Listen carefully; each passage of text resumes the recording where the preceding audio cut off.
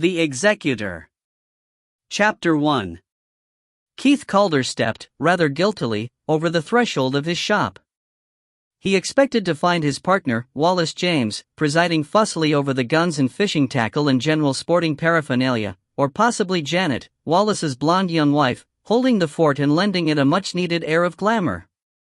Instead, he found his own wife, Molly, demonstrating pigeon decoys to a spindly youth. In accordance with custom, they exchanged no more than a nod. Keith waited patiently until a deal was finalized. He wrapped the awkwardly shaped purchase while Molly made change. The bell pinged at last and they had the shop to themselves. Keith kissed his wife, but his first thought was for his daughter. School was out for the summer. "Who's looking after Deborah?" he asked.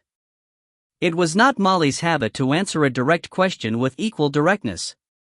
"Wall had to go into Edinburgh to fetch some clay pigeons for tomorrow's competition," she said. "They didn't come with the bus as promised." "That wasn't." "I'm telling you," Molly said sternly. "And Janet wanted to go along with him. She wants to get a coat and some blouses while the sales are on." I asked. "So I said I'd look after the shop if they'd take Deb along and get her some new shoes for school." Was Wall looking peeved? Keith asked. He was, rather. "Keith, did you have to go off for 3 days with hardly a word? When somebody pays nearly $4,000 for a gun, the least I can do is to deliver it to him and help him settle down with it." "So you said." "And I told Wall. And he said it didn't take half the working week and that if you brought all the money back with you, he'd eat it." "Did you, Keith? Bring back the cash?" "Most of it, more or less. I got him to trade in a German Wheelock from about 1740. In good working order?"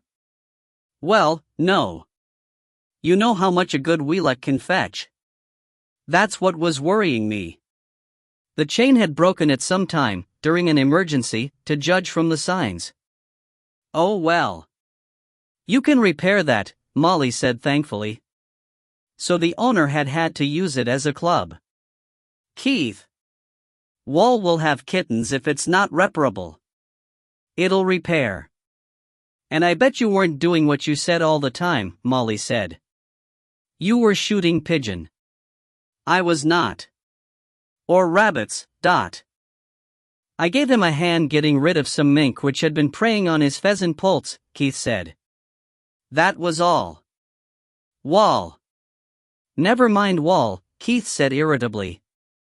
"I started this business with my own capital and I'll take a couple of days off when I feel like it without asking Wall's permission. I thought you were equal partners." "We are.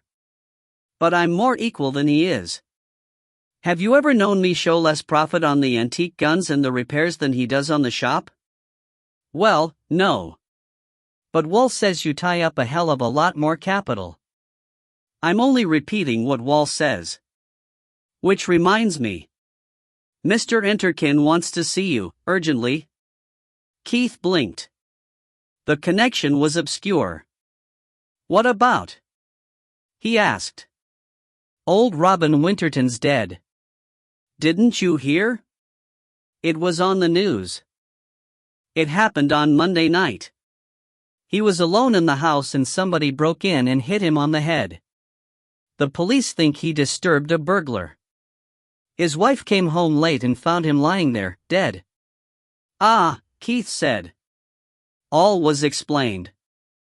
Mr. Winterton's collection of antique arms was superb. They didn't get away with any of his guns, did they? "Not that I've heard. The papers were vague about what was taken." "You'd have heard." The important issue dealt with, Keith was free to think about the death of an old friend. Poor devil. Still, he was in his 70s. He'd had his money's worth out of life. I doubt if you'll still say that when you've had your 80. Possibly not. But, when we had old Brutus put down, Robin said that he wished he could count on somebody doing as much for him. "You won't go buying all those guns?"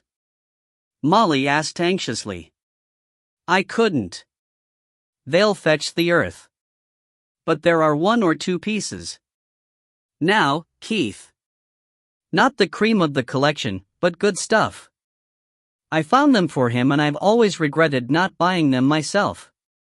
Any coffee going? I'm starved.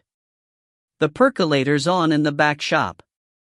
When Keith came back with his coffee, Molly was putting down the phone. Mr. Enterkin would like to see you at 3 this afternoon, prompt and without fail. I said you'd be there. But Keith wanted to reach his workshop and start work on the Wheelock. Or take a gun out in pursuit of the pigeon. But first, Molly said firmly, you can take over here. If I don't get some shopping in, there'll be nothing to eat tonight. Keith sighed. He knew when he was beaten. Well, be quick, he said, on principle rather than with any real hope. And I might get my hair done if Maggie can fit me in. You can have my sandwiches. As she turned in the door, Keith saw her for an instant, backlit by the sun. Her 35 years sat very lightly on her. Then she vanished as though she had never been there. Keith sighed again. He drank his coffee, served a customer and then went back to his usual occupation of displaying the stock the way he liked to show it, with the shooting equipment to the fore. In summer, Wallace usually gave undue prominence to fishing tackle. Molly was, by her own standards, remarkably prompt, so that it was only a little after 3 when Keith crossed Newton Lauder's Square through gentle sunshine. A dank summer had relented at last and, Keith thought, the farmers might for once take what they got and be thankful. He climbed the barren stairs to Mr. Enterkin's office. The plain and elderly receptionist passed him through into the solicitor's sanctum, a room the respectable dignity of which was quite spoiled by a perpetual drift of loose papers. The solicitor never seemed to refer to any of them and Keith suspected that he retained them only as stage props. Behind his desk, Ralph Enterkin, the plump and balding doyen of Newton Lauder's legal brethren, was fidgeting under the eye of a lady of uncertain but no little age. Robin Winterton, now deceased, had once, with some reluctance, introduced Keith to the lady whom Keith understood to be his second wife. She had let it be seen that she was not impressed. Keith for his part had thought her a formidable old biddy. He murmured a few words of condolence. Mrs. Winterton looked at him coldly, down a nose which she probably thought of as patrician but which, in Keith's view, was definitely hooked. In a dark fur over a grey suit which Keith judged to be off the peg but undoubtedly expensive, and with a single, decorous string of pearls showing, she suggested a more wealthy version of the grandmother who had filled his childhood with awe. Keith, who went everywhere in stout, country clothes, ready at any time to take part in a shoot or to help with a little keepering, felt that she expected him to stand behind her chair, but he dropped into the empty chair which had evidently been placed for him and looked inquiringly at the solicitor. We gather, Mr. Enterkin said, that you have heard about the unfortunate decease of Mr. Winterton. Molly told me. The widow's response to Keith's words of sympathy had been a sniff. Now she sniffed again, but this time the sniff, instead of a rebuff, was clearly a token tear shed for her late husband. Mrs. Winterton seemed to favor her nose as a means of communicating her emotions. It would appear, Mr. Enterkin resumed, that Mr. Winterton was killed on the spur of the moment by an intruder. That being so, confirmation of his will need not be unduly delayed. It would be prudent to await the outcome of the necessary inquiry in the sheriff court. However, as his solicitor, I thought that some preliminary discussion would not be wasted. Anything I can do, Keith said vaguely. I suppose, as his executor, you want to discuss the disposal of his guns? Mr. Enterkin frowned at him. You are not making yourself clear, he said. Or, if you are, I must be being obtuse. Would you mind rephrasing that last remark? Keith thought that he had made himself perfectly clear, but he knew better than to argue with the old pedant. I was supposing, he said, that you, acting as executor of the late Mr. Winterton's will, wanted my help in disposing of his collection of guns. That is what I thought you were supposing, said Mr. Enterkin. And there's only one thing wrong with it. I'm not his executor. You are. Me? Don't you remember? About 9 years ago, when he made a fresh will. In this very office. He asked you whether you were agreeable to being named executor and you said that you were. Keith felt himself flush. I'd forgotten, he said humbly. At the time, it seemed to be one of those things which'll never happen. Well, said Mr. Enterkin, the moment is upon us, I have never understood, Mrs. Winterton said suddenly, shattering the discussion like a stone through glass, why my husband chose the second person to be his executor. Nor, as a matter of fact, have I, Mr. Enterkin said patiently. It was unusual, not to say improper, and I tried to dissuade him. But he was concerned about the disposal of his collection. His old guns and things? You don't have to worry about them anymore. Keith felt a cold sweat of apprehension break out on him. This was a very odd way to refer to a valuable collection. We don't? Mrs. Winterton shook her head. Certainly not. They have all gone, and a good riddance too. I was going to call my son to come and take them away and dump them somewhere. But yesterday afternoon quite a respectable man came to the door. He gave me £200 for them and took them away in a van. She nodded, in satisfaction with herself. Mr. Enterkin was the first to break the silence. For once his careful articulation had deserted him. Those guns are worth how much would you say, Keith? There were items in that collection, Keith said slowly, the likes of which have never come on the market before, so I'll not state a figure offhand. Enough to make Mrs. Winterton a very wealthy lady, that's all I'll say for now. The widow seemed to be stumped for a moment, but she made a quick recovery. You've said more than enough already, she snapped, and I wish to hear no more of it. I am just not interested. All I wanted was to get rid of the things. She glared defiantly from one man to the other. Those guns ruined my marriage. Whenever I wanted company, my husband would disappear among those insufferable guns. Keith found himself nodding. He would have done the same. It was as if he had had a mistress, but worse, because I could soon have settled a mistress's hash if I had chosen to do so. Understand me, if those guns were worth 10 times as much as the crown jewels, I still wouldn't care about the money. I'm glad they've gone, she finished. I can manage on the money Robin left. Keith looked up at the ceiling and wished that he were somewhere else. Anywhere else? I'm afraid you can't, Mr. Enterkin said. Because yours was a late marriage and took place after Mr. Winterton retired, his pension died with him. His assets consisted almost entirely of the collection. There may be some money in the bank. There should be 1,000 or more, Keith said. Unless he made any substantial purchases recently. I sold a good Jezile for him last month. I advised Mr. Winterton to open a joint account marked either or survivor, Mr. Enterkin said. If he did so, then any money in it is yours. Apart from that he had, as far as I am aware, no other money whatever. Not even life assurance. You must be wrong, said the widow blandly. Or else he was mad. Neither, said Mr. Enterkin. Explain, Keith. The widow switched her cold glare to Keith, who cleared his throat. I knew Mr. Winterton for nearly 20 years, he said. He came to see me about a pepperbox pistol and asked me some pointed questions about trends in the values of old guns. He had come by some guns through inheritance, and this had stimulated him to buy others. I told him that his family guns were of considerable value, and that his later purchases had gone up. I helped him to do his sums. He was a widower at the time but earning good money. He reckoned that antique guns, carefully bought, would show a better return than almost any other investment. So, until his retirement, all his spare cash went into the collection. He looked on it as an easy way to provide for the future without giving up a hobby which was beginning to grip him. In fact, he became very expert, not just on values but on history and technicalities forby. The market dipped once or twice, but in the long run he was well satisfied. Latterly, of course, he was selling an occasional gun to maintain your standard of living. The widow seemed to have shrunk inside her unseasonable fur, but she was undefeated.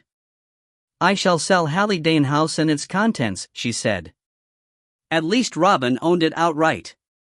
"I still own a small house in Portobello from my first marriage and the tenants are leaving in December. I shall move back there. It is not such a good address as Hallidane House, but—" Her voice tailed off. Mr. Enterkin was shaking his head, pouting his lips in the moo which always reminded Keith of a suckling piglet. "I'm afraid you still don't understand," he said sadly. "I had hoped that your son would be here," he added. Mrs. Winterton snorted. "Young man," she said. Mr. Enterkin brightened at hearing himself so described. "I do not need my son with me, interfering. He has not been to see me since his stepfather died and I can manage without him now. In any case, he is not concerned in this." "Your stepson, then?" "Certainly not him. I may have been kept in the dark so far, but I am perfectly capable of understanding whatever you care to tell me now." Although seated, Mr. Enterkin managed to draw himself up with dignity. "Very well," he said. "I will make the matter as clear as I can. Your late husband's assets were almost entirely in kind rather than in cash. And he was well aware that you still owned the house in Portobello. Accordingly, he directed that all his assets, comprising Hallidane House and its contents including the collection of antique firearms, be sold. After payment of all debts and duties, he left a specific and generous sum of money to his son by his first marriage, a similar sum to his married daughter in Canada and the remainder to yourself. In effect, of course, this meant that the capital transfer tax payable on those two legacies would have come out of your share of the estate, but you would still have been exceptionally well provided for. The position now has changed considerably. Due to your ill-advised and, I may say, quite illegal action, it would seem that there are insufficient assets to meet the bequests to your stepson and stepdaughter. In fact, I stand open to correction, but I would suppose that there will be a considerable shortfall. Anything realized from the sale of assets, therefore, would go to them. And, since you had not the least right to sell anything before confirmation of the will, a court might very well hold you liable for the balance of those legacies. Possibly even for capital transfer tax on the whole of those two legacies." The widow looked at him as if he had suddenly broken into Swahili. "A court? But how on earth would a court come to know such a thing? It would be the duty of the executor to bring it to the court's attention, not." Mrs. Winterton again turned her frosty glare onto Keith. "Whatever my opinion of you may have been in the past, Mr. Calder, I never thought that you would sink so low as to be an informer for the police." Mr. Enterkin swelled and seemed about to launch himself into a diatribe on the differences between civil and criminal law. But, because when launched the solicitor was capable of keeping up his momentum for hours, Keith stepped in quickly. "First let's see whether we can't retrieve the situation," he said. "How did this man come to call? Tell me everything that happened." She sighed and cast up her eyes as if her patience was being taxed by a tiresome child, but the effect was in itself childish. Keith decided that, in addition to being an arrogant old bitch, she was cursed with an IQ which barely got out of single figures. "Yesterday afternoon, the front door bell rang. I'm without a maid at the moment, you can't keep servants in the country, and the daily woman had already gone home, so I answered it myself. There was a man at the door and a gray van was parked just behind him."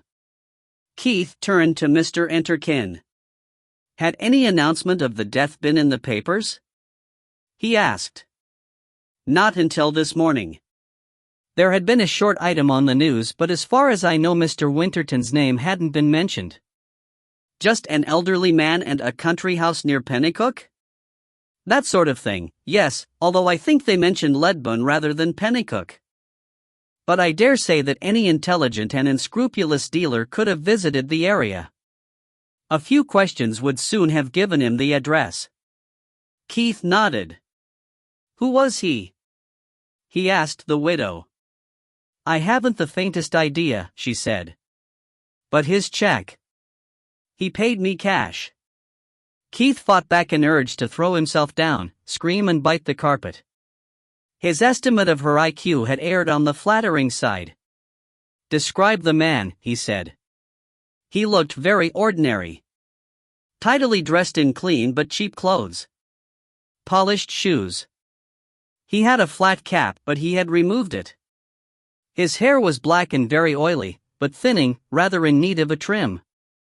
I would say that he was in his 40s. A short man but of burly build. And his face? Really, is this necessary? Of course it's necessary," said Mr. Enterkin. "Mr. Calder is trying to extricate you from a serious predicament. Try to help him." "In my business, I know most of the knockers," Keith explained. "The what?" "The antique business is in two main parts. Dealers, with their own premises, sell to the public. They buy from private clients, from auctions and from knockers. A knocker only has a store to work from. He also attends auctions, but spends most of his time on the knock, visiting houses in the hope of finding valuable antiques which he can often buy for far less than the real value and resell to whichever dealer gives the best price for that category of goods." "Oh, very well." Mrs. Winterton thought for a few seconds. He had no beard or mustache. He was slightly in need of a shave. "I don't mean that he had omitted to shave that day," she explained. "If that had been the case, I should never have let him into the house. But he had the kind of black hair which produces a blue chin within a few hours. He had a round face. And that's all I can remember." "Not the color of his eyes?" "No." "What can you remember about his van?" Keith asked. "Just a gray van, neither very large nor very small." "And his voice?" "Deep. One of those affected accents you hear such a lot of in these parts. A Scotsman trying to sound English." Keith nodded. The working and lower middle class Edinburgh accent can sound affected to the stranger who only mixes with the upper crust. "Do you know the man?" Mr. Enterkin asked anxiously. "I can think of several who might fit the description," Keith said. "Mrs. Winterton, tell us everything that happened." "The man asked me, very politely, whether I had any antiques which I might be prepared to sell. I said that I had no intention of parting with my treasures but that my husband had left a lot of old guns. I took him to look at them. He said he'd give me £150 and take them off my hands. I was only too happy to be rid of the things, but I thought that I might as well see how far he would go. I said that I was sure that they were worth more than that. He said that today's market was very uncertain but that he'd taken a fancy to me because I reminded him of his mother, so he'd go to £200. The reference to his mother nearly made me change my mind," Mrs. Winterton said loftily, "but I decided to accept his offer despite his attempt at familiarity." Keith switched back to the solicitor. "That was fraud, wasn't it?" he demanded. The solicitor pouted again. "If those were the exact words, probably not. If he stated or implied that those guns were worth only the sum paid, there were no witnesses to the statement. But in any case, Keith, that's not a good line to follow." "Why not?" "Because, if they've already been resold." "Which they probably have," Keith said. "Especially if this was a put-up job.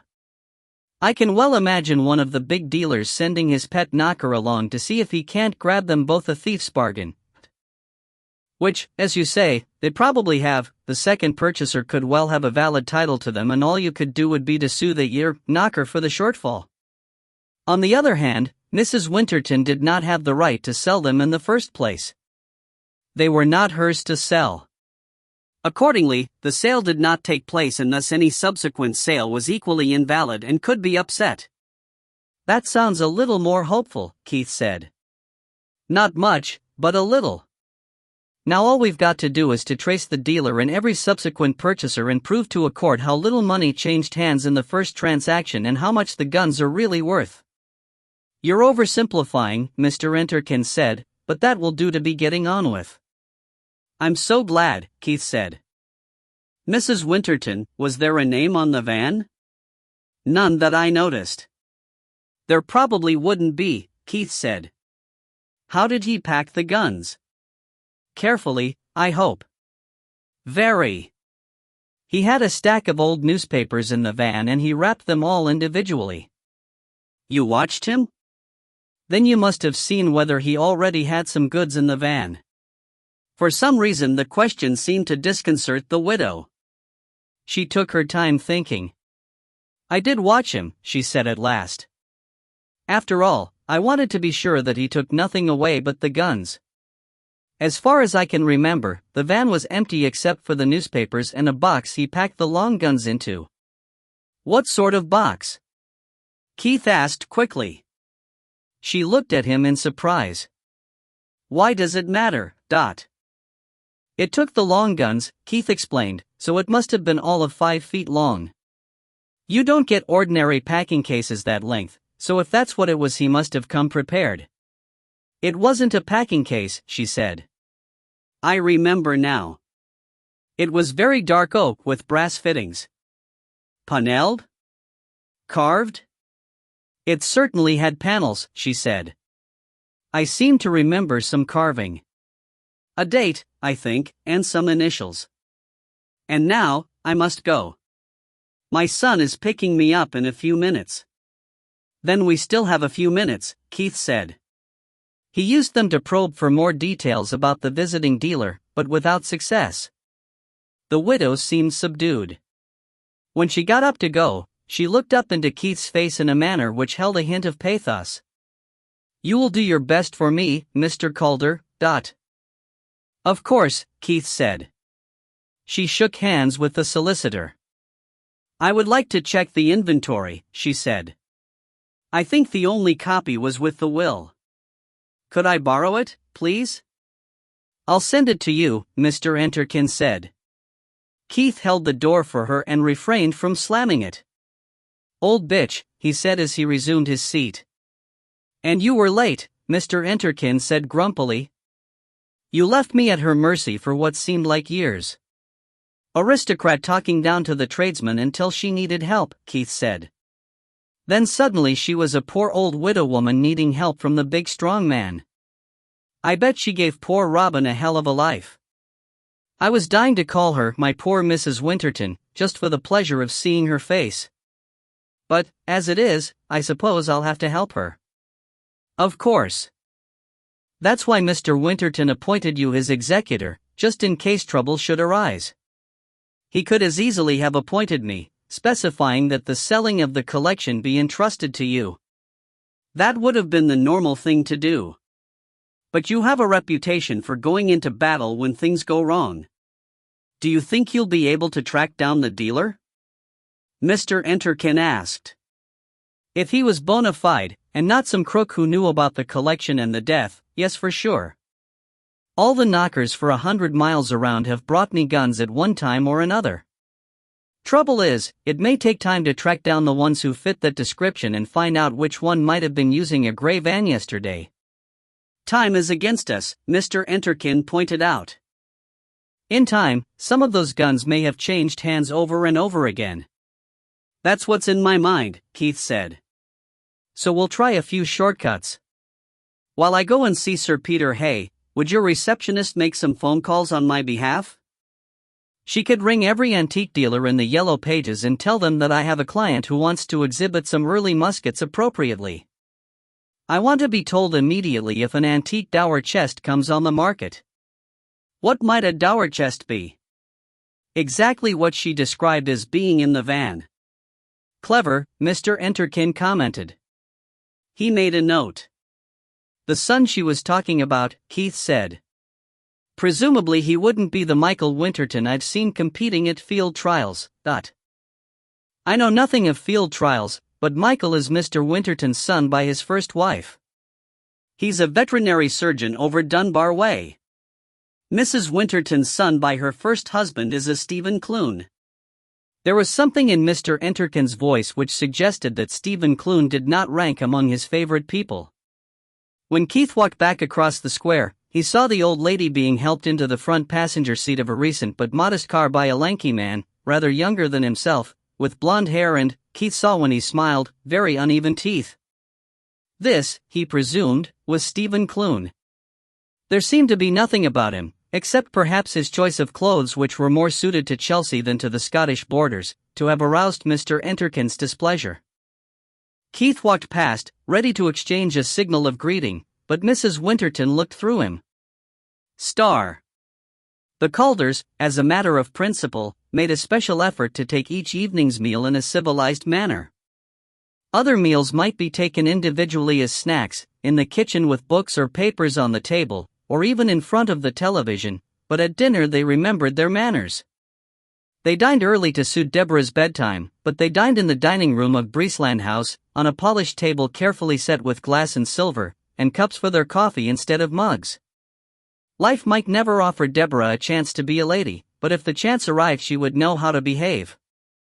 Polite conversation, avoiding slang or dialect, was therefore required and, lacking any other burning topic of the day, Keith told them about Mrs. Winterton's folly. His two ladies were well aware of the values which antique guns can attain and were suitably appalled. Then I went up to see Sir Peter, Keith said. I asked him to find out whether any knockers had visited the big houses in that area lately, and whether anybody had sold a dower chest to one of them. Molly nodded. It went without saying. Sir Peter Hay was not only their patron and mentor, he was also on visiting terms with all the households likely to attract a knocker's attention. Can he help? She asked. He's going to try. I'll go into Edinburgh tomorrow to see what I can sniff out. Make it all right with Wallace, will you? He eats out of your hand, and I'll phone you from time to time to see whether anything's turned up. Can I come with you, Dad? Deborah asked quickly. May I? Keith corrected. Are you sure you want to? You'll be bored. I do want to. Please. If it's all right with your mother, Keith said. Take her along, Molly said. Janet couldn't get her any school shoes. All right. I am not trailing her up and down Prince's Street, Keith said firmly, but if we happen to park outside a shoe shop I'll do my best. Deborah had paid no attention to the exchange. She knew that she would go with her father. She had dogged Keith's footsteps ever since she could toddle. As a result, she knew more about guns than did many a dealer. What's so special about Mr. Winterton's collection? She asked. Molly got up to serve the sweet. And why wouldn't you give Mr. Enterkin an estimate of its value? She asked over her shoulder. I know you kept his inventory up to date. Good question, Keith said. And I'll tell you. But you must swear to keep it under your hats. I promised old Robin I'd keep mum. His death changes things. But if word gets around, there'll be more than ourselves chasing after it. If the collection's still missing in a few days' time, we may want a blast of publicity, just to make it difficult to dispose of. Until then, not a whisper. Now, ask me what's the most valuable gun in the world. Deborah quivered with excitement, but she went along with the game. All right, Dad. What's the most valuable gun in the world? I haven't the faintest idea, Keith said. Ugh, you. Well, I haven't. The value of something isn't what the last fool paid for it, it's what the next fool's going to pay, and who can predict a thing like that? The really valuable guns are valuable because they're so rare that nothing like them comes on the market more than once in a blue moon. But if I was asked to guess at the most valuable gun in the world, we're asking you, Deborah said. Well, I'd be hard put to it to answer. But I'd probably say that it would be one of the original Scottish long guns. The musket with the snap-haunce lock and ball trigger. Did Mr. Winterton have one of those? Molly asked. He had two. But, Dad, Deborah said, in that article you wrote for Scottish Field, you said that there were less than 30 in the world and that half of those, the ones abroad, had never been authenticated. She screwed up her face with the effort of memory. That was Molly's trick, and once again Keith was reminded of the resemblance between mother and daughter. You said that there were only 17 in this country, 2 in the Tower of London, 2 in the Wallace collection and the rest, owned by the Countess of Seafield, were lent to the Museum of Antiquities. All the others were destroyed by the English after the '45 rebellion was put down. You said, she added. That's where you're wrong, clever clogs, her father said sternly. You remember too much or too little.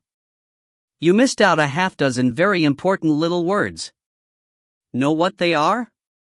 Deborah shook her head. I said, as far as is generally known, which is all you can ever say about such things. I'll tell you what happened. After Montrose was betrayed by the Onells, some of the Scots families who'd been fighting for Montrose under Colkitto, particularly the MacDonalds, Campbells and Crawfords, fled with their families to Ireland by way of Dumbarton. Most of them settled down around Limavady in County Tyrone, which is still known locally as Scotch Corner. Is that where Mr. Winterton came from? Deborah asked. His first wife did, and she had a legacy from her family of some money and the contents of a house, including some old guns. Most of them were humdrum, but they included 2 Scottish snap-ons muskets, both by James Lowe of Dundee. He was perhaps the premier maker of the time after the Laird of Grant's own gunsmith, Doothill. One of them, probably the more valuable, is all brass and dated 1613, which makes it earlier even than the one by Robert Allison in the Tower of London, which belongs to the Queen. The other has a wooden stock inlaid with silver and a steel barrel and lockwork inlaid with gold, and it's absolutely beautiful. Couldn't you even guess what they'd be worth, then? Molly asked. How could I? No such gun has ever been on the open market.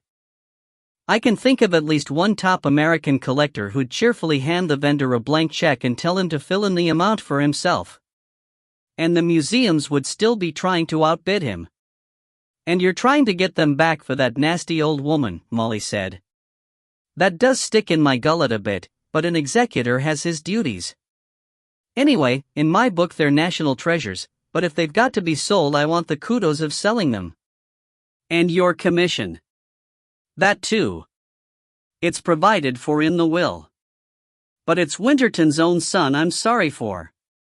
As it is, his legacy's less than it should be because Winterton's will was out of date as values go and, after all, the guns did come from his mother's estate. If I don't recover them, he won't even get a half of what his father intended. And now, Keith said, if we've finished, there's still enough light left for me to go out. There's a pigeon been waking me up in the mornings, eternally broadcasting the letter R in Morse code, and I want him in the freezer before he drives me mad. I'm coming with you, Deborah said firmly. All right, Toots. Get your 410, we'll lie in wait for him at the bottom of the garden. Molly, who had hoped for some help with the washing up, gritted her teeth but held her peace. Chapter 2. A Minnie was pulling out from a meter under the looming mass of Edinburgh Castle and Keith slid the hatchback neatly into its place. Come on, Toots, he said. Unhook yourself. We're going walkabout. He fed the meter all that it would accept and they set off hand in hand up Johnston Terrace. At the beginning of Lawn Market, Keith stopped. I'm going into Angus Pride's shop, he said. It'll just be talk. You take a walk along High Street and then double back round the Grass Market. You know the way? Of course I do, his daughter said impatiently. Being the prime tourist area, it was rich in antique shops. Look into all the antique shops and see if you can spot a dower chest.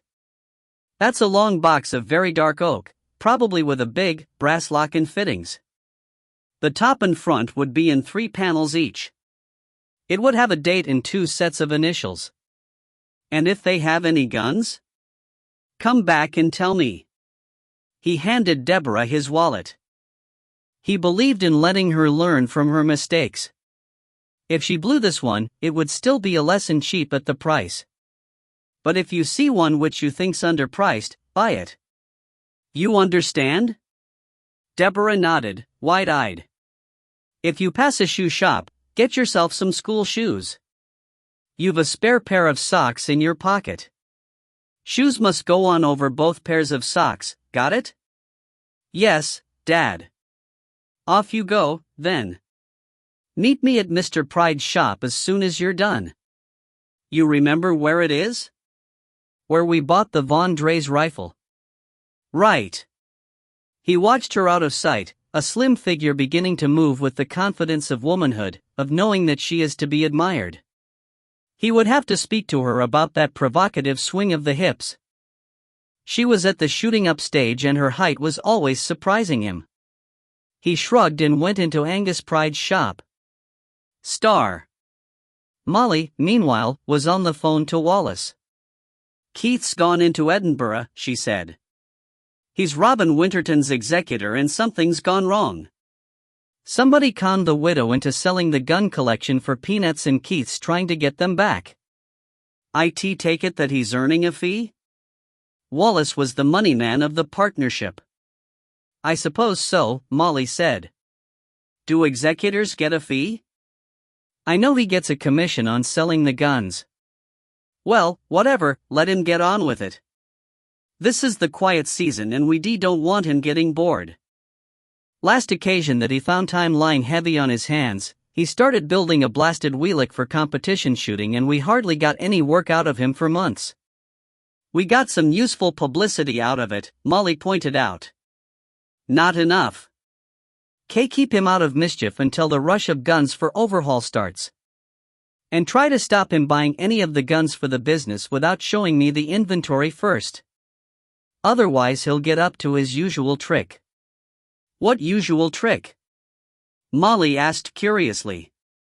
After all these years, she was still learning. Juggling the values. Buying for his personal collection at a low price and making it back for the client by pushing up the ones he buys for the firm to where our profit's minimal. Don't let him think I don't know, that's all. I don't mind him cheating the tax man, not a lot, but I'm damned if he's doing it at my expense. Molly hung up. She bit her lip. That was very naughty of Keith. But it was clever. Star. The antique shop was quiet. Angus Pride handed over to his assistant, a girl so young that Keith suspected that she was either a YOP or a weep and therefore heavily subsidized by the Manpower Services Commission. From the street, the shop looked small, but it rambled away behind the adjoining shops and into the upper floors of the building so that the casual visitor, intending no more than to glance around, was easily trapped into spending an hour or more in exploration. Angus took Keith upstairs to where, at the back of yet another showroom or gallery, he had his own office. Those damned stairs'll be the death of me, he grumbled, settling his stomach more comfortably on his knees. Now, Keith, what are you after? Pale blue eyes stared suspiciously from under his white eyebrows. An old lady I know was conned by a knocker the day before yesterday, Keith said. He repeated Mrs. Winterton's description. I've jotted down any names I could think of which might fit, allowing for an error or two on her part. Angus Pride ran his eyes down the list. You're not far off, he said. I could maybe add a name, but it wouldn't help you. The man I'm thinking of was in Fife the last few days. You can forget most of the rest. This one's in hospital. The next spent all week trailing round the dealers, trying to unload a set of chairs he paid too much for. The next was in Inverness, following up a story about a set of claymores. The next, George Baker, wears a beard these days. Vague as your old dame seems to be, she could hardly have missed that. When did you see him last? Keith asked. Beards can be removed. This morning. And Snotty Harris uses a black Rolls-Royce van he converted out of a hearse. That leaves you with Duncan Lorry. It could be him. He was knocking somewhere south of here, last I heard. Of course, an Edinburgh accent's not much to go on. It could still be somebody working out of Glasgow or Newcastle. I've got to start somewhere, Keith said. Does Duncan Lorry have a grey van? Damned if I know. Parking's difficult around here, so they carry in what they're selling, most times, unless it's huge. Where's his store? Waterman's Lane, off the Cowgate. It still says Fraser's Frozen Foods over the door. Keith smiled. Thanks, Angus. I owe you a favor. You could sell yon pair of dueling pistols for me, old Angus said hopefully. He gestured towards a pair of saw-handled pistols with octagonal barrels in a mahogany case. Keith tried not to smile. Are those the ones you bought for the American tourist who turned out to be one of the gang? They're fakes, and not very good ones. I'll not sell them as real. But, if you like, I'll sell them as interesting copies with a story attached to them. The story being how I was had for a sucker? It's that or most of your money down the drain, Keith said. So be it, Angus said with a sigh. He pursed his soft, pink lips. You'll tip me off if anything good comes on the market from Hallidane House? Keith looked at him hard and met a return stare from the pale blue eyes. What put Hallidane House into your mind? He asked. Come off it, lad, Angus said. You were as thick as thieves with old man Winterton and steered all his money into antique guns. Then, 3 days after he gets himself topped during a break-in, you're running around in a tizzy and looking for a knocker who underpaid a widow for some guns. I didn't say guns, Keith protested. But you're you, Angus pointed out. You wouldn't be getting in a sweat over snuff boxes or old china. Rumor has it that there was something very special in the Winterton collection. Keith felt himself jump. Where did you hear that? He asked. It's true, then? It was just a word that went the rounds. You know how it would be. The owner isn't going to keep his treasure buried forever. He tells or shows a friend. The friend drops a hint and the word's on the move. You think the knocker was there for a purpose? I've been wondering, Keith said. What do you think? Depends. It depends, Angus said shrewdly, on how well it was known that the old shrew didn't know the value of the guns and would be only too glad to be rid of them. I knew it, but not everyone would. Look at it this way. Somebody gets word that old Winterton has something of great value in his collection. It was well protected? Very, Keith said. A vaulted cellar under the house, steel door and infrared alarms connected through to the police station, but... There you are. I've seen the old girl around the auctions, never buying anything, just watching and running the bidding up when she felt safe. Whenever a gun turned up in a sale, she'd start grumbling about Winterton's guns. I've heard her, myself, saying that she was going to chuck the lot into the sea. An arrogant old biddy and stupid with it. So they wait until her husband's alone in the house and send in a screwsman who knocks him on the head. The police are going to seal off that part of the house, but they'll only look once round the rest of it. The widow has to go on living there, doesn't she? Then, first time the place is clear of fuzz for a minute, the tame knocker arrives, rustling a bundle of notes. Likely there were men standing by, and if she hadn't taken the money there'd have been a knife at her throat until she unset the alarms and opened the door. I was wondering along the same lines, Keith said. If you're right, I've got problems. Would Duncan Lorry go along with murder? Likely he would. Anybody'll do anything if the money's right, and Duncan's no better than most and worse than a lot of 'em, and he's got money troubles just now. He went to court over payment for a pair of vases which didn't stand up to examination, and he lost. Nothing's worse for a knocker than being short of working capital. Or he might even have not known that there was any connection with the murder, just been sent in to buy. Keith stood up. I'd better get going, he said. Most of them will likely be offered to you anyway. Christ. I don't want to buy them, Keith said. I'm Mr. Winterton's executor. I just want to get them back for the estate. His executor, are you? Don't forget me, then. I hear there's some good stuff in Hallidane House. Star. Keith threaded a careful way through the expensive clutter of the shop. The young girl assistant, abandoning for the moment her true mission of deterring shoplifters, caught him at the door. Are you Mr. Calder? There's a phone call. If it's his wife, he isn't here, Keith said flippantly. Young girls, especially young girls with budding bosoms and round behinds, always brought out the worst in him. If it's his girlfriend, I'll take it. I don't know who it is, the girl said, unsmiling. Keith took the phone. Molly's voice came through sweet and clear. Keith? There are some messages. Mr. Enterkin's receptionist rang.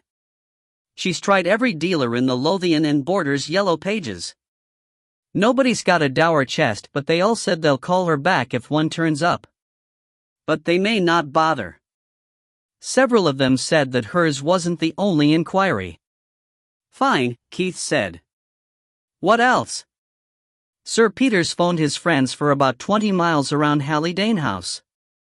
A man with a grey van was on the knock a few days ago, but nobody sold him a dour chest and nobody seems to have seen him on the day after Mr. Winterton was killed. A Mrs. Fairley sold him an ormolu clock. She says there was no dour chest in the van, but the van was definitely grey. And she kept his card. Let me guess, Keith said. Laurie. Right? You are the most maddening person, Molly said. You get all sorts of people sweating blood for you and running up colossal phone bills, and when they come up with the answer you wanted, you've already got it. This isn't the first time. I'll try to be stupider in future, Keith said humbly. Don't be silly. And Michael Winterton, the old man's son, phoned. He wants to get in touch with you. He's in Edinburgh. I said that he might be able to catch you at Angus Pride's shop. He'll have to be quick. Is Debbie all right? Can I speak to her? Right as rain. But she isn't exactly here at the moment. She's getting shoes, Keith added quickly. That might pacify Molly. It didn't. Keith, you haven't let her go wandering off on her own again? I told you to keep her with you. Keith glared at an inoffensive Toby jug which glared back at him. A little responsibility teaches her self-reliance, he said. She'll be back in a minute. She's too damn self-reliant already, Molly said. That child is old beyond her years. You go and find her at once and have her call me or I'll never speak to you again. You promise? Keith said. He hung up quickly. Outside, still carrying the case of pistols, he looked around. There was no sign of Deborah among the mixed sightseers and shoppers. He knew that Molly was overcautious and yet, infected with her anxiety, he could not suppress a sense of panic. When a large estate car drew up beside him and somebody spoke his name, the distraction was a relief. He recognized the face above the steering wheel by the drooping mustache and the air of ruddy good health as belonging to Michael Winterton, old Robin's son. It is Mr. Calder, isn't it? Your wife said you might be here. Hop in. I'd like a word. He had a voice which could only have emanated from at least one expensive school. You hop out, Keith said. I'm on yellow lines. We could drive round the block. No, we couldn't. 1. I'm waiting for my young daughter. 2. I'm your father's executor and I don't think I should be seen to be having private conversations with one of the beneficiaries.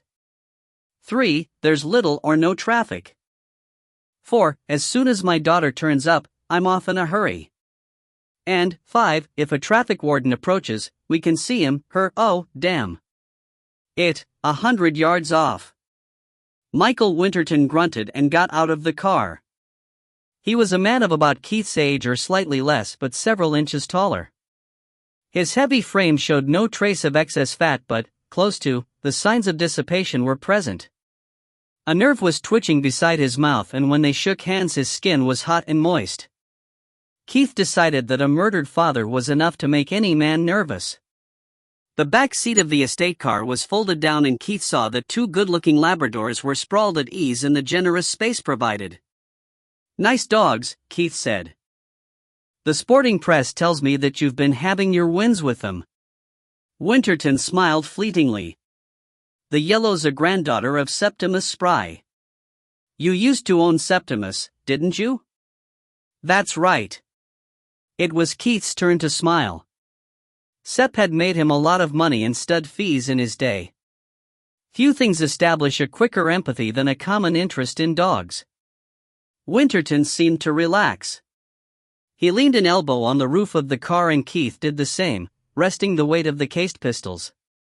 The roof was still wet from a car wash. "I don't want to compromise you," Winterton said. "Just a quick word. Is it true that charming and intelligent old lady, my revered stepmother, has let the most important part of my father's property go for a song? That seems to be the case," Keith said carefully. "In that eventuality, what's left comes to me." "And your sister," Keith reminded him. "You'd better speak to Ralph Enterkin, but that's how I understand it. Subject to certain questions about capital transfer tax." Winterton looked away. "How long is all this going to take? Don't misunderstand me. I'm not short of a bob or two. But I'm in business for myself and I'm planning an expansion. It makes a big difference if I can safely take the more expensive short-term loan as against a cheaper loan that would have to run full-term." It occurred belatedly to Keith that he should have expressed his condolences, but the moment seemed to have passed. He was also remembering that, on the few previous occasions when he had been within speaking distance of Michael Winterton, the vet had preferred to converse with those whom he considered to be his social equals. Keith himself rarely thought in terms of class and, whenever he encountered it, his hackles rose. "I've started preparing an inventory of the estate," he said, "but I can hardly start distributing it before the police have finished their investigations." "Why not, for God's sake? Surely the matters are separate." Keith realized that he might already have gone too far. He tried to backpedal. "The lawyers could argue that I might be handing out legacies to somebody who was disqualified." "Are you suggesting," Winterton inquired angrily, "that my stepmother or I, or my sister, might have burgled the house and killed my father?" "Certainly not. But the lawyers might argue that the possibility existed. Presumably if there isn't a trial there'll be an inquiry. That should settle the matter. Then again, your father's will specify that all his assets be sold. You don't sell a place like Hallidane House in 2 minutes." Winterton sighed and decided not to embroil himself in argument with the hypothetical lawyers. "If I could just be sure that I had the proceeds of the sale coming. I wouldn't go borrowing on the strength of it," Keith said. "Capital transfer tax will be taken off before any legacies are handed out. If the Inland Revenue decides that tax is payable on the real value of the estate, everything realized will be gobbled up." Keith had forgotten about Deborah. Now he realized that she was pulling at his coat. "I got shoes," she said. "And Granny Howat had saved you the lock from a Tower musket. I gave her £4 for it. Was that all right?" She gave Keith his wallet and then handed him the lock, wrapped in her handkerchief. Keith put on one of the cotton gloves from his pocket before accepting it. The Calders knew that, while a delicate piece of the gunsmith's art might have the acid fingerprints of centuries etched into it, there was no sense in adding to them. "Very reasonable," he said. "She wanted 10 but I beat her down." Michael Winterton looked at the device without interest. "You knew, if anyone did, that my father had some valuable Scottish guns," he said. "Could they have reached the antique shops already?" "I ask because there's one in a window near here, in West Bow." "It's only a fowling piece," Deborah said haughtily. "About 1870. It's been there for weeks. And I'm not surprised," she added, "because they're asking far too much." "Sorry I spoke," Winterton said faintly. Deborah waved a hand. "That's all right. You weren't to know." "We'll have to be going," Keith said. He pointed over Winterton's shoulder. "And there's a warden beyond that van, arguing with the driver." "I'm off," Winterton said. He got into his car. The dogs snuffled at his neck and he pushed them away. "See what you can do to hurry things along, will you, Mr. Calder?" He slammed his door and drove off. "You are silly, Dad," Deborah said. "There's no traffic warden." "I know, but at least it got rid of him." We have an urgent visit to make. On the way we'll make a little detour, drop the boxes in the car and feed the meter. Star. The Cowgate dips to pass under George IV Bridge. As they walked through its echoes in between the backs of tall buildings in reddish stone, Keith asked, if that fowling piece had been half the price, would you have bought it? Of course, Deborah said firmly. Why not? Most girls, let loose with their dad's wallet, would make a beeline for the nearest boutique. Most girls are wet, Deborah said.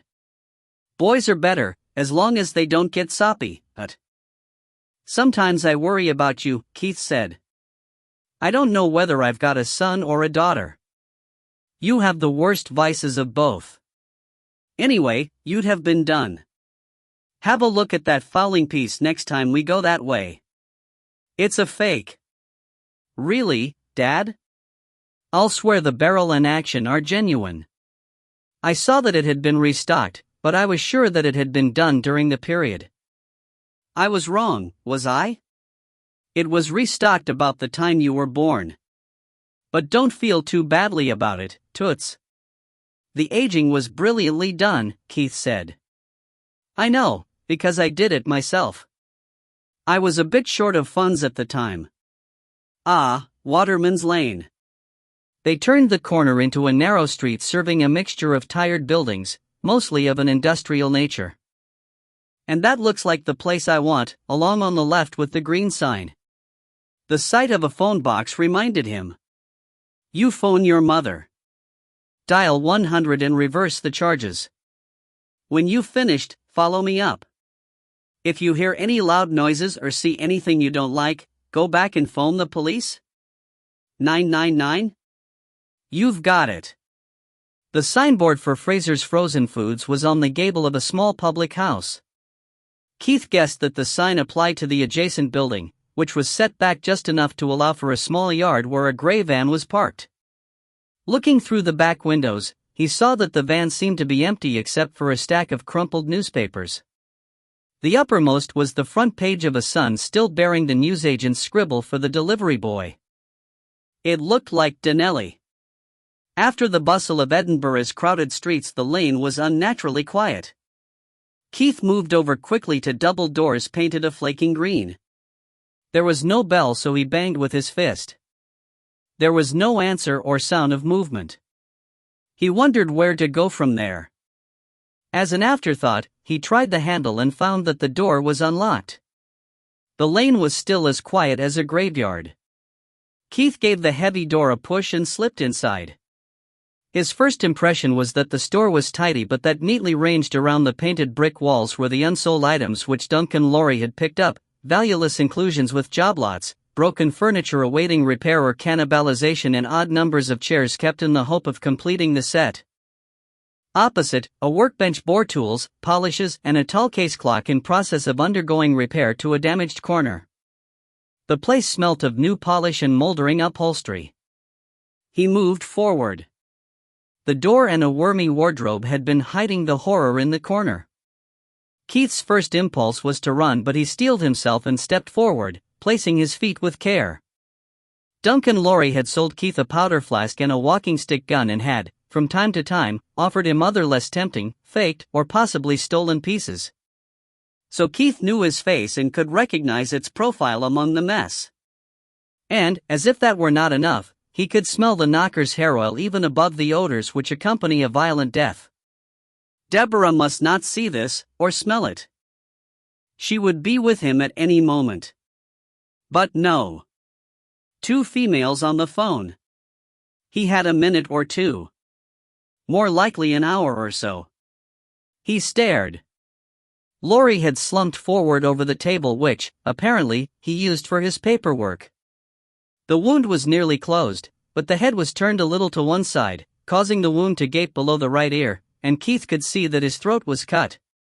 Blood had sprayed over the tidy shoeboxes of papers on the table, splattered the nearby wall, and dripped to the floor. Keith heard a sound outside. He darted to the door. Deborah was approaching uncertainly. She sighed with relief when she saw her father. Back to the phone, Keith said. Dial 999, ask for the police and tell them to come to Waterman's Lane, the old Fraser's Frozen Foods building. A crime's been committed and that's all you know. Understand? Deborah nodded dumbly. Go, then. He watched her round the corner and then forced himself to go back inside. On the blood-soaked table was a box of old-fashioned razors of the type which would hold a different razor for every day of the week plus a spare. 7 ivory-handled razors seemed to be in place and one lay under the corpse's fingers. It looked like a valuable set, although it was hard to tell under so much blood. One of the shoe boxes had held receipts, but the topmost was indecipherable. Keith would have liked to search further down the box, but the risk was too great. A pocket diary lay near to the dead hand. The back cover had stuck to the table with congealing blood. Keith used a ballpoint pen from his pocket to turn the pages. The entries were not methodical, covering only such appointments and phone numbers as Duncan Lorry had wanted to remember. The last entry was for 2 days earlier, the day on which Mrs. Winterton had sold her late husband's collection.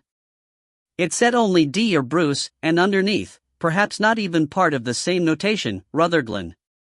Lower still was a vague scrawl which might have been guns. Keith uttered the rudest word he could think of. It was a very rude word indeed. He let the diary fall shut. There was a trace of blood on the end of his pen. He wiped it on the palm of his hand and returned it to his pocket. Against the wall, to one side of the corpse and slightly behind its shoulder, stood an object which, because it had been in his mind, had been familiar and therefore unnoticed. Now he realized that he was looking at a dower chest. It was almost exactly as he had described it to Deborah. In the middle panel of the front was carved a date, 1573, and to either side initials, KB on the left and JL to the right. As far as Keith could see, it had escaped being spotted with blood, but the blood was already almost black and spots would hardly show on the very dark oak. He pulled on his cotton gloves and stooped to lift one end of the chest. It was very heavy, but he managed to look underneath. On the concrete was a single spot of what looked like blood. He lowered the chest and lifted its lid. It was empty. He sniffed, but if there was a smell of gun oil he could not detect it. Keith removed and pocketed his gloves and spent a few more seconds looking around. It seemed important that he try to fix every detail in his memory, although his stomach was urging him to leave the place and find somewhere where he could be quietly and privately sick. When the first police car arrived, he was waiting beside the gray van. Even the van seemed to be blood-spattered, but he realized after a moment that the splashes of burgundy had been made by berries. Star. The 2 constables who were the first to arrive were visibly shaken and yet inclined to accept the suicide as a matter of fact and therefore of no great criminal import. The detective sergeant who followed them took a similar view but kept the 2 Calders waiting anyway while he examined the scene. This was much as Keith had expected. The police, in his experience, considered the convenience of witnesses to be rather less important than their own tea breaks. When he judged that the time was ripe, Keith made his move. Deborah, ready to burst with unsatisfied curiosity, was sitting in the back of the Panda car playing I Spy with one of the constables. Keith stooped to the window. "I'm going to phone home," he said, "and then see whether the pub can't provide a sandwich. It's past this child's lunchtime. And I could use a brandy after what I've just seen." "Sergeant said to wait here," the constable said uneasily. He was not unsympathetic. He could have used a drink himself after seeing all that blood on an empty stomach. Keith laughed. "Christ," he said. "I'll never be more than 20 yards away and you know who I am. You think I'm going to bolt for it, leaving my business in the lurch and my daughter in your hands, just because I found what I found?" He turned away without waiting for an answer and walked the few yards to the phone box. He kept his body between the police car and the dial in case the constable wondered why he had to call directory inquiries before phoning home. After less than a minute, his call completed, he passed the car again and entered the pub. There are lunchtime pubs and evening pubs, and this was one of the latter. The old-fashioned bar was empty except for a bored barmaid whose bleached hair was only one of her defenses against the advancing years. She brightened when Keith walked in. She produced sandwiches already wrapped in plastic film and mixed Keith a port and brandy, a remedy which he always found settling to a disturbed stomach. Her accent reminded him of Mrs. Winterton's description of Duncan Lorry's. Keith excused himself. In the gents, before washing, he sniffed his hands. There was something there which stirred a faint memory, but he couldn't pin it down. He carefully washed his hands and his pen before returning to the bar. The barmaid was in a sociable mood. "Did I hear an ambulance outside?" she asked. "Nobody taken ill, I hope, Dot." Keith thought for a moment before deciding that she would hear the news soon enough. It was a police car. "Your neighbor seems to have topped himself." "Not Mr. Lorry?" She sounded horrified and yet pleased to find drama on her doorstep on a boring day. "You knew him then? He came in here?" "Almost every evening." "Him and his friend." She jerked her head. "Always sat at the corner table and had a pie and a pint." "How did he do it?" "You wouldn't want to know," Keith said. "Not a delicately nurtured lady like yourself. Anyway, it'll be in the papers." He offered her a drink and she poured herself a vodka and lemonade, much flattered by the tribute to her upbringing. "Who was the friend?" he asked. She shrugged. With her elbows on the bar, her shoulders did not go up, instead, the rest of her went down. "Called him Mike. An older man. I think he's a French polisher, though why they call him that I don't know, when French he certainly isn't. He works somewhere else during the day but helped Mr. Lorry doing up his bits and pieces of furniture in the evenings." "You never heard his surname?" "I'm Mavie E. Dunn. Something Irish." Keith remembered the newspapers in the van. Duncan Lorry, dealing largely in delicate objets d'art, would have got through a lot of newspapers. He might well have collected those of his friend. "Donnelly?" he suggested. She snapped her fingers. "Right," she said. "But you don't know where I could find him?" "Not the faintest, dear, Dot." Keith took out one of his business cards. "If he ever comes in here again, give him this. There's a tenner to split between you if he phones me." "I'll remember," she said.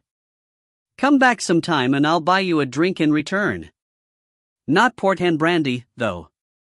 That's 2 drinks."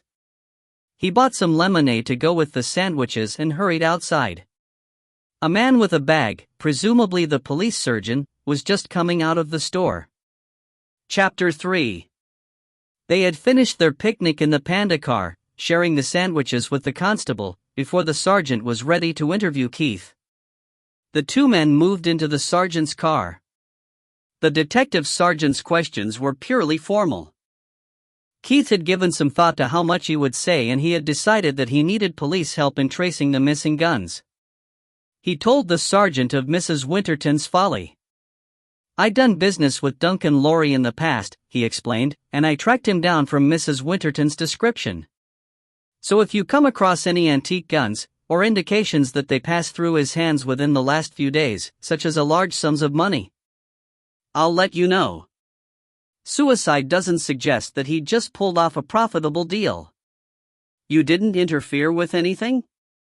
"Only to look and see what had happened, and make sure that my guns weren't on open show." "Now, can I go?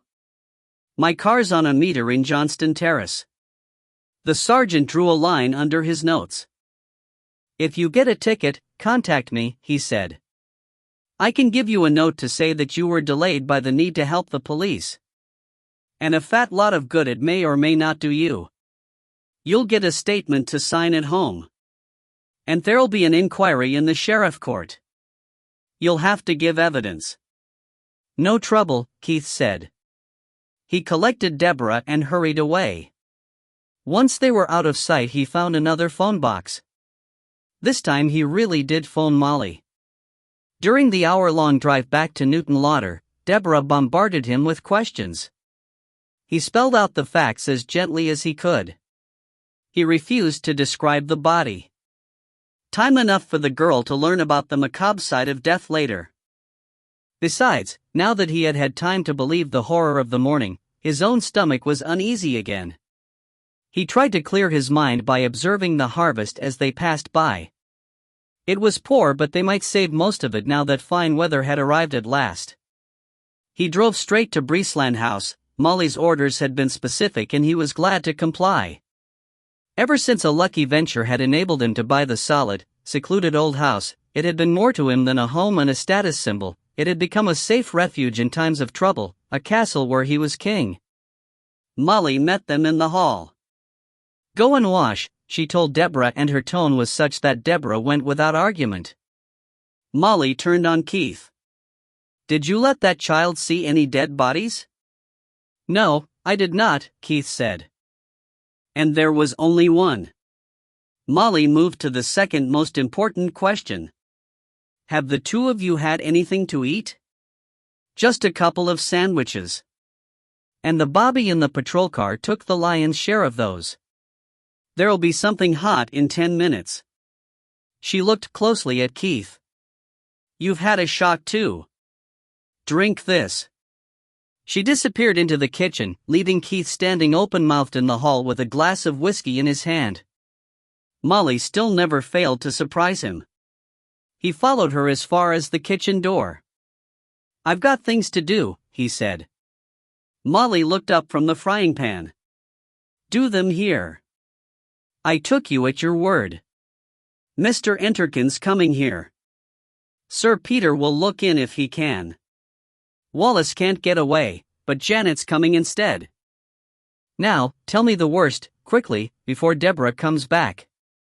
In an irreducible minimum of words, and trying hard not to hear his own voice, Keith described the scene.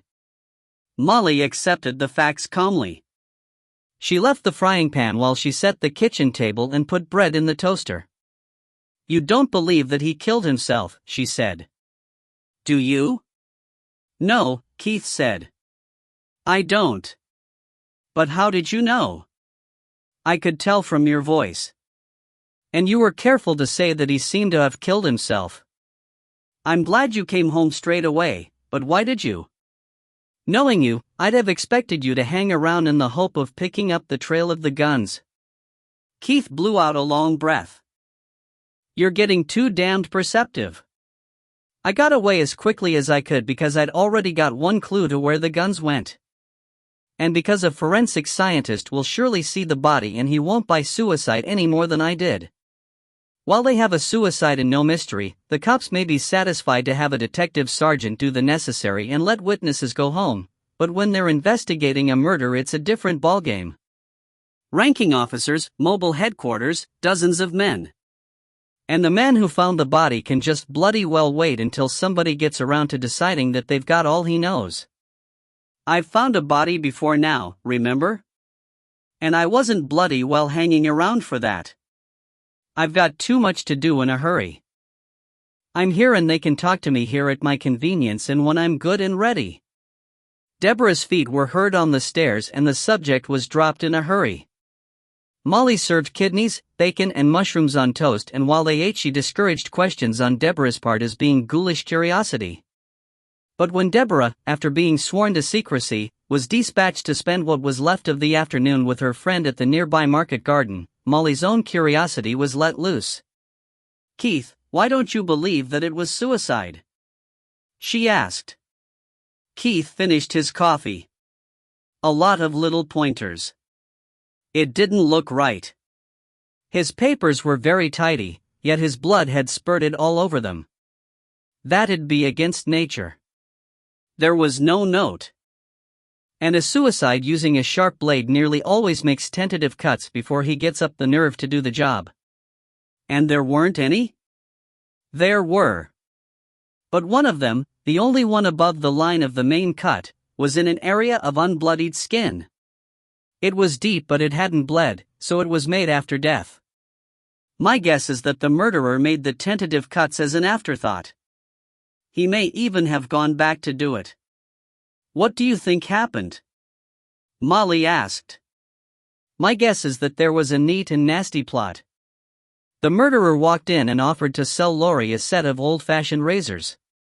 Laurie examined them at his table, and while he had one in his hand, the murderer, standing behind him, produced another razor and made one quick slash. But he'd get bloodied, Molly said. He could have worn a boiler suit, Keith said, and rubber gloves, you know how inconspicuous the transparent ones can be, and carried them away in a carrier bag. He could even have put a clear polythene bag over his head before he struck, just in case. The front doorbell chimed suddenly. Thank God, Keith said. A few more minutes of your ghoulish curiosity and I'd probably have thrown up. I'll go. A battered Land Rover was parked on the gravel, and Sir Peter Hay was standing with his back to the door, admiring the sweep of open country which sloped gently down the valley to the town. His lanky frame was clad in a threadbare kilt and his hair was an untidy mop as usual. Come in, Peter. Sir Peter looked over his shoulder. I overtook your legal pal. Near the town? No. Not far from here. Then we may as well wait, Keith said. Ralph Enterkin was a notoriously slow driver, often overtaken by farm machinery or old ladies on bicycles.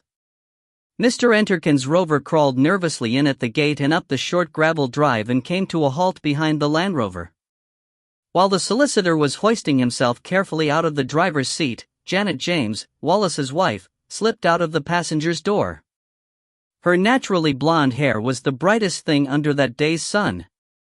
She seemed quite unaware that her every movement seemed to demand the attention of a camera.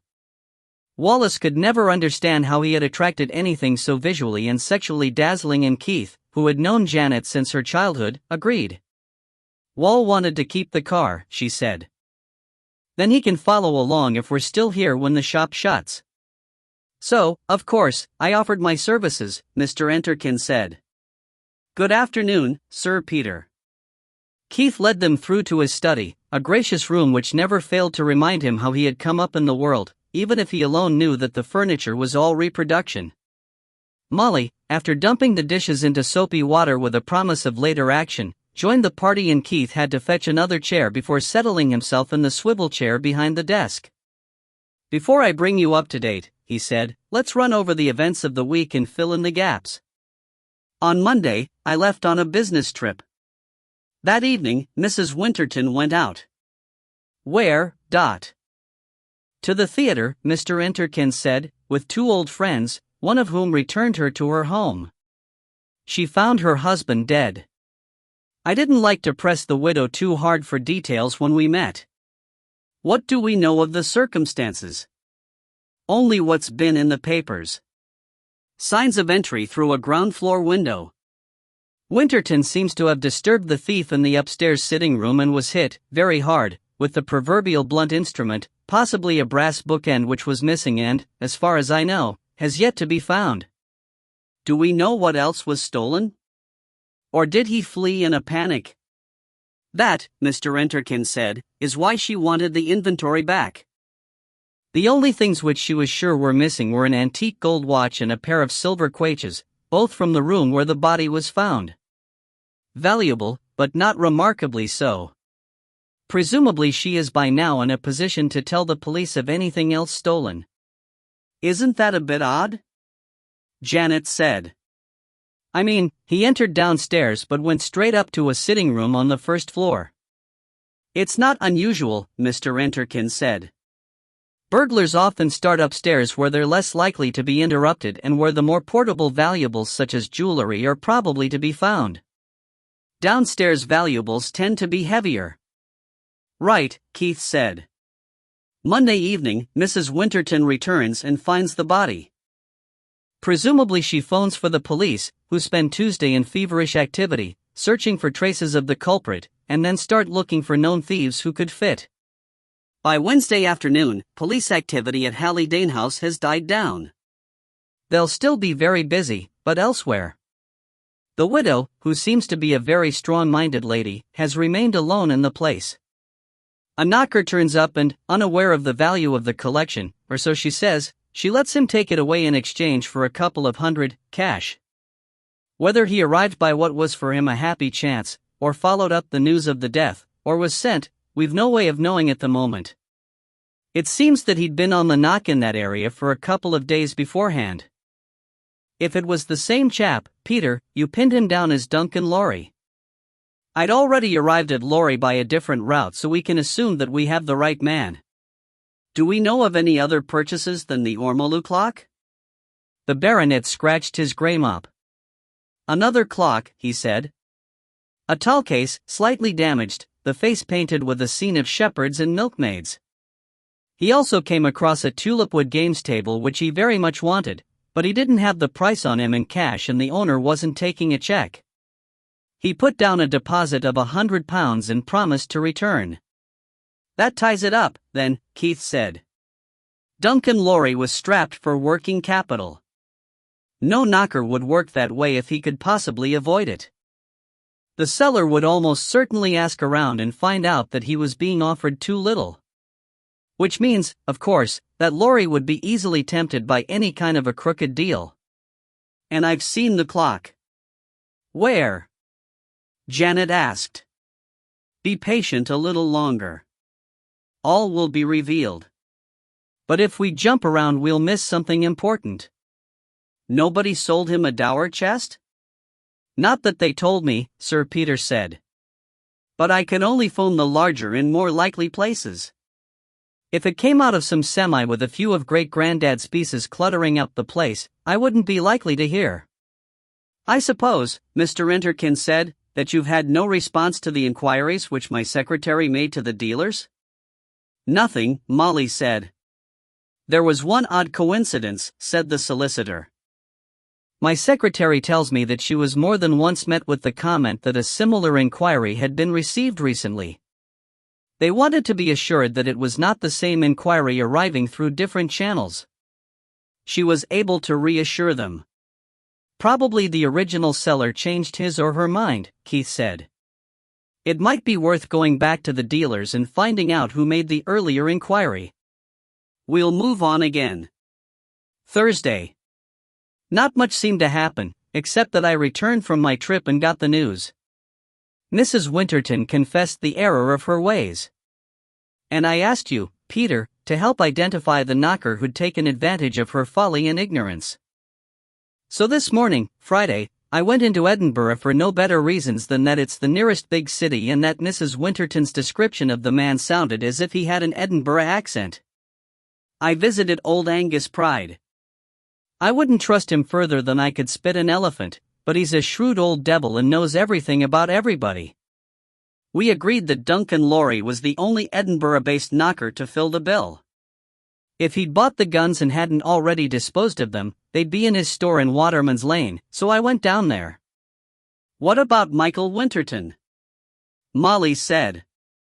You're right, I'd forgotten. Michael, the late Mr. Winterton's son, caught me outside Angus Pride's shop. He's another one who's strapped for capital. He hadn't much to say for himself except that he hoped I'd do what I could to settle the estate quickly. I pointed out that my hands were tied and that, in any case, he might not have anything coming. He knew about his stepmother's stupidity then? Mr. Enterkin said. Yes. Family grapevine, I suppose. I got rid of him as quickly as I could and haired off down to Waterman's Lane. I got no answer at the door, which was unlocked, so I looked inside. And I found Duncan Lorry with his throat cut. It was meant to look like suicide, but I don't believe it, and the police, once they've had time to investigate, won't believe it either. Molly, who knew the story, sat quietly, but the others produced a momentary babble of questions and comment. But they sat in rapt attention as Keith described the scene and outlined his few reasons for believing that Lorry had not died by his own hand. Some important points, Keith went on, are these. 1. There was a tall case clock on the workbench with a painted dial which could well have shown a scene of shepherds and milkmaids. I didn't look too closely. Somebody had started work, repairing damage to the top of the case. 2. There was a dower chest not far from the body. And 3. I managed to sneak a look inside his pocket diary, which was on the desk in front of him. He only used it for reminders, so it didn't tell me very much, but the only entry for Thursday referred to a D. Bruce. Keith paused. "You can hardly be referring to the lady at the post office," Mr. Enterkin said at last. "Nor yet to the actor of that name. You will have to enlighten us." "Think," Keith said. "It's not so very many years since we had dealings with a D. Bruce. He was the one man who could dispose of a unique collection obtained in dubious circumstances without making waves." "You mean Danny Bruce?" Molly squeaked. "The antique dealer." "And fence," Sir Peter said thoughtfully. "I recall that he was a fence in a big way of business before his downfall." "He's out, then?" "Ages ago," Keith said. "And his daughter kept the Glasgow antique shops running while he was inside. I've no doubt he's been up to his old tricks long since." Under D. Bruce, the diary also said Rutherglen and then a scribble which might have been guns. "Dearie me," I said, "oh dearie, dearie me," or words to that effect.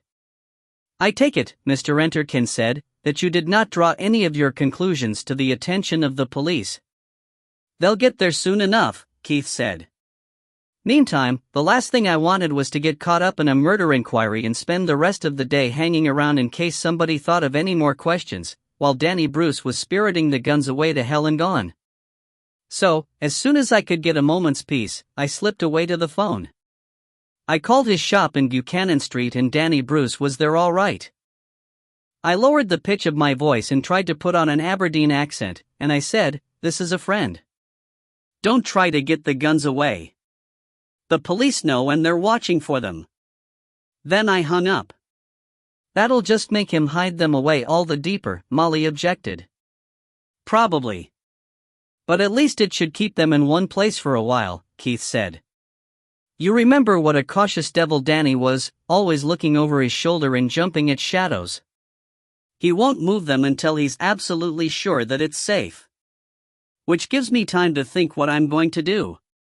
"What are you going to do?" Janet asked. "Pardon my French, but I'm buggered if I know." "Pull the other one," Janet said after a pause. "I beg your pardon?" Keith said coldly. "So you should," said Molly. "I can see why you wanted Sir Peter and Ralph here," Janet persisted. "But there's no obvious reason why you wanted Wall. I came instead of him and you haven't addressed a word to me. Therefore you wanted Wall to do something I wouldn't have approved of, and now you're thinking you can phone him as soon as I've gone." "Everybody thinks they can read me like a book today," Keith said. "For years," Janet said, "you've been telling us to try and think like the other fellow, but you don't like it when we apply it to you.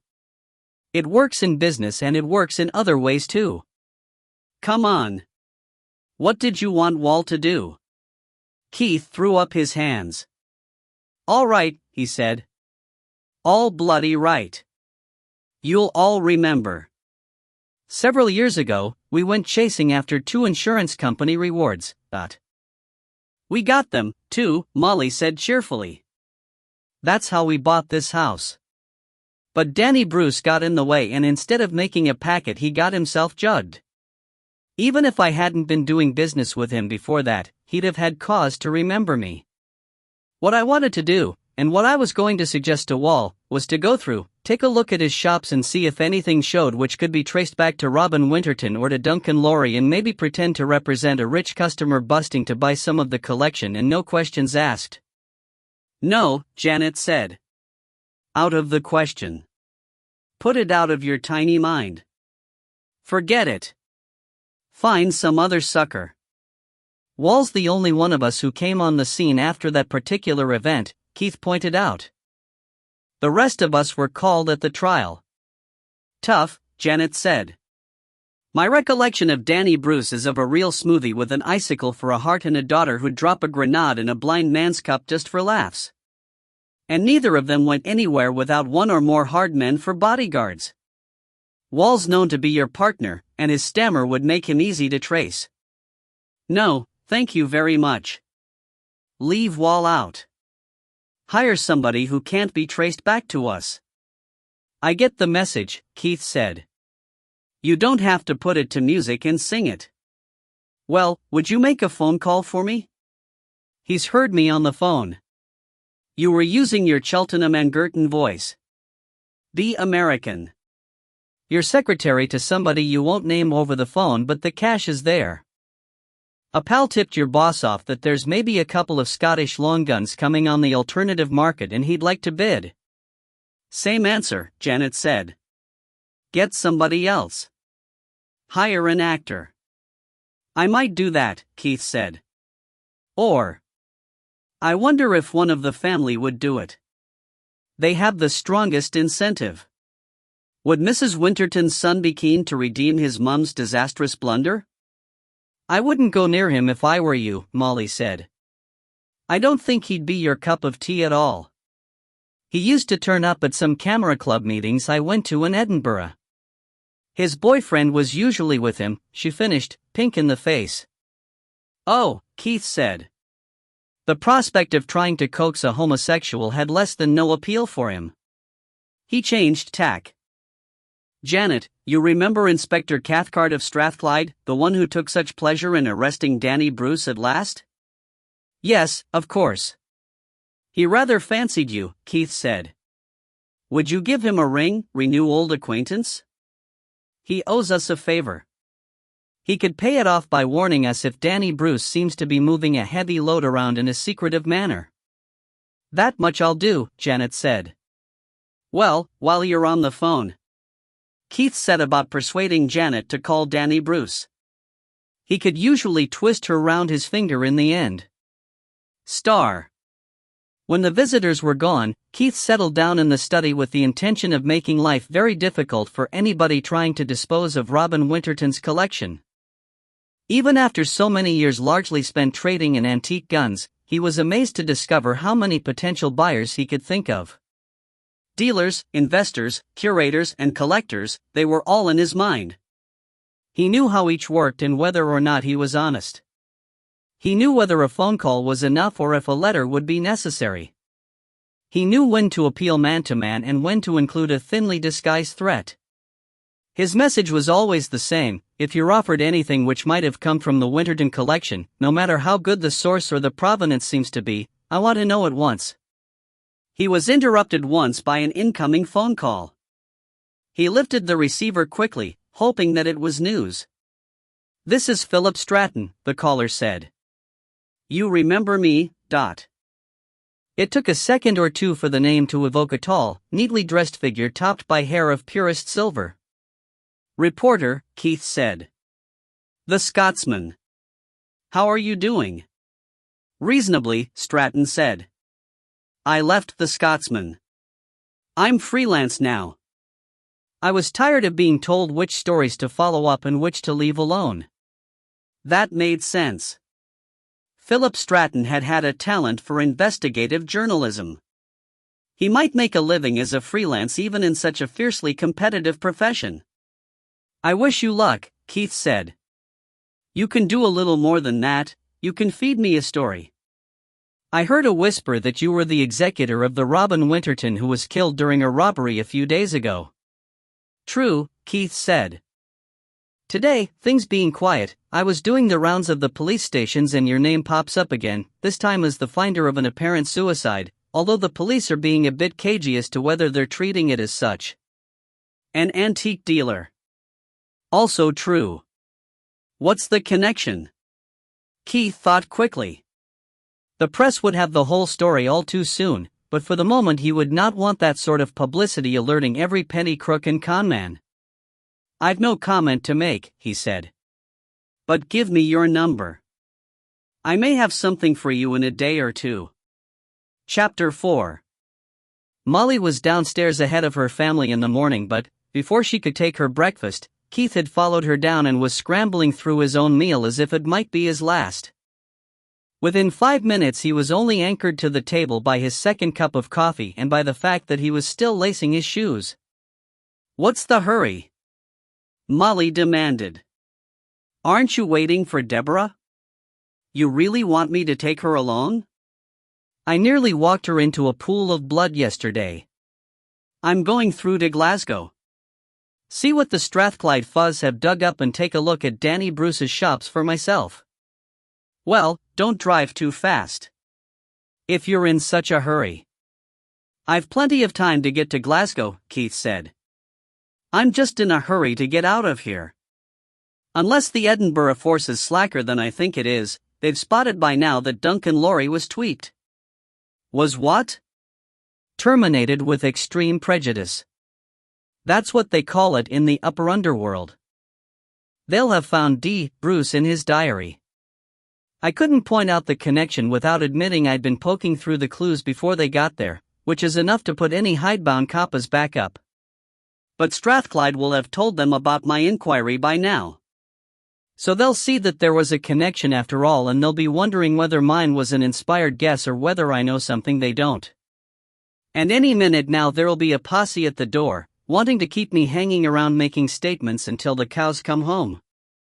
Before Molly could speak, the front doorbell, right on its cue, chimed in the hall. Too late, Keith said with a sigh. Would you give me a minute and then bring them to the study? Then listen at the hatch. The trunk of a former dumbwaiter led down from the study to the basement. And listen carefully. I may want a witness to what I really said. Before settling, Keith stole a glance from the study window. A fawn granada stood on the gravel. 2 men occupied the front seats and Keith could hear voices at the front door. A large party, then. He sat down at his desk and began to scribble on a sheet of paper, playing the part of the solid businessman being interrupted by unwelcome public servants. The door opened. Mrs. Anguillas, Molly's voice said, in the tone which she used to announce that the puppy had made a mess on the carpet. Keith was puzzled. He knew nobody of that name. Mary Bruce rounded the corner and came into the room. As he rose to his feet, Keith nodded to himself. Now he understood. Before his marriage, he had had an affair with Mary Bruce. Less forgivably, it had been renewed on one short but pleasant later occasion. Molly suspected both these facts but without, he thought, being quite sure of them. Whatever they got up to now, he thought with inner amusement, they had better keep the conversation going. Mary, he said. How nice to see you again. Do sit down and forgive me if I finish what I was doing. Hang on, Molly. This is urgent. Would you type it up and get it away, please? Molly waited. She was too wise to comment. Keith did all his own typing. As if continuing his draft, Keith wrote, "Phone your brother, get him to follow when she leaves. Fawn Granada outside with 2 men. Are they staying locally? Who do they see?" He gave it to Molly, who scanned it briefly, nodded and withdrew. Keith returned his attention to Mary Bruce. Mary Anguillas, he must now learn to say. "I heard that you'd entered Holy Bedlock," he said, "but nobody told me your new name." She smiled. She was older and her face had changed, losing most of what little beauty it had ever had, but she had looked after her figure and she retained more than her share of animal magnetism. "It was never intended to be a permanent arrangement," she said. "But while the heat was on, thanks to you, dual nationality had a lot to be said for it.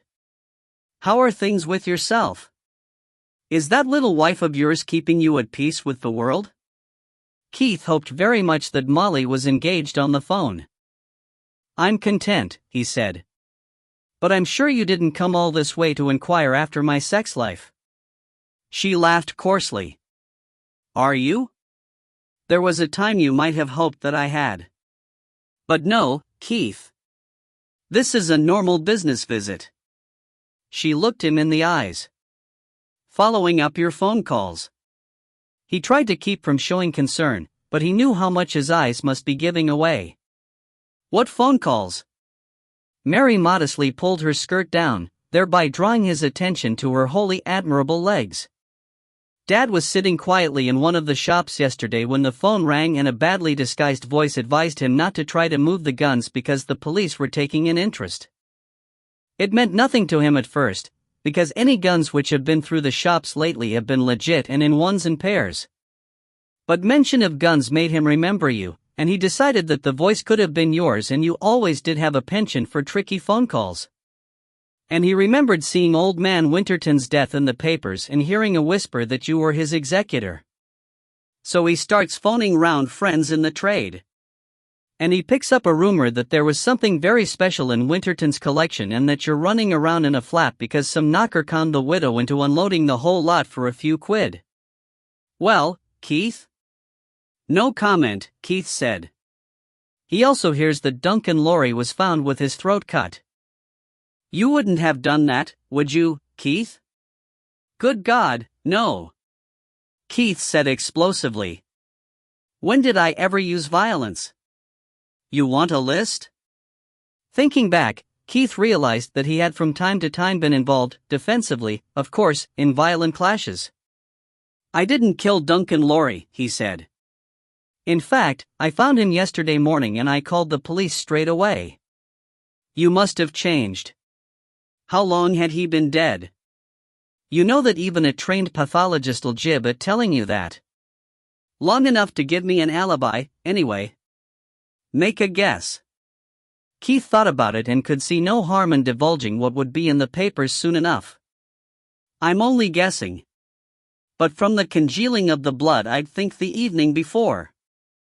Give or take a couple of days, if I only had the blood to go by. I see. Later, another voice phoned, a woman this time, to say that she had a customer for the guns. That was one of your cronies, of course. And a very good friend tells us that the Strathclyde police have been tipped off that we might be moving some incriminating goodies abroad. You again, of course, and not very friendly. You're jumping to a hell of a lot of conclusions, Keith said. If I'm wrong, if you're not interested, just say so. Keith remained silent. So, if Dad should by any chance get a clue to where those guns are, you'd be interested? I am not buying them back, Keith said hotly. The widow had no right to sell them, so there can be no valid title. I suppose I'd be justified in offering a finder's fee. 10% of the realized value? She had lowered her lids but was watching him intently. Hold your horses, Keith said. Switch off that greedy gleam in your eye. That could be a hell of a lot of money. Which means that the collection's worth 10 times as much, she said. But every one of those guns, the valuable ones, anyway, is individual. If they come on the market at any time, I'll know. And if I can track them back to your old man, he goes inside again. I doubt it. Believe me. Because he could hardly come by those guns without linking himself with Duncan Lorry's death. 5%, and he'd be doing very nicely. Provided that the collection's complete. I'm not having him sell off the commoner items and claim a finder's fee on the unique ones. She nodded and he knew that they could have a firm agreement, if they cared to abide by it. But this is pie in the sky, she said. What I really came to say was that there's some good stuff in Hallidane House. If it's coming on the market, Dad would like a chance to offer. It'll probably be auctioned, Keith said. Suit yourself. If the dealers make a ring, he can probably get what he wants cheaper. She relaxed in her chair and looked around the room. You've come up in the world since you were living and dealing in the back of a converted bank van. I hear you bought this place with the rewards you got, you know when? It helped, Keith admitted. No hard feelings. Not a lot, anyway. She nudged the front of his desk with her toe. If you're doing so well, it's time you traded some of these fakes for the real thing. They're not fakes, Keith said hotly, they're reproductions. Same difference. Dad handles a lot of good stuff these days. Play ball and he could give you a good trade. She looked at her watch. Diamonds sparked in the light. And now I'd better be going, or the boys will think you've decided to tie me up and torture me. I won't bother, Keith said. You'd probably enjoy it. Make me an offer I can't refuse, she said lightly. She got up to go, smoothing her skirt down over her perfect hips. And don't forget what I've said. I'll remember what you said, Keith promised, as well as what you didn't say. Star dot. Keith returned from the front door and met Molly in the kitchen. Anything left in the coffee pot? He asked. Molly filled a mug for him and sat down opposite. You're not still in a hurry, then? There's no brattle now. Unless that whole thing was a bluff to put me off while they got the guns out of the country. What did you think? What did you? Molly retorted. I couldn't see her face, such as it is. Her face wasn't giving anything away, except her age. If Danny's got the guns, he knew about them beforehand. He's ready to deal, but Duncan Laurie's deaths turned the heat on. He'll maybe make me an offer later on, if I didn't push too hard, offer too little. And if he hasn't got them? Keith was staring into space. Molly waited patiently. In that case, he said at last, I probably said too much. Which do you think it is? You must have some idea. Or else Danny was supposed to get them and they've gone adrift because somebody killed Duncan Laurie for them. Which would have to be somebody who knew their value. I think. On balance, I think he's got them. Did you get hold of Ronnie? He was just leaving his house, but I caught him. He said he'd come straight away. He'll do what he can. If he can tell me what Mary and her little lambs do next, that should give us a lead. If they try to follow me around, I'll know they haven't got the guns but they've come through on spec to try and grab them. I only hope Ronnie got here in time. I couldn't keep her talking any longer, she'd have become suspicious. Those Bruces have a sixth sense for deviousness, being so damn devious themselves. He must have been here in time, Molly said. I sent Deborah to meet him at the road. She'd have come back if he'd missed them. You what? Keith said loudly. She came downstairs while I was phoning and wanted to go with Ronnie. I thought it might be helpful if somebody was at the main road to see which way they turned, in case Ronnie just missed them, so I shot some breakfast into her and sent her out. She'll be all right with Ronnie. Sometimes I wonder about you, Keith said. You get up to high dough if I let her out of my sight for a few seconds in a crowded street to buy shoes and then you send her off to wait on a deserted country road for a young daft brother of yours when he's trying to shadow Mary Bruce and two of her father's hard men. Suppose they realize they're being followed and try to run Ronnie off the road? Ronnie'll be in his Land Rover, Molly said. I don't see anybody running him off the road very easily. Keith could see the logic of her argument. If anybody was run off the road, Ronnie was more likely to be the aggressor. They'd need a tank. All the same, he said, suppose she's out of the car for a moment and Ronnie sees his quarry drive off. What's he going to do? Leave her behind? For the first time, Molly looked anxious. I hope he wouldn't do that, she said. I hope he would, Keith said. This is important. He laughed suddenly. Fancy Mary Bruce turning up again, after all these years. Do you? Molly asked in a small voice. Keith blinked at her. Do I what? Fancy Mary Bruce. You used to. She got up and came round the table to put an arm round his shoulders. You don't still find her attractive, do you? Do you know, Keith said, I never saw the two of you at the same time before. As far as sexually attractive goes, it was like seeing a pair of lace briefs beside a panty girdle. Oh yes? And which was I? Molly asked. You know which you were, Keith said. He gave her bottom a reassuring pat and realized to his dismay that she was wearing a panty girdle. Star dot. There was no point now in trailing away to Glasgow. On the other hand, even if Keith had known where his brother-in-law and his daughter were being led, he would have been more of a hindrance than a help in following Mary Bruce and her helpers. If Mary had done her homework with her usual thoroughness, his cars would be as well known as his face while, as far as he could remember, Mary had never set eyes on Molly's brother, and Land Rovers displaying mud over the original green were a common sight on the local roads.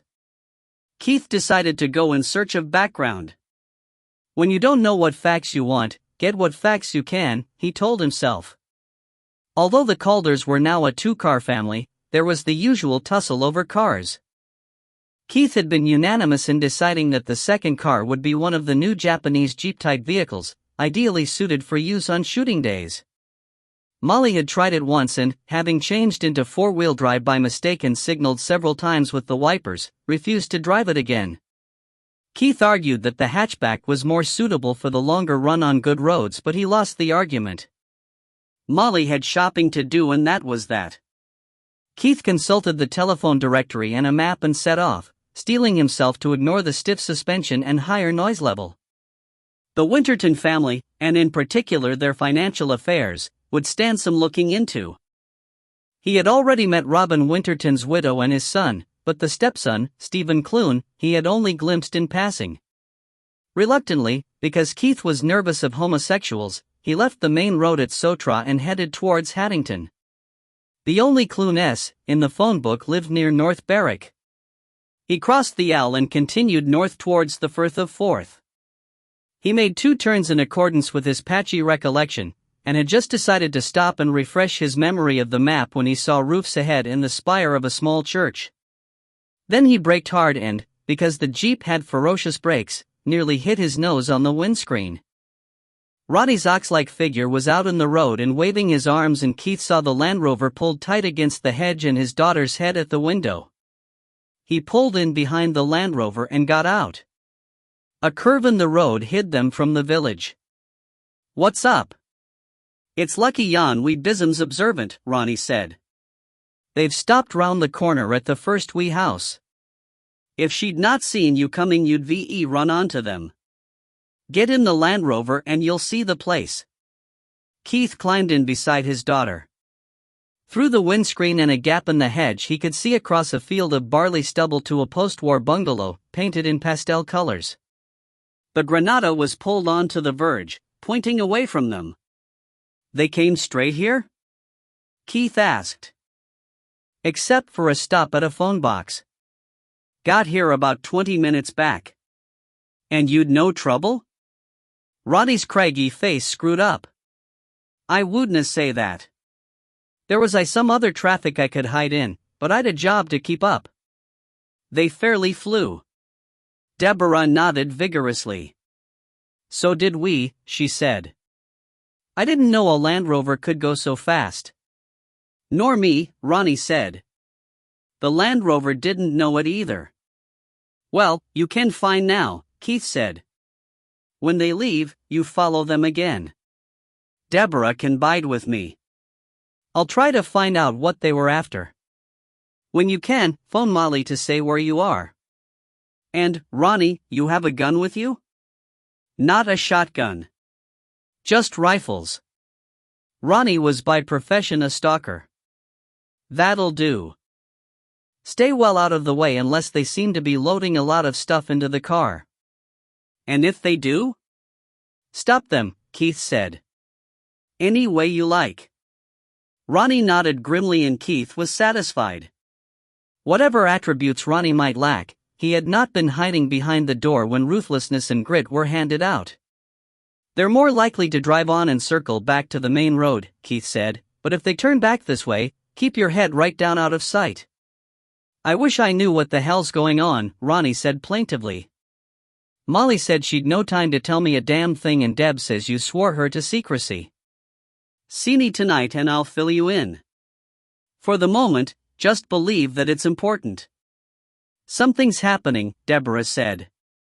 Mary Bruce came out of the bungalow followed by 2 men, the 2, Keith presumed, who had earlier been sitting in the car. As far as Keith could judge at a range of 100 yards, they seemed pleased with themselves. One of the men was carrying a polythene bag which held something brown. It seemed to weigh lightly. If it contained guns it could only have held a pistol or 2. They got into the Granada and drove away. Keith and Deborah climbed down and got into the Jeep. Ronnie drove off in a hurry and they followed more slowly. Keith pulled up in front of the bungalow. He thought about leaving Deborah in the Jeep but decided that the Bruce party might return. Anyway, it was none too soon for her to learn a few more facts of life. "You'd better come with me, Toots," he said. The bungalow was expensively finished with a stone front and hardwood windows, double-glazed. A double garage stood open and the car which he had seen in Newton Lauder's Square was looking out at them. The bungalow's front door, of teak, was slightly ajar. Keith was about to press the bell push beside the door when a sound from inside made him pause. Somebody was groaning, regularly, with each outgoing breath. The sound was piteous and he felt the hair crawl up the back of his neck. Without stopping to think, he pushed the door open and went inside. The hallway was deeply carpeted and, despite the terracotta and moss-green paint, there was light enough to see that it was hung with prints of Aubrey Beardsley's quite shocking illustrations to Lysistrata. Stephen Clune, it appeared, was not hiding in any closet. Keith turned to send Deborah outside, but she had already followed the sounds through another open door and into a living room made exotic by satins and by an expensive oriental wallpaper which, when looked into, revealed a distinctly erotic theme. A man was lying on his side, his hands tied behind him. Keith recognized the face as belonging to Stephen Clune, assuming that it had been Clune who had collected his mother after the meeting in Mr. Enterkin's office. It was less pretty than when Keith had last seen it, being disfigured by several lumps and stained with blood. Keith was relieved to note that most of this had come from a nose which appeared to be broken.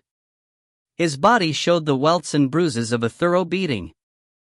Clune had been wearing a silk dressing gown, but this was now up around his shoulders. His body was nude. Well, Keith thought with a sidelong glance at Deborah, that at least could have been worse.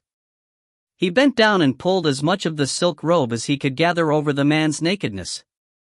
For the first time, Clune became aware of somebody else outside of his personal cocoon of misery. He jumped and uttered a strangled sound which Keith interpreted as no more. "Relax," Keith said. "I'm not an enemy." He tried to untie the other's wrists, but the many turns of fishing line defeated him. He reached behind him for the knife and the sheath taped across the back of his belt, at the same time speaking over his shoulder to Deborah. "Find the phone. Call the police and an ambulance." "No." Clune spat out a tooth. His voice was slightly stronger. "Nobody else." Keith finished cutting the bonds and helped Clune to bring his upper arm round to the front. Clune relaxed, half on his face. He seemed prepared to wait there until the pain went away. "Any bones broken?" Keith asked. "Don't think so." "Can you wiggle your toes?" He saw Clune's toes move. "Any stabbing pains when you breathe?" Clune breathed noisily through his mouth for a few seconds. "Not what you'd call stabbing," he said faintly. "Then I guess it's safe for you to move. Deborah, see if you can find the kitchen. Bring a bowl of very cold water and a soft cloth. Now, laddie, let's get you onto the settee. Don't want bleed on to the upholstery. It's new. And it cost, ... Only your nose seems to have been bleeding and it stopped." "Right." With Keith's help, Stephen Clune got as far as a sitting position and then stopped. "No police," he said again. "And no ambulance. Your nose is broken. You'll have to have it set. I'll get my own doctor." "Will it hurt?" "Not a lot. Dear God. And I've messed the carpet." "Only a few spots of blood," Keith said comfortingly, as if to a child. "We'll soak them in cold water. Give them a wash in salt water later. They'll come out."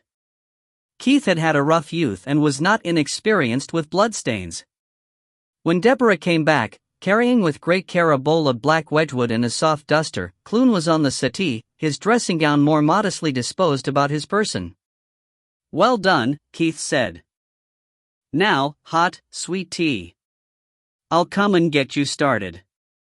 She showed him the kitchen, a bright, clean room which did not seem to lack the feminine touch. "Go through the place," Keith said urgently. "See if there's any sign of those guns.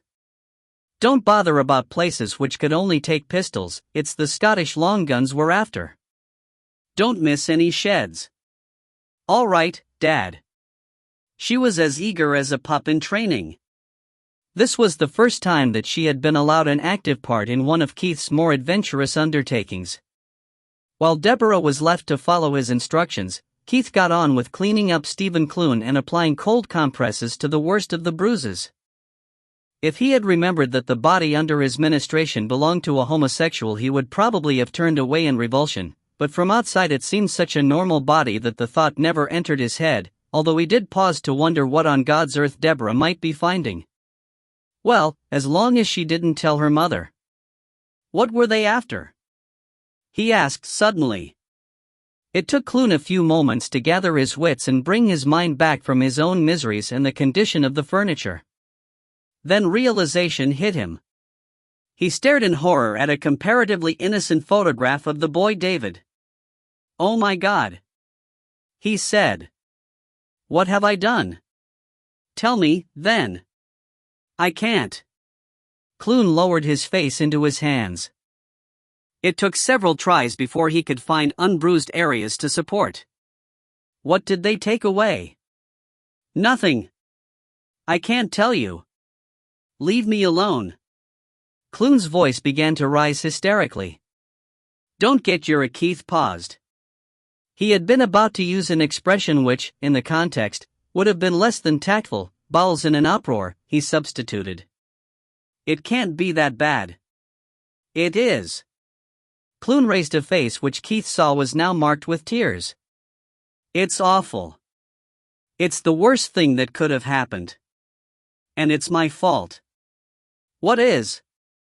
"I can't tell you. Please, stop asking me." "You told them." "That was different. You can't imagine how terrible they were. I can't stand physical pain. I told them all they wanted to know almost straight away. And, would you believe? They went on beating me up anyway, not bothering to ask any questions. And calling me names." Clune was sobbing now, like a child, not attempting to hide his tears. Keith decided to approach from another direction. Did they know exactly what they were after? Clune's sobs broke off while he thought about it. "No," he said at last. "They'd guessed or heard that there was something. They just started bashing me and telling me I'd better come up with what I'd." "Never mind." And, "Oh Jesus Christ. I told them the whole thing." Faintly, Keith heard the sound of a loft ladder being pulled down. He spoke up to cover the noise. "You told them where the guns are?" "I don't know anything about guns." This was far worse. "What have I done?" he wailed. It was nothing much when it started. But now, Keith was getting lost.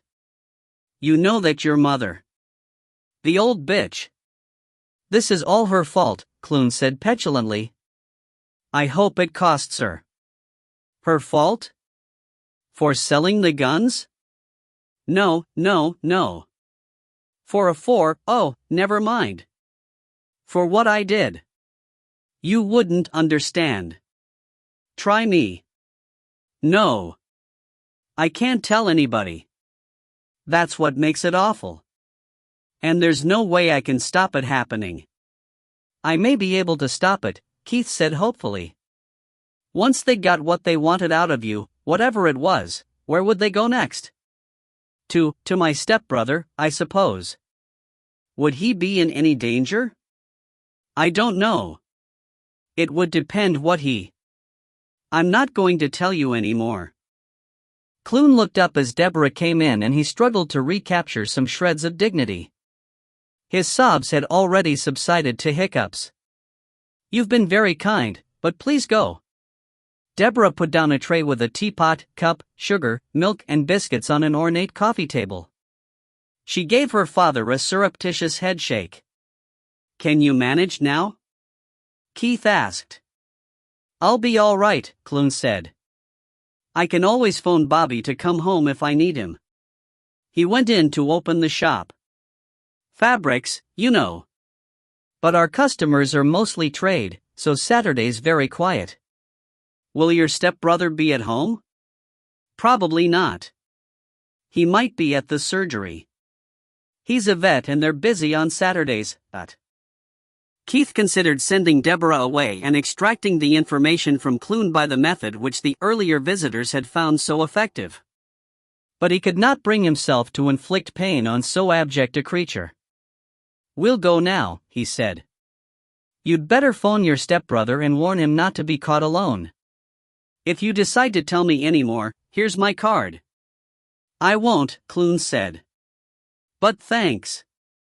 He seemed to be speaking only to Deborah. "I'm sorry you had to see me like that. I'm not usually a total coward, but you can't believe how awful they were, beating me for fun and accusing me of spreading that awful new disease. And we're no more promiscuous than anybody else. Probably less." "It's all right," Deborah said. She kissed Clune at the side of the mouth. Keith got her out of there in a hurry. Chapter 5. Rather than use Stephen Clune's phone, Keith set off but stopped at the first phone box to call Molly. Ronnie had already phoned her. His quarry had stopped for lunch at Dalkeith. That ruled out a visit to Michael Winterton, who lived and practiced near Dunbar. On the other hand, Dalkeith was on the shortest route to Hallidane House, which stood in open country near Pennycook. Keith set off in pursuit and wound the low-geared jeep up to a frenzied 70 miles per hour when the road allowed. He raised his voice to be heard. "You're sure you couldn't have missed them?" "Positive." Her higher voice penetrated the rush of sound from the speeding engine, off-the-road tires, and the wind. "I looked everywhere. The attic. I heard you. The sheds, under the beds and in the wardrobes." "Oh." Keith tried to forget the implications. "What about under the floorboards?" Deborah adopted her most patronizing tone, the one which made her parents want to slap her. "There aren't any floorboards," she said. "It's all parquet flooring and solid. I think it's on concrete." "I think you're right." A few miles went by before Deborah said, "Mr. Clune's queer, isn't he?" Keith felt his ears go hot. "How do you mean?" "Gay," Deborah said. A poof. The fact that she had almost to shout made the words on her lips the more shocking. "What do you know about such things?" "Quite a lot.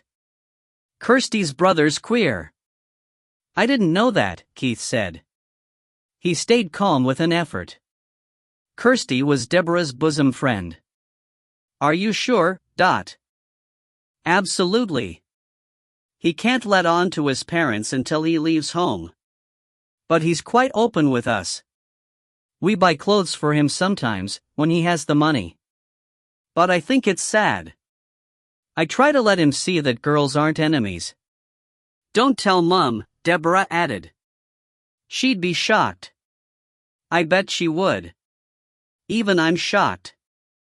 Knowing what you know, you kissed Stephen Clune. Why not?" "He needed comforting." "Not from you." "He liked it," Deborah said. She sounded confident. "Am I coming on like a heavy father?" He heard her clear laugh. "A bit. But you don't often, so I'll forgive you." Thinking back to Kirsty's brother, it occurred to Keith that Deborah, at her present stage of development, was a tomboy, almost half boy. A boy who was half girl would only be meeting her halfway. He had not been looking forward to the day when he would have to explain homosexuality to Deborah. It now seemed that she was better placed to explain such things to him. Keith admitted to himself that, like most parents, he often thought of Deborah as she had been as a child and not as she now was, an incipient woman. She had her own friends, but, being an only child, perforce spent much time in adult company. "Do you ever feel that we're robbing you of your childhood?" he asked. "That old thing," Deborah said. "I'll make you a present of it." Keith was suddenly conscious of the passing years, a subject which he usually avoided except when the occasional twinge of stiffness forced it on his attention. One of these days, she would make him a grandfather. He found it impossible to think of himself in that light. They passed Dalkeith in comparative silence. Returning to present problems, Keith decided that he had been playing his cards too close to his chest. There was no reason to be secretive. The more people knew, the better.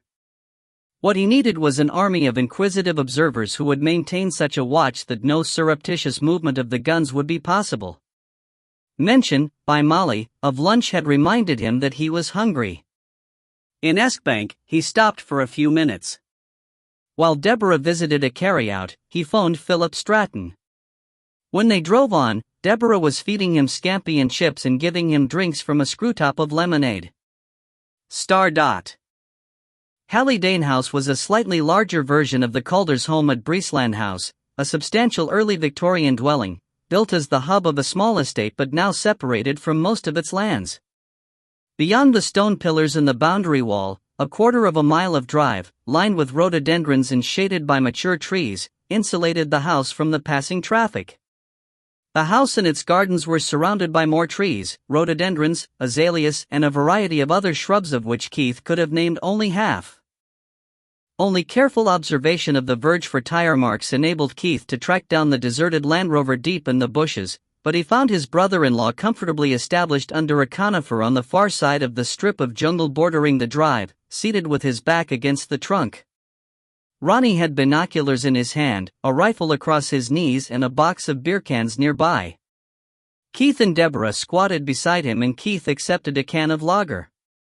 Their position looked across a field or paddock and an acre of lawns to the corner of the house. The Granada stood on the left, under the pair of large rowan trees which sheltered the house's front door from the north wind. To the right was the garden front of the house containing most of the principal windows. The arrangement, Keith was pleased to note, was architecturally less satisfying than that of Breesland House. They only got here a half hour since, Ronnie said. One of the men took a walk round the house just now, otherwise nothing. Keith pondered. He would have liked to have waited for further developments. But Mary Bruce and her friends might be giving the widow a rough time and, while he had no great liking for the autocratic lady, he could hardly leave her at their mercy. But a few more minutes would be neither here nor there. He gave Molly's brother a quick summary of what had gone before. Inevitably, Ronnie had picked up from Keith some knowledge of antique guns and their values. His eyes widened. And you offered they buggers 5% of that. You must be dawdled. I'd no intention of paying it, Keith said indignantly. I mentioned the figure as a come-on. Trouble is, I think she guessed. So if she comes by the collection, she'll go elsewhere or offer the guns back to me at a figure the estate'll have to pay. Sounds to me, Ronnie said, as if there was a fiddle set up between Danny Bruce and the family and it went wrong. Danny Bruce sent yon dealer Manny to buy the stuff, for much more than the figure she owned up to, but the widow cheated on him somehow. He had the dealer put down and now he's after what he's paid for. Could be. But I don't get that feeling. Danny Bruce never used to set out to be violent. And I can't see what the family stood to gain. The money from the guns was coming to them anyway and the capital transfer tax would have been no more than Danny Bruce would expect for his cut. I think I'll go in and give Mary a surprise. I don't blame you, Ronnie said with a wink hidden from Deborah. He had always rather fancied Mary Bruce himself. She's got two very hard boys with her, Keith pointed out. And they've just given Stephen Clune a damn good beating. Just in case they think to do the same to me, I want some backup. You two bide here. If you see me signal from outside the door or wave a handkerchief at a window, fire a shot. Don't hit me, he said firmly, but let there be no doubt that I've got friends out here with live ammunition. If they carry a heavy load out to the car, don't let them leave. But if all's peaceful and they've put nothing into the car, let them go by and see if you can follow them again. If they head for Glasgow, let them go and meet me back here. If not, I'd like to know where they are. Got that? Aye, Ronnie said. And Deborah? Better take her with you. Star. Keith drove the Jeep up to the front door. Well-maintained grass bordered the last of the narrow, tarmac drive. He would have preferred the open, if only to avoid the careless defecation of the birds, but to park on the grass would surely have incurred more of the widow's displeasure, and he could imagine circumstances in which he would prefer Mary Bruce to make an unimpeded departure. He drove on to the gravel sweep under the spread of the rowan trees and parked beside the Granada. He was not looking forward to a confrontation with a violent group while he had only the vaguest idea of his own objectives, but he had no time to develop doubts. The front door, in its formal, arched portico and flanked with beds of berberis blazing with berries, opened as he walked up to it. One of the men whom he had seen in Mary Bruce's car came out. The man was large, well-built and blond. His mouth and chin were weak, but he had the aggressive confidence of the habitual tough, born out of training or armament or both. "Mrs. Winterton is not receiving visitors," he said, formally but with an air of amusement. He then spoiled the effect by adding, "Fuck off." "I'm not a visitor," Keith said. "I'm the executor of her husband's estate and this house is part of it." "You fuck off, Dot." "You're Calder, are you?" "Well, today isn't convenient." "You're not coming in." "You're wrong, Sonny Jim," Keith said. "In is exactly where I'm coming. Try and stop me." He was ready for a punch, but the man brought his right hand out from behind his leg holding a long-barreled revolver, a copy, probably Belgian Keith thought, of the Smith & Wesson Russian model, and put it against Keith's chest. Keith wanted that pistol in his own fist before he went any further. He held the man's eyes. "My friends know I'm here. And they know you're here.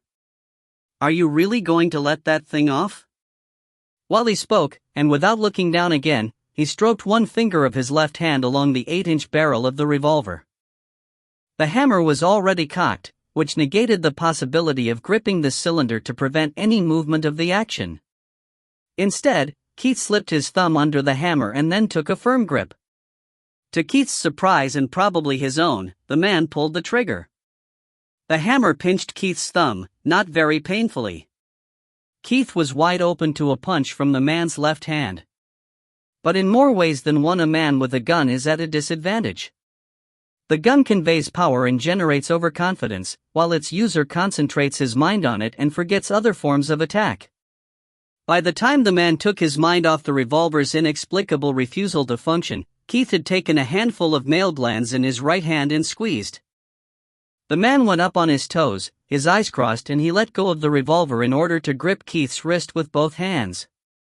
But he still had sense enough not to pull. Wondering if he hadn't caught a bear by the tail, Keith tried to juggle the revolver with his left hand, but he could not pull his thumb free one-handed without a shot being fired. What the hell? Another man had appeared from the direction of the drawing room, a smaller man, darker, with what Keith thought of as Jewish features and a hairlip. Without hesitating, he ran at Keith, hands out as if to grip his lapels.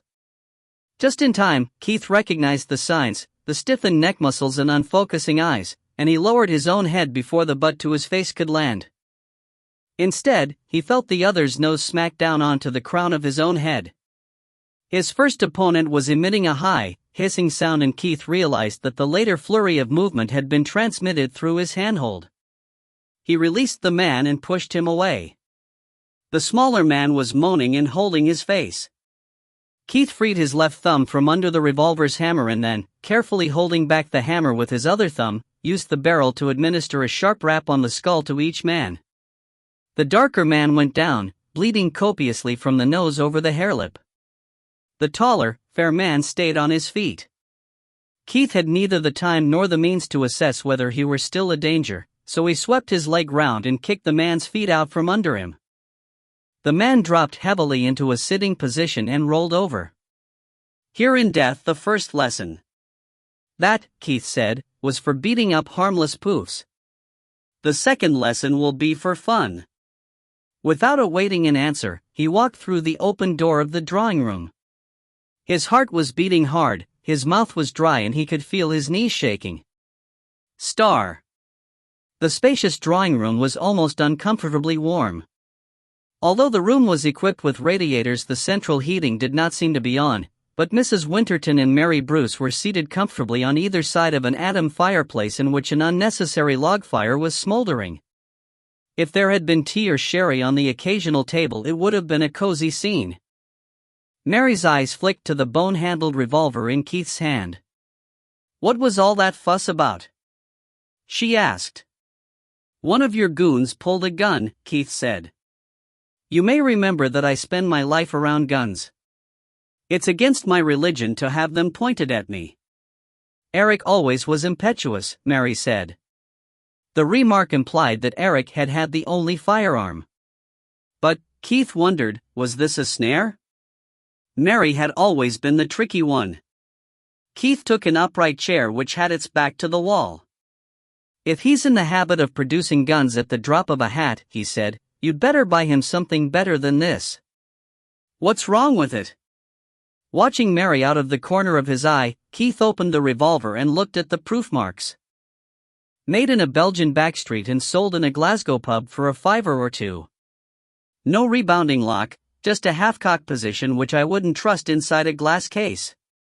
And it must weigh over a kilo.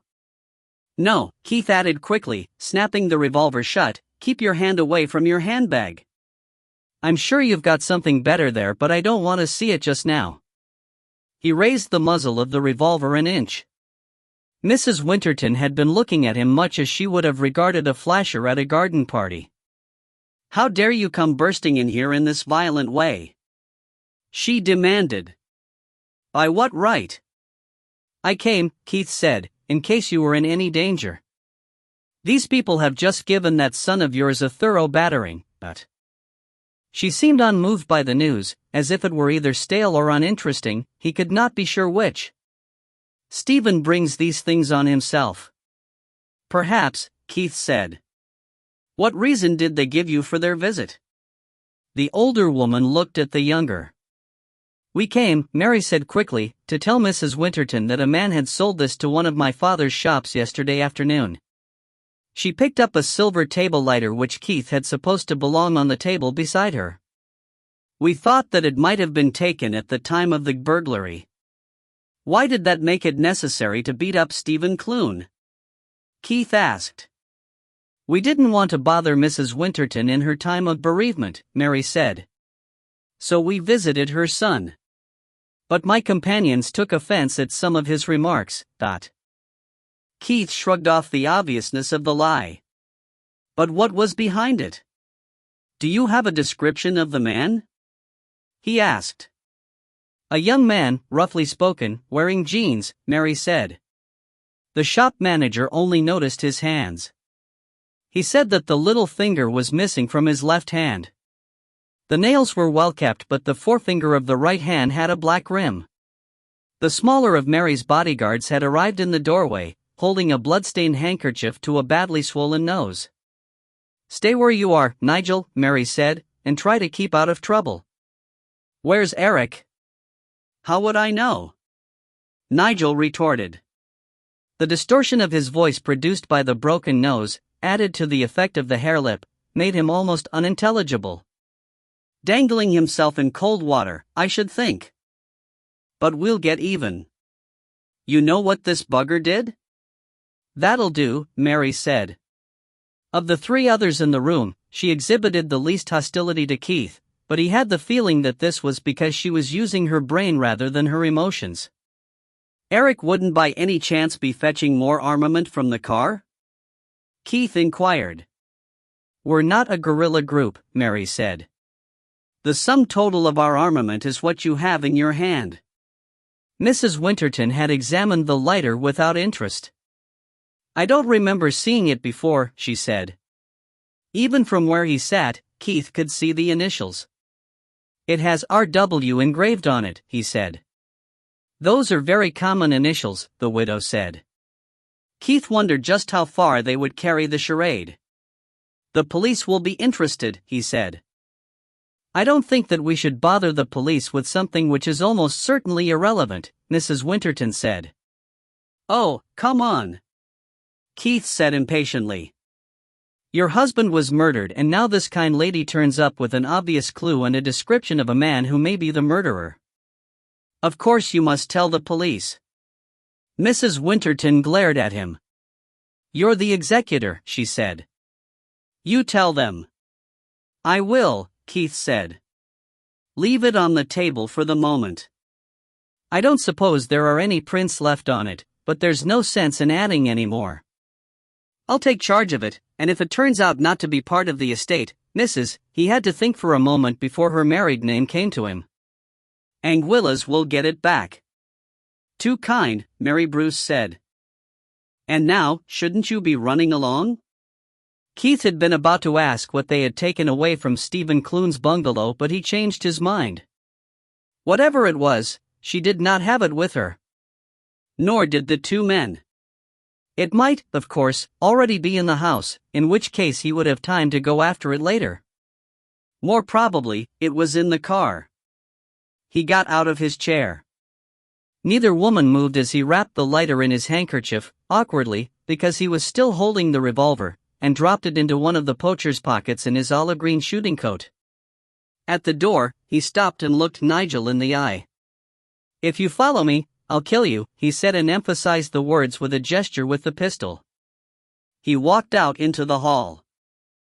Eric was emerging from a door set between the drawing room and the front of the house. He seemed to be walking with care. He stopped dead when he saw Keith and leaned against the doorpost. Behind him, Keith saw a small cloakroom. I'm going, Keith said. You stay out of sight or I'll shoot you where it hurts already. He went out through the front door and closed it behind him. Standing between the cars, he looked back. The windows of the drawing room were round the side of the house. Nobody was watching him. The Granada was locked, doors and boot.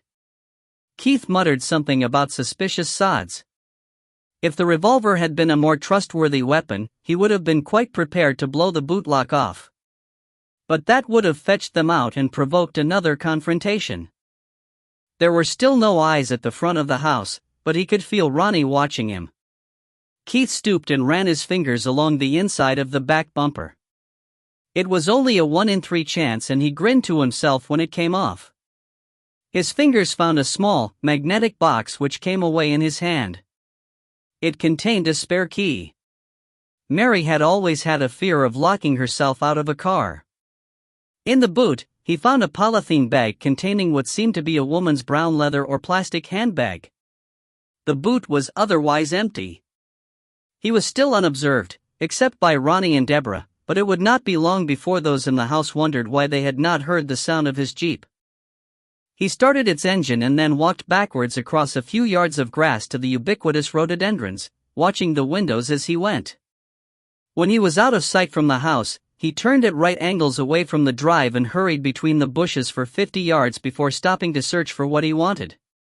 He found it, an old rabbit hole half filled with leaves and loose earth where he could bury the bag for the moment without leaving a trace for anybody who might follow him. In the deep shade, there was no undergrowth to retain the marks of his passing, just hard, bare earth. He looked around, to be sure that he could find the place again, and then hurried back to the cars, brushing mold from his fingers. There was still nobody at the front of the house. He shrugged and produced the revolver from where, after making sure that there was an empty chamber under the hammer, he had stowed it in his waistband. He paused to switch off the Jeep's engine. Once back inside the front door, he could hear the sound of argument from the drawing room. He would have liked to listen. But it would be better not to let them see earth on his fingers. And the lemonade was suddenly beginning to make its presence felt. He slipped through the first door. The cloakroom gave on to a small compartment with a wash basin, which in turn led to what he most needed. It took him some time to wash the grit off his hands. The soap itself seemed to be gritty. When he emerged and walked softly to the still half-open door of the drawing room, the argument had stopped. I still haven't heard the bugger drive off, said Eric's voice. Just be patient, Mary said. Keith peeped cautiously round the edge of the door, but there were still no other guns in evidence. If you're waiting for me to go, he said, coming into the room, you'll have to be very patient. I've decided that this is a good time to ask Mrs. Winterton to show me over the house. He was blistered by the combined glare of 4 pairs of eyes.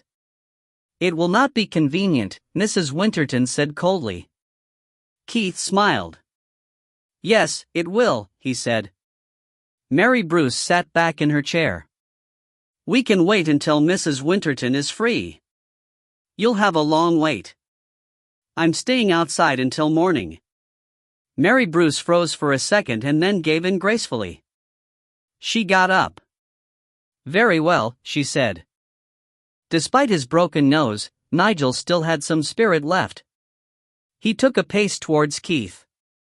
"Now look," he said. Keith aligned the barrel of the revolver on the middle of Nigel's forehead. "You look," he said. "That's my shooter you took off Eric," Nigel said plaintively. "He'd no business parting with it. We're not going to shoot you and you're not going to shoot us. Let's have it back." "All right," Keith said. He lowered his hand suddenly as if the heavy pistol was slipping out of his grasp. And as Nigel stooped, Keith seized his nose with his left hand and tweaked it firmly. As he backed away with the revolver still ready, Nigel was roaring with pain. "Come along, boys," Mary Bruce said, "before the bastard thinks of anything worse to do to you." Nose in the air, she led the way out. Her bodyguards followed, Nigel nursing his again bleeding snout. Eric, still walking like a cripple, detoured to pass well clear of Keith. He kept his eyes averted, perhaps, Keith thought sadly, to hide the hate in them. Keith had intended to keep them too angry to think of looking in the Granada's boot, and in this he was successful. He followed them as far as the front door. A short argument on the gravel was resolved by Mary taking the wheel. The two toughs stowed themselves gently in the back and the Granada set off, slowly and rather unsteadily, down the drive. Star. Keith was still holding the revolver. He broke it open, centered the empty chamber again under the hammer, snapped it shut and stowed it in the other poacher's pocket opposite the table lighter. He found that the weight was dragging him to one side, but he preferred to have it with him, just in case. The widow met him in the hall.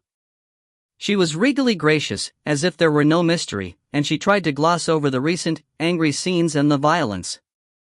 "I'm sure you mean well," she said.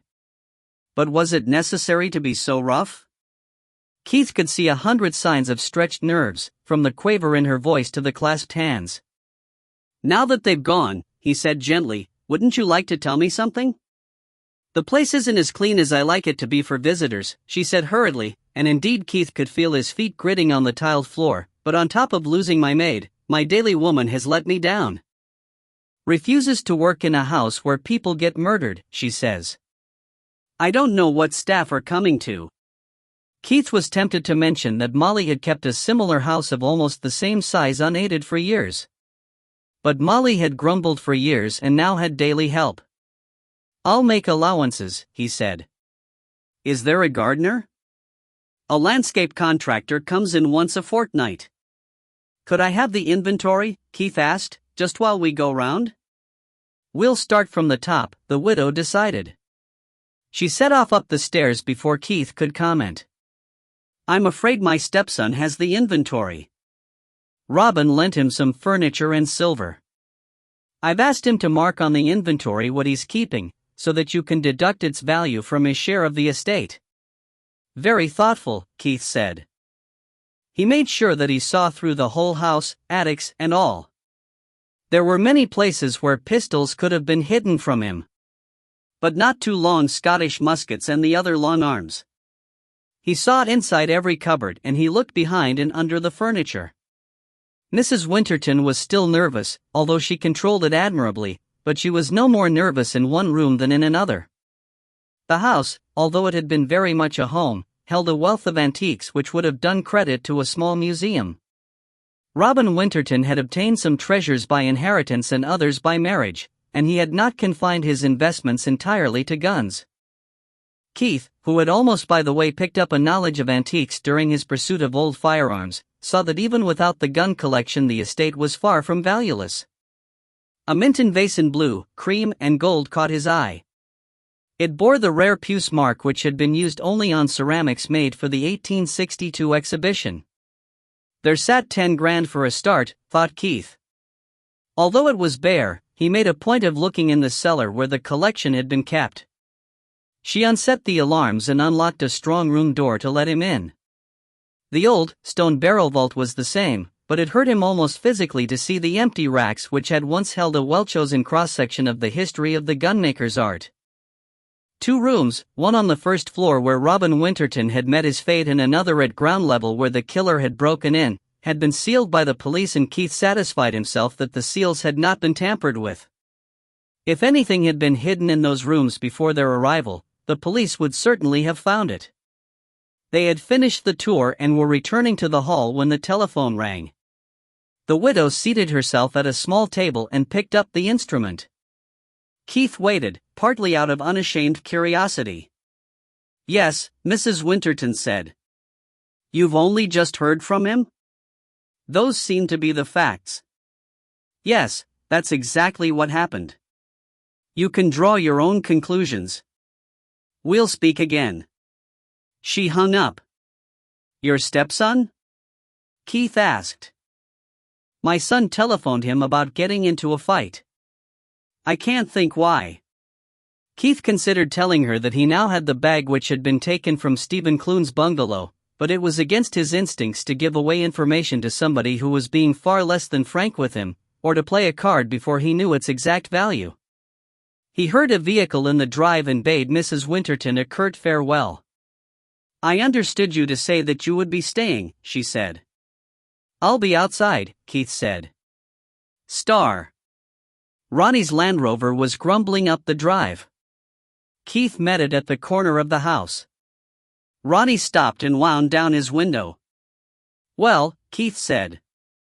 "We followed as far as Newbridge," Ronnie said. "When they got on the M8 they speeded up and we lost them." "They're going home, all right." "Maybe," Keith said. "If so, their whole ploy was a diversion to keep me busy around here while Danny does something slippery. On the other hand, they may have been leading you away in order to double back." "It didn't seem as if they knew we was there," Ronnie said doubtfully. "They'd have to be pretty thick not to spot a Land Rover in the mirror all this time," Keith said. "What do you think, Toots?" Deborah considered and then gave judgment. "Uncle Ronnie was clever," she said, "but I think they'd have known." "So do I," Keith said. "Well, we've got to back one horse or the other."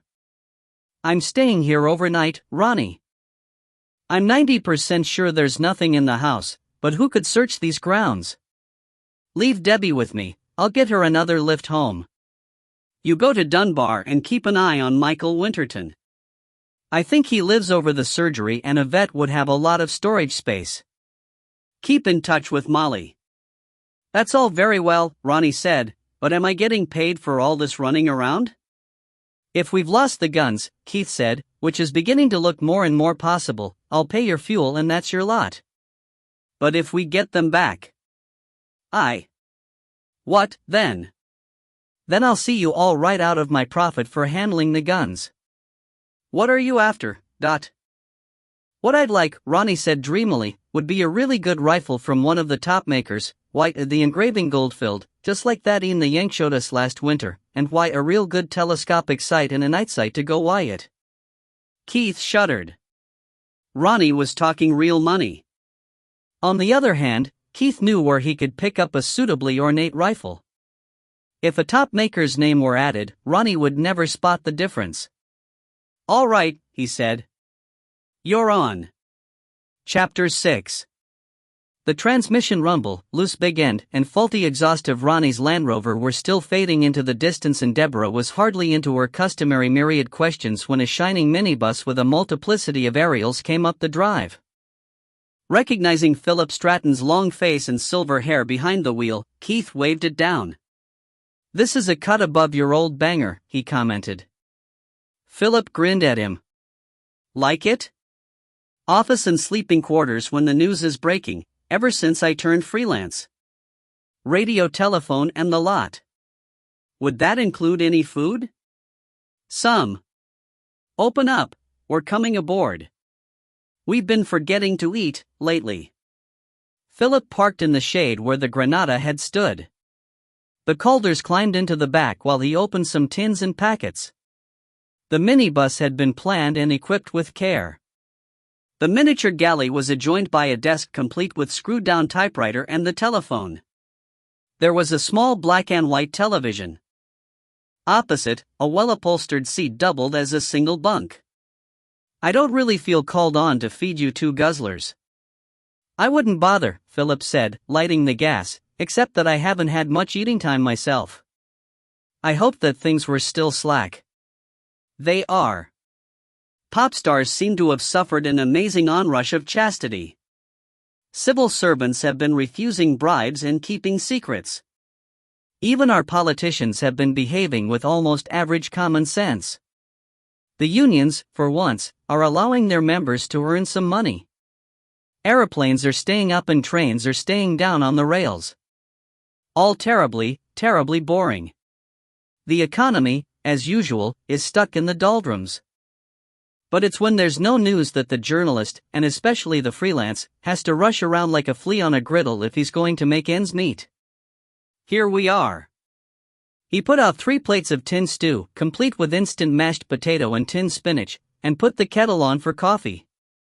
One thing you learn, living this life, is to produce a meal at incredible speed.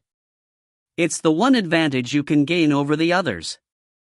How would you like a story which combines missing artifacts of enormous value, fraud, 2 murders, and the machinations of a celebrated fence? Keith asked. Very much. But what artifacts? I heard that the late Mr. Winterton had a collection of guns, which sounds like your scene. You've got it, Keith said, with his mouth full. Are they all that valuable? Philip sounded disappointed. He had 2 original Scottish snap-ons muskets, Keith said impressively. So? Keith heaved a sigh. He was inclined to forget how ignorant others could be outside his immediate circle. You remember that pair of Scottish pistols which were auctioned a few years back? He asked. They made the headlines. Philip might not know much about guns, but he remembered news. They made 160,000, didn't they? Something like that? You don't mean that these will fetch that sort of price? More, Keith said. Much more. Guns tend to be worth more than other antiques. The thing you rest your bum on or put your clothes in, that could last forever, but guns got out of date, were converted, adapted, broken, misused and eventually lost. On top of that, the original Scottish pistol's a great rarity. The English collected and destroyed every Scottish gun they could lay their hands on after the Bonnie Prince Charlie uprising. But, compared to pistols, the long guns almost non-existent. You see, pistols were more easily hidden. Long guns are something else. Not one has ever come on the open market in Britain, nor anywhere else, as far as I know. Philip had abandoned his meal for a jotter and was scribbling hard. Tell me more, he said. Weren't any more of them made later, By the time it would have been permitted, the peak of workmanship had passed, fashions had changed and the new French lock had come in. The result was a new and less peculiarly Scottish style. The old one was very distinctive, a snap-on lock with sliding flashpan cover, stock not shaped like the traditional gun but a single curve with a semicircular bite out of it for the thumb, ball trigger, and profuse decoration. You could be forgiven for mistaking it for something Arab or Oriental. Philip resumed his meal. All right, you've made your point. Tell me the tale, he said. I'm going to, Keith said. But, until we've settled a few details, I'm telling you in confidence. Under absolute embargo. Agreed? Philip nodded uncertainly. And I've got to squeeze my way between libel and slander, Keith went on, so Deborah's here to bear witness that I haven't said a word. Nearly all of it's verifiable from other sources. On Monday night, Mrs. Winterton called the police, who found that her husband had been battered to death by an intruder. Old Robin Winterton had been a canny chap. Instead of taking out an endowment policy, he had put all of his savings into antiques, mostly antique guns, starting from a few guns which had come to him through his first wife. Those had included the 2 Scottish long guns. And so he left a will, naming me as his executor. His assets were to be sold and he left substantial sums to his son and daughter by his first wife and the balance to his widow. On Thursday I came back from a trip and heard about the murder for the first time. There was a discussion in the office of Mr. Enterkin, the solicitor in Newton Lauder, in which the widow blandly remarked that we didn't have to worry about the guns anymore. She'd sold them to a dealer who'd knocked on the door the previous day, for 200 quid. She hadn't even got his name. Philip was scribbling again. That's hard to believe, he said. He stopped and looked hard at Keith. Did you believe it? Never mind my thoughts, Keith said. I'm giving you checkable facts.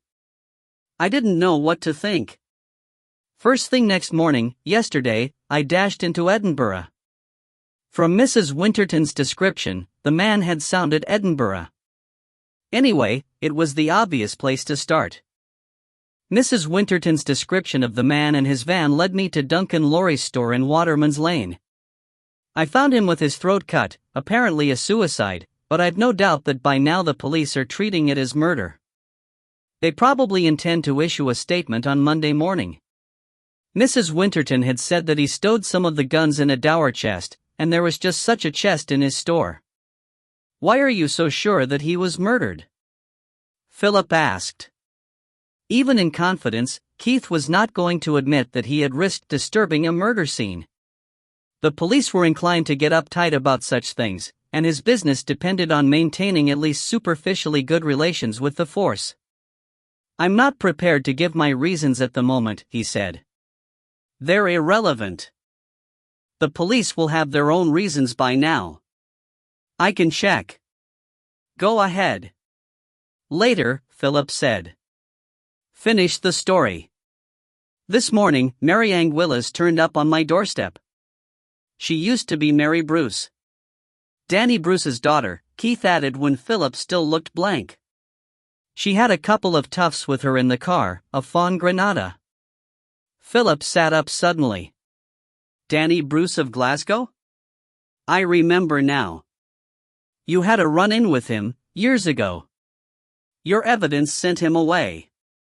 Under cover of a couple of genuine antique shops, he'd been operating as a fence in a very big way of business. The daughter kept the shops running until he came out. That's Mary for you, Keith said. All heart and very much her daddy's girl. And I still don't know whether Danny had got wind that the guns were adrift and sent her to find out, or if the whole thing was a diversion, to keep me running around in circles here while Danny stowed the guns away or got them out of the country.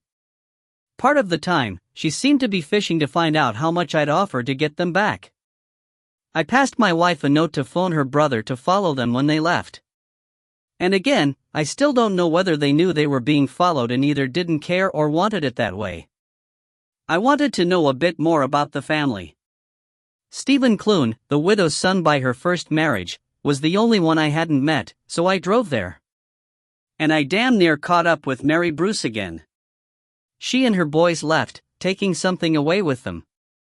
And when I went inside, I found Stephen Clune with his hands still tied, badly beaten up, terrified, very much upset but determined not to tell me anything. When I phoned my wife, I got a message to say that my brother-in-law was still on their tail and that they seemed to be heading here. So I followed along, and here they were sure enough, closeted with the widow. One of them pulled this on me.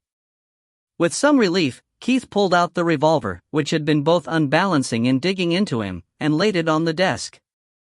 Hey! I didn't know about that, Deborah said. Can I have it for my collection when this is over? Certainly not, Keith said. The police will probably need it. Anyway, you wouldn't want it. It's only a cheap, Belgian copy. Nasty, dangerous thing, . Philip refused to be diverted. Go on, he said. That's about it.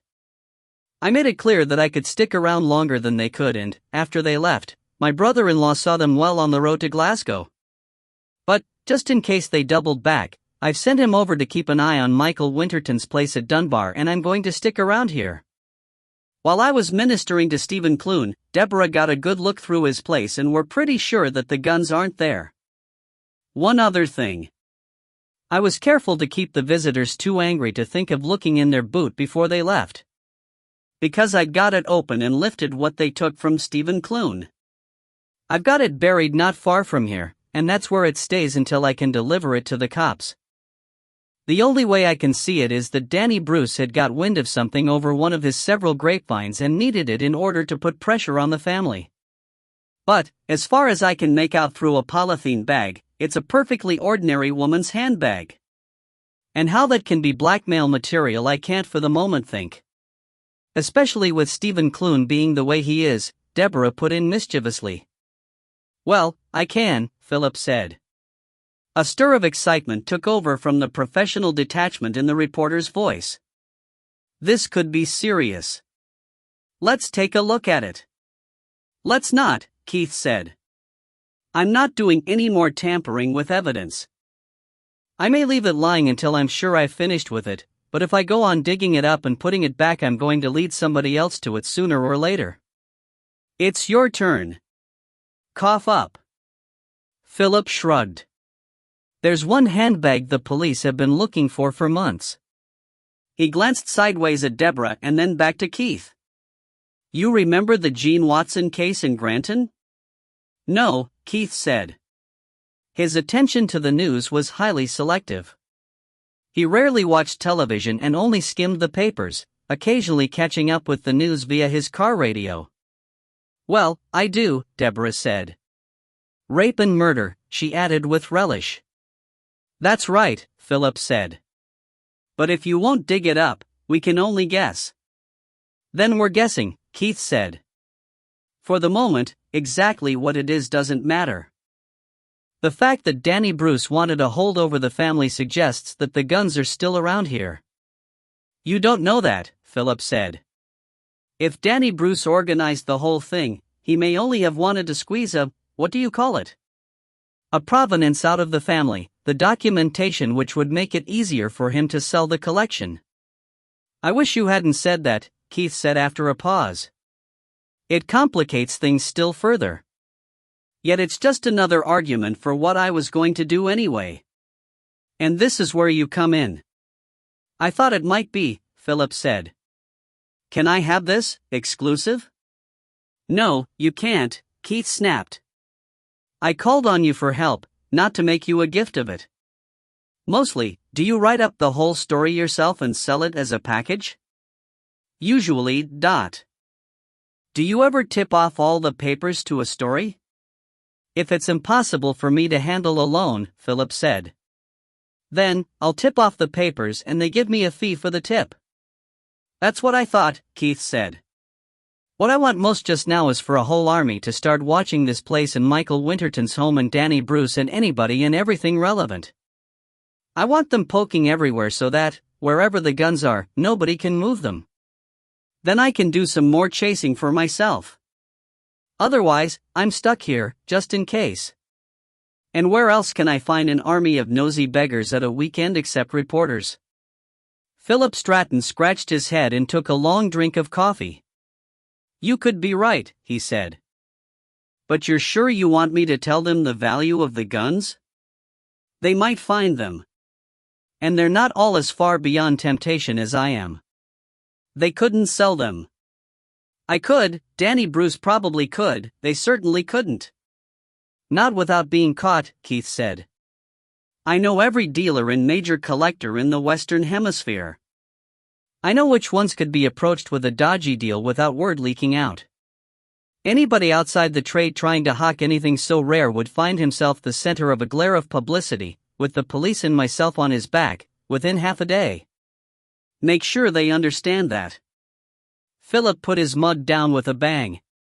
All right, he said. If the police confirm that Duncan Laurie was murdered, I'll go ahead. But you'll have to promise a press conference and a statement in the not-too-distant future. Fair enough, Keith said. Let's make it Monday afternoon. Tomorrow evening, Philip said firmly. They won't wait any longer. And I get your personal story, exclusive, when it's over. Star. The police are in the business of gathering information rather than divulging it, and Saturday evening is not the best time for tracking down the man who knows the answer and is both prepared and empowered to release it, but in the end Philip obtained confirmation that the death of Duncan Lorry was being treated as murder. "Fair enough," he said to Keith. "Give me time to make a few calls and there'll be a dozen reporters and photographers on the job by morning, provided that nothing else breaks in the meantime. If the Russians make angry noises or the wrong person lands pregnant, you'll be lucky to see one copyboy being given his chance as a cub reporter. That's the way it goes. I can keep you company overnight if you want." "Better not," Keith said. "I'd rather you ran the lassie back to her mother. Any messages will be coming to my home, and Molly's got no way to get them to me. You can bring me the word in the morning. You're not pulling any kind of a fast one on me? Just holding the fort. If anything happens during the night, you'll hear all about it. See that I do." The minibus cruised gently away down the drive. Philip, no doubt, would be questioning Deborah all the way to Newton Lauder, but as far as Keith could remember she knew nothing which he would prefer to keep from the press. Shadows were lengthening. One or two lights came on in the house, otherwise, there was no sign of the widow. Keith circled the house, keeping well back in the undergrowth. There was no sign of disturbed ground.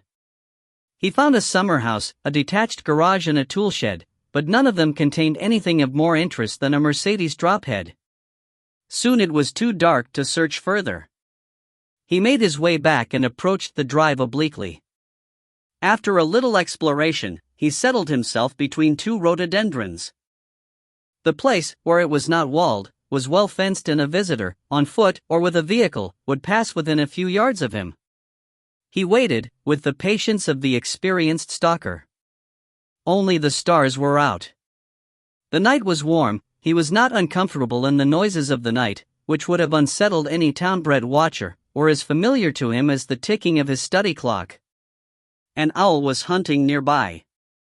He must have slept, but that did not matter. He knew that any change in the pattern of sound would have awakened him. A brilliant moon was up and the night was quiet with the silence which precedes the dawn, but he knew that something had roused him. A sound, half heard, came back into his memory. A car had stopped out in the road. Keith smiled grimly in his dark bower.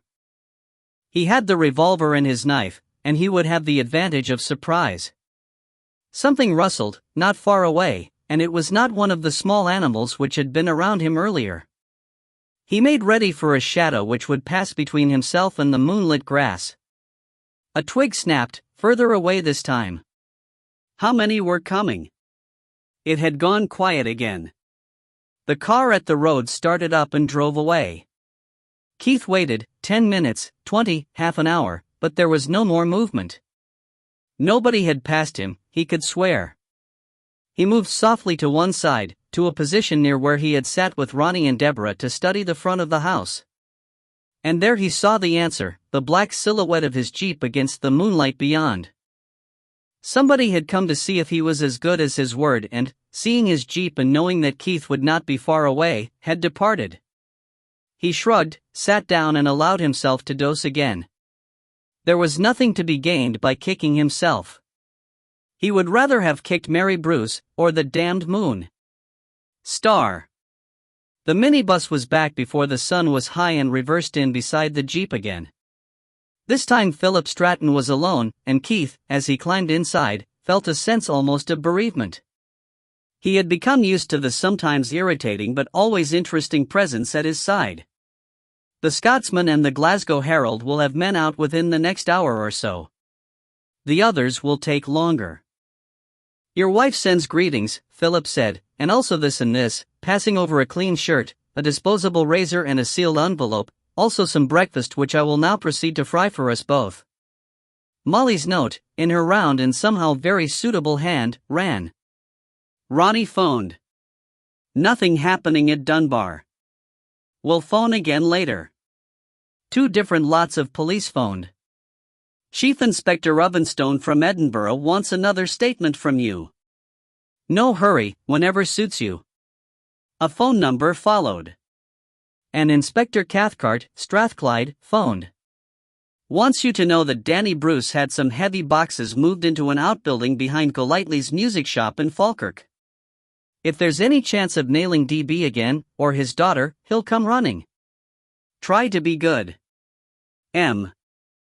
Keith passed the note to Philip, who scanned it quickly. Could you call Molly for me? Keith asked.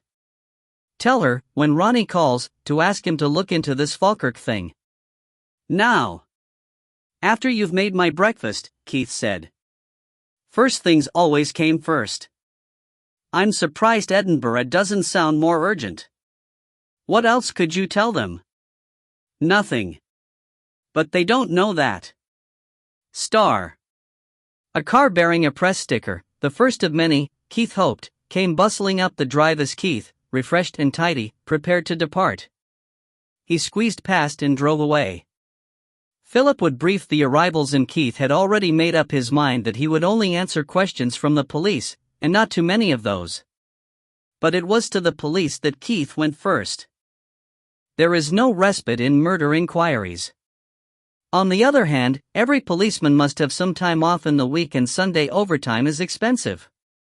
The nearest police station was manned only by a clerkess who directed him to a mobile headquarters parked behind the building. Here he found the team investigating Robin Winterton's murder, represented at the moment by a plainclothes detective inspector and a uniformed WPC. Other desks were unmanned and the end wall was screened by a curtain. The two officers were indulging in a little flirtatious badinage when Keith interrupted them. The inspector, who had compensated for this compromising intrusion by standing on his dignity at first, thawed when Keith introduced himself as the executor of the estate. Not that we can do much more out here, Inspector Fleet said, over a cup of tea brewed by the WPC. In fact, we could unseal those rooms if the old lady's being inconvenienced. We've done all the searches and inquiries around here that you could think of. From now until something breaks, the real work goes on in Edinburgh and in liaison with other forces. Sooner or later, somebody'll talk too loud in a pub, or try to sell something from the house, or get lifted for something else and cough this one. Then it'll all start again. Until then, it's wait and pray. I may have what you're waiting and praying for, Keith said. He produced the table lighter. I was at Hallidane House late yesterday, and a lady from Bruce, the antique dealers in Buchanan Street, Glasgow, arrived with this. Mrs. Winterton agrees that her husband had one like it, but she wouldn't identify it despite the initials. I'm afraid it's been handled by the world and his wife. It was sold to them by a youngish man with a finger missing off his left hand. The shop manager was quoted as saying that his hands were well kept except for a black-rimmed first finger on the right hand. To me, that suggests a pipe smoker. The inspector allowed himself to look faintly pleased. I'll go and see the old lady myself, he said. Keith was on the point of warning the inspector that the place might be hopping with reporters, but decided that that would only provoke questions which he was not yet ready to answer. I hope you can pin her down, he said.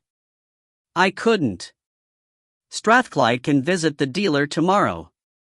With a description like that, the inspector stopped. Bruce? That wouldn't be Danny Bruce? I believe so, Keith said. The fence. You know that, do you? Inspector Fleet frowned and tapped an irregular rhythm on the desk. Why would Danny Bruce be sending a lady all this way on the chance that something he'd bought was stolen? His usual form would be to rub his hands and use it to pressure the seller into doing a few more little jobs for him. I wondered the same thing myself, Keith said. It may be that he thinks that withholding evidence in a murder case is too hot even for him. Since when did Danny Bruce think that way? The inspector asked rhetorically. The story doesn't stand up, but the description sounds circumstantial enough to be real, but... As he drove off, Keith was more concerned over a different question. The police were treating Duncan Lorry's death as murder. They would have found Danny Bruce's name in Lorry's diary. Keith had pointed out a possible link between the two deaths. So why had the inspector not jumped out of his chair when Danny Bruce's name cropped up again? The brown handbag, still in its polythene cover, was in the back of the Jeep. Keith had come with the intention of handing it over. But if Inspector Fleet was being kept in the dark by his colleagues, why should Keith enlighten him about something quite unconnected with his own case? Star. The wallpaper above Mrs. Winterton's telephone had been pristine, unblemished by the scrawled phone numbers with which less house-proud folk desecrate their walls. The telephone sat on a glass-topped table, and beneath the glass Keith had noticed a single business card, presumably that of the business most frequently telephoned.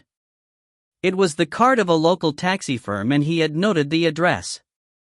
The firm proved to be a small one, run from a modest house in a large village and conveniently close to the local garage. One low-priced but well-kept saloon stood at the door, its roof carrying an illuminable sign with the name Moyer and a phone number. A stout woman with a cheerful face answered the door to Keith's ring, drying her hands on an apron.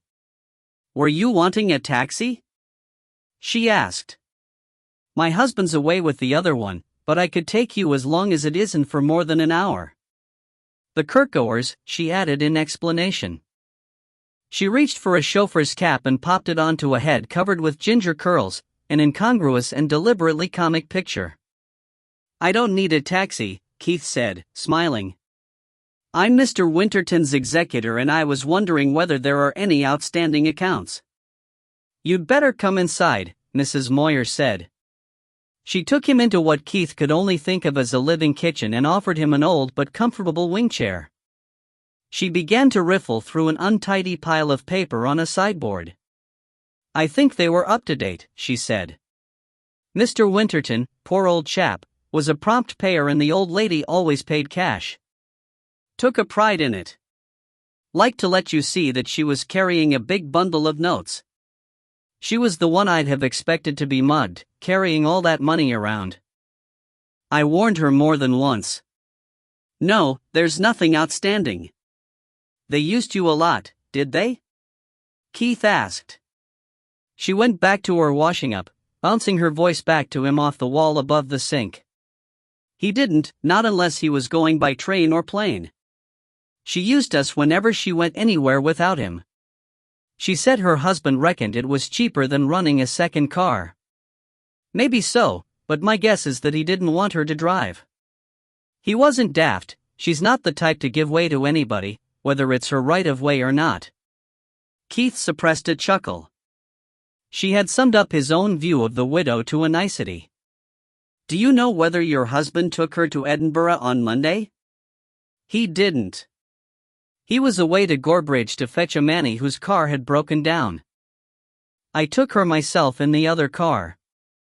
Dropped her right outside the Queen's Theatre, where her friends were already waiting for her." "And fetched her back?" "No. One of her friends would have taken her home. That was the usual arrangement. Happened about every second week." "I see," Keith said slowly. "And when you picked her up, do you mind my asking? Did you see Mr. Winterton?" She glanced at him over her shoulder. "Bless you, I don't mind," she said.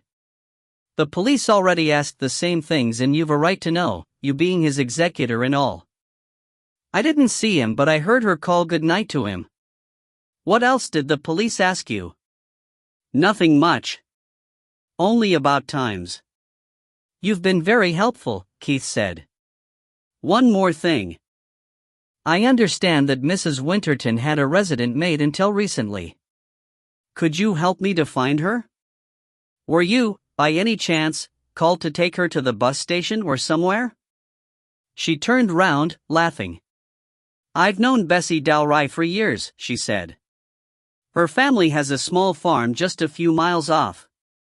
There's 3 other unmarried daughters, so Bessie takes domestic jobs from time to time. She's going to one of the big hotels, but she thought she'd have a week or 2 helping with the harvest first. I could take you there." "I have my own car," Keith said.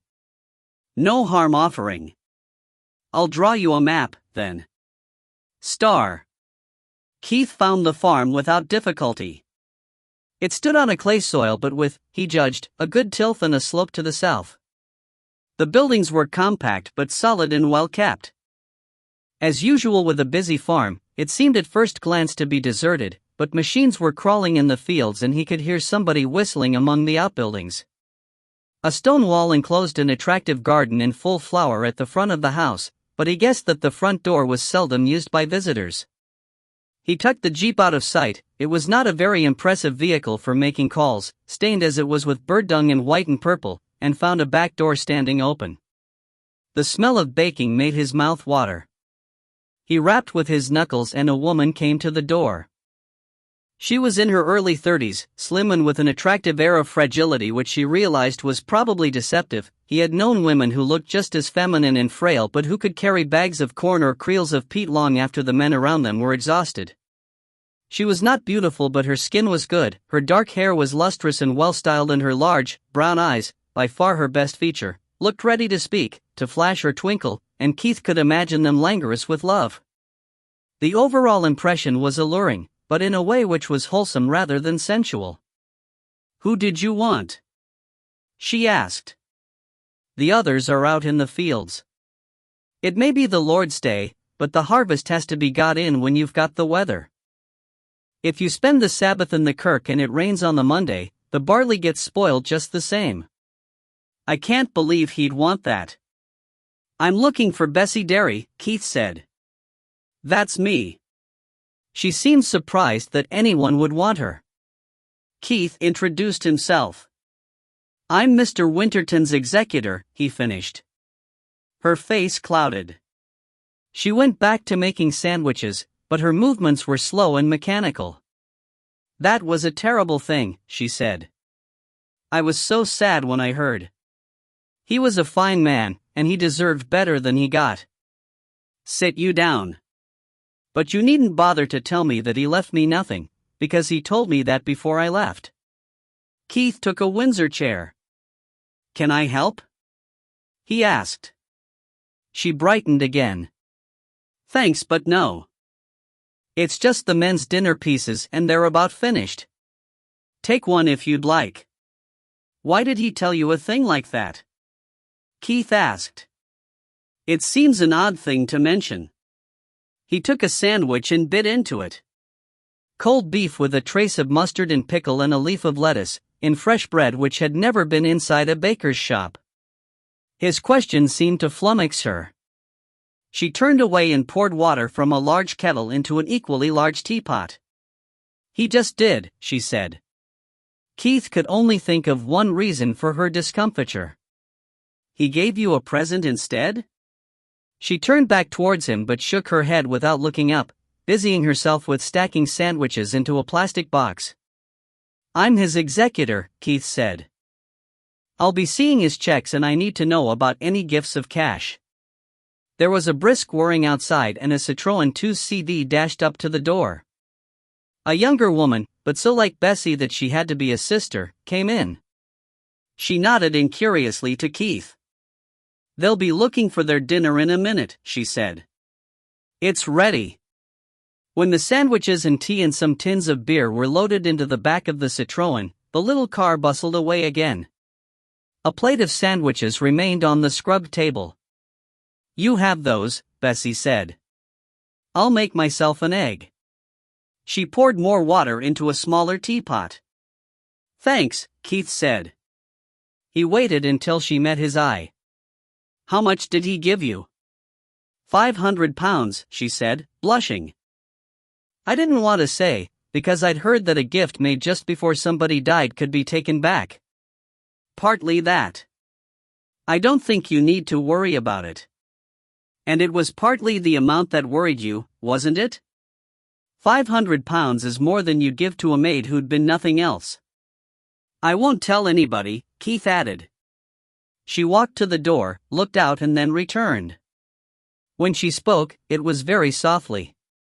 "He wanted to make it more, but that was as much as I'd let him give me." Her blush was subsiding. "I'd been there for 11 years, almost since I left school." "And you were lovers?" "That's just a word," she said. "You were his mistress, then?" She half laughed. "I couldn't say that I was ever that. But he was a grand man and yet I was sorry for him. He had his needs, the same as any other man, and she wasn't for any of that sort of thing. She'd married him for position and for company, though she was grumbling that she didn't get enough of either. He'd no sort of life of it at all. So he turned to me. Did his wife know? I'm sure of it, she said, but she never seemed to care. They slept apart anyway. After the first few years he was getting old, too old to master me the way a man should. But he still liked to cuddle, and there's things a woman can still do for an old man, if she's fond of him. She touched her eyes with a handkerchief. What must you think of me? I hope there's somebody like you around when I grow old, Keith said gently. Why did you leave, then, Dot? I was sorry to be parted from him, she said frankly, and the work wasn't hard, but it got that I couldn't thole her at any price. And the rows inside that family, even with both sons away from home, you'd scarcely believe. But you surely don't want to be hearing all this talk, and about a manny that's not long dead. That's what I came to you for, Keith said. There've been some funny goings-on with the valuables and I need to know all I can find out. It seemed to me that you'd be the best person to tell me. She sat down opposite him with her boiled egg and buttered a slice of that bread. Keith was surprised to realize that he had eaten all the sandwiches. There was a large, terracotta mug of tea in front of him. If I don't get away from here soon, she said, I'll be getting fat. You're the thin type, Keith said. You'll never get fat. Anyway, is this your own baking? Yes. It would be a self-inflicted wound then. Just tell me about the family, whatever comes into your mind. She finished her small meal, pushed her plate away and lit a cigarette. When I first went there, she said, they were already married and settled in and their 2 sons were away from home, neither of them married but living their separate lives. His daughter, Miss Gwen, was still at home then, although she married soon after and went off to Canada. Mr. Winterton was not long retired, I think. It wasn't so bad then, though I think he was already seeing that he'd made a sore mistake. The mistress has, the devil's own temper. She never lost the hide, mind, it might have been better if she had. But she was thrawn. If he didn't give in to her at every turn, there'd be a silence so cold you could feel it right through the house. The one thing she could never make him do was to give up his guns. He tried to explain that they were an investment, but she'd not listen. I think she was jealous of them, not of me. But he'd not give in to her on that. The guns were all he'd got. And you, Keith said. Maybe. The real stramash started when she found out about her own son, Mr. Clune. You ken about him? Yes. Poor sod, Keith said. Aye. Until then, he'd been his mother's boy. Not being a driver, she'd never been to where he lived. But one day she took Mr. Moyer's taxi and went to see that he was being looked after. What she saw she didn't like one bit. She came back to Hallidane House in such a taking you'd think it was the end of the world coming. Her husband tried to explain such things to her. I think he'd guessed what was up with the boy some time before, but she'd not listen, and when he said that she'd made the boy turn that way she went into a sulk that lasted a fortnight. After that, it was as if her own son had never existed and instead she was all over her stepson, Mr. Michael. But Mr. Winterton was scunnered why his own son, who was after him for money, being on the wild side and a devil with drink and women and betting and the like. He took the part of Mr. Clune, being sorry for him. So there they were, split in 2 camps, her with his son and him with hers. Any time there was a stishie, that's how they'd take sides. And she'd be expecting him to dance attendance, but when he did she'd be that offhand with him he'd go off and sit with his guns. That's what drove me out of the house in the end. She never stopped yattering at him to leave his guns alone. He was to sell them off and be a proper husband to her, not that she'd let him be that. It got so bad that I couldn't bide there any longer. I cried when I said goodbye to him. I could cry now, Keith said. I liked the old chap. He never let on that he was unhappy. God, what a way to end his days. Star. Before leaving the farm, Keith borrowed the telephone and called his wife. Molly, it seemed, had been waiting anxiously for his call. Mr. Donnelly was on the phone at lunchtime, she said. It took Keith a few seconds to pin down the name. Then it came back to him. The French polisher and repairer? That's the one, Molly said. What did he have to say? Not a lot. He seemed concerned about 10 quid he said you promised he could have, to split with some barmaid. I believed him, because it sounded exactly like you. He gave me his address. And I found out that he works with Dougal in Symington. That's a small cabinetmaker's firm at Craiglockhart. He was phoning from there. Apparently, they've got an urgent job on. Keith conjured up his mental map and looked at his watch. That's this side of Edinburgh, he said. I've just got time to look him up. Any news from Ronnie? Nothing. But, Keith, Mr. Enterkin came out specially to say that before his secretary gave Mrs. Winterton the inventory she took a photocopy of it. It's here now. Do you want it? Do I? Keith said. I want it like blazes. But I don't have time to come home just yet. I've got to give a press conference at Hallidane House in a couple of hours. Do you? What fun! If you think that, Keith said, you can give it. I would if I knew what to say. What are you going to say, Keith? Damned if I know. It depends what I can find out between now and then. Could you hop into the car and bring it to me at Hallidane House? Yes, of course. I'd love to. Molly had been wondering what excuse she could make to attend the press conference. I'll put on a funny hat and my glasses and make out I'm representing woman's realm. How do I get there? Bring Deborah. She should know the way by now. Star. The firm of Dougal and Symington, being the sort of business mainly patronized by collectors and by those in the trade, was not easy to find. Keith, after the usual experience of discovering that the passers-by were all foreigners with cleft palates, happened upon that great rarity, a local resident who not only knew the whereabouts of his destination but was able to give directions which turned out to be accurate. He parked the jeep in a shaded yard where several small businesses existed and even seemed to thrive. The others were shuttered in Sabbath calm, but the double doors marked by a small plate with the firm's name stood ajar. Keith knocked and entered. It was a general-purpose workshop about the size of 2 squash courts, smelling pleasantly of glue and varnish, hardwoods, and warm machinery. 2 men were at work. The nearer, a small man with a simian face, straightened his back and came to meet him, scowling. Is Mike Donnelly here? Keith asked. That's myself.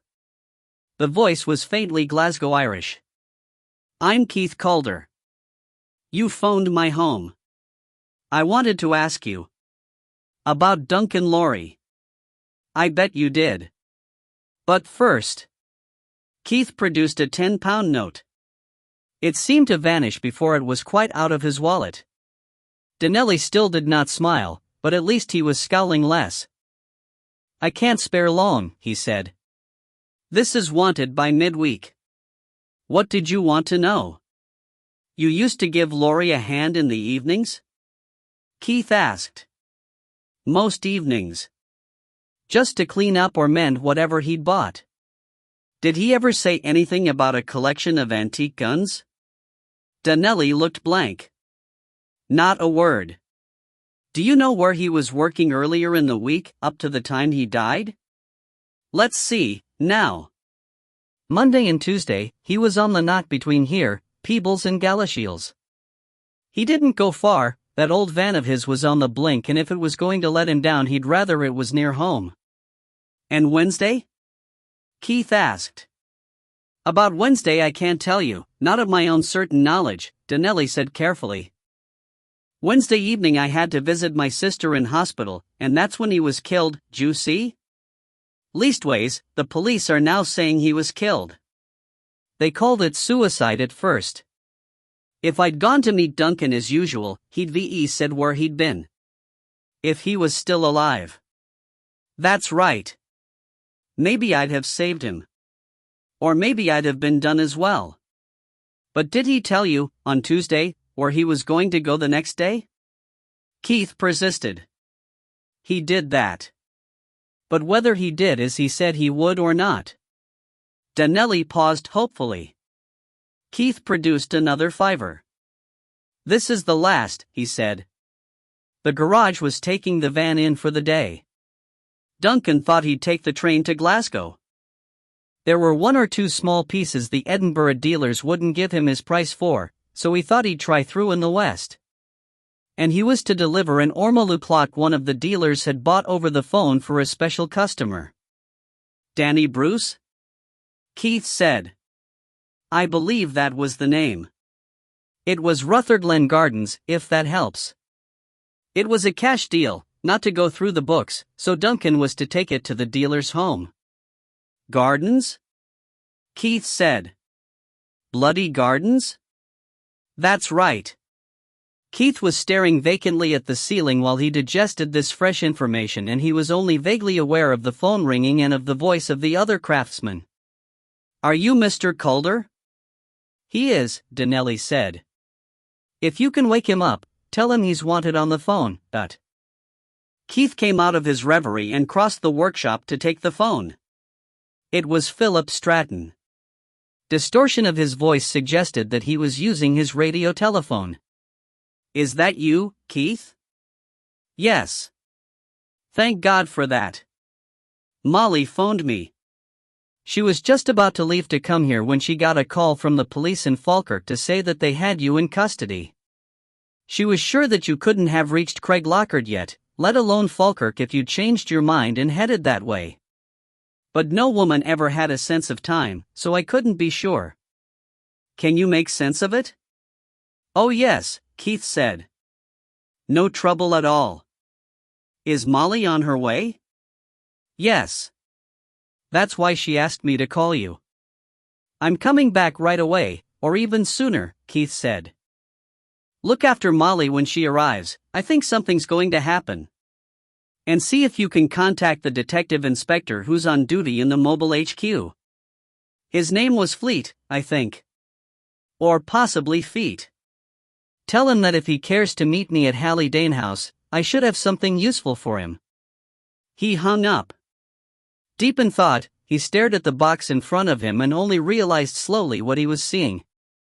Is this the urgent job you're working on? He asked. That's it, said Donnelly. I'm putting on an antique finish while Jim makes the brasswork. It's a rough old job, but the customer's in a hell of a hurry. Do you know who it's for? Not the faintest idea, Donnelly said cheerfully. Cash customer. He paid half in advance and he's coming in for it on Wednesday, but... Good God! Keith said. It all fits together. I'd bloody well hope so, Donnelly said. The customer would soon complain if it didn't. Chapter 7. Keith tore the jeep out of Edinburgh past the massed cars of Sunday golfers at Fermalhead and swung off onto the Peebles Road.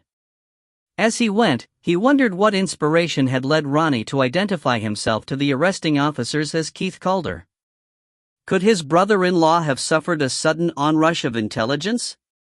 But he remembered that Ronnie had, during their wilder past, often used his name when confronted by hostile officers, and he had occasionally returned the dubious compliment. Old habits, it seemed, died hard. As he drove, part of his mind shuffled the known facts.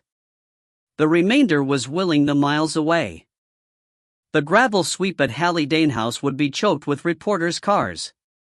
Rather than add to the congestion, Keith turned through the gates and then swung hard off the drive through a narrow gap in the undergrowth. Leaving the jeep, he hurried across the lawn towards the house. A car overtook him on the drive, only a few yards away but out of his sight. If this were Danny Bruce or any permutation of his relatives and retainers, he would be swallowed whole by the reporters. But surely he would have telephoned and been told that the house was under siege? Looking ahead, Keith saw that all was not as expected. Instead of a huddle of press cars, Philip Stratton's minibus and his own hatchback stood opposite the front door. 2 men were getting out of a police car at the corner of the house, and that was all. Keith broke into a run. Philip Stratton walked to meet him. As they met, Inspector Fleet came up with another man. A third policeman, the driver, waited in the car. "Detective Chief Inspector Ovenstone was with me when your message came in," Fleet said. "He's in charge of the Duncan Lorry case. So I brought him along." "How'd you do?" Keith said. "Philip. So what's this new information?" Ovenstone asked. He was a large man, older than Fleet, with a bald head but hair sprouting elsewhere like weeds through broken paving. His nostrils and ears were particularly well provided. "Hang on a moment, please. Philip. What happened? I was expecting reporters by the dozen. Wouldn't they come, Dot?" "They came," Philip said. "The place had been buzzing all day. But I want to know what this is about," Ovenstone said loudly. "And so you shall," Keith said. "Just as soon as we all hear what's happened." "Philip." "About 10 minutes ago," Philip said, "a taxi arrived at the door. A man driving, no passenger." "Lawyer?" "That's right." Immediately, Mrs. Winterton appeared on the steps. She said that if Mr. So-and-so of the Boodle Advertiser was there, or something like that, I don't remember which paper she mentioned, there was a message for him. A helicopter had crashed in flames on top of the Lammermuirs with Prince Philip aboard and another member of the royal family, and he was to get over there immediately with his photographer. Then she hopped into the taxi and went off a dot. "What a load of horsecrap," Keith said. "That's what I thought, and I said so." But none of them dared risk ignoring what might have turned out to be the story of the year. I tried to point out that if you've seen one incinerated royal, you've seen the lot. "I'm surprised you stayed here yourself." "If there really was a chopper down," Philip said, "which I doubted, there'd be nothing in it for a freelance while just about every paper was rushing to the scene. On the other hand, I could get an exclusive here. I decided to stick it out." Detective Chief Inspector Ovenstone had listened to this exchange with increasing impatience. "I've no intention of waiting around here at your beck and call," he said. Keith tried to break in, but Ovenstone raised his voice and ignored any attempt to interrupt. "If there was a helicopter crash, I'd have heard of it. I've no reason to believe that there's any connection between the two cases. If you've any evidence to the contrary, I want it now." He smiled, with maddening superiority. "At first, we took your statement to my sergeant very seriously. Especially when we found an entry in Laurie's diary for the day he died. It said D. Bruce, Rutherglen, and underneath was a word which might have been guns. You won't know this, but Danny Bruce has been in prison." "He's a fence," Keith said. "And he lives in Rutherglen Gardens." "That's right," Ovenstone said. "What's more, Laurie spent the day he died in Glasgow, so he could not have been the dealer who came here. The entry in his diary read Rutherglen GDNS. So there's no connection." "The two cases are connected, all right," Keith said. "I'm not wholly sure how yet, but they are. I know it, and I'll prove it to you before I'm done." "I'll say one thing for you," Philip said admiringly. "You've got grit." "Grit?" Keith said. "Grit? That's it. I think you've just said the magic word." "You can sort all this out later," the detective chief inspector said sharply. "If you've got anything for me, I want it now." "Be patient," Keith said. "If you'll just give me a minute. Not another moment." "I can always arrest you for hampering the police and withholding information," Ovenstone pointed out. He was a tall man and he drew himself up to seem taller, but he had a drooping mustache which Keith suspected was designed to hide a weak mouth.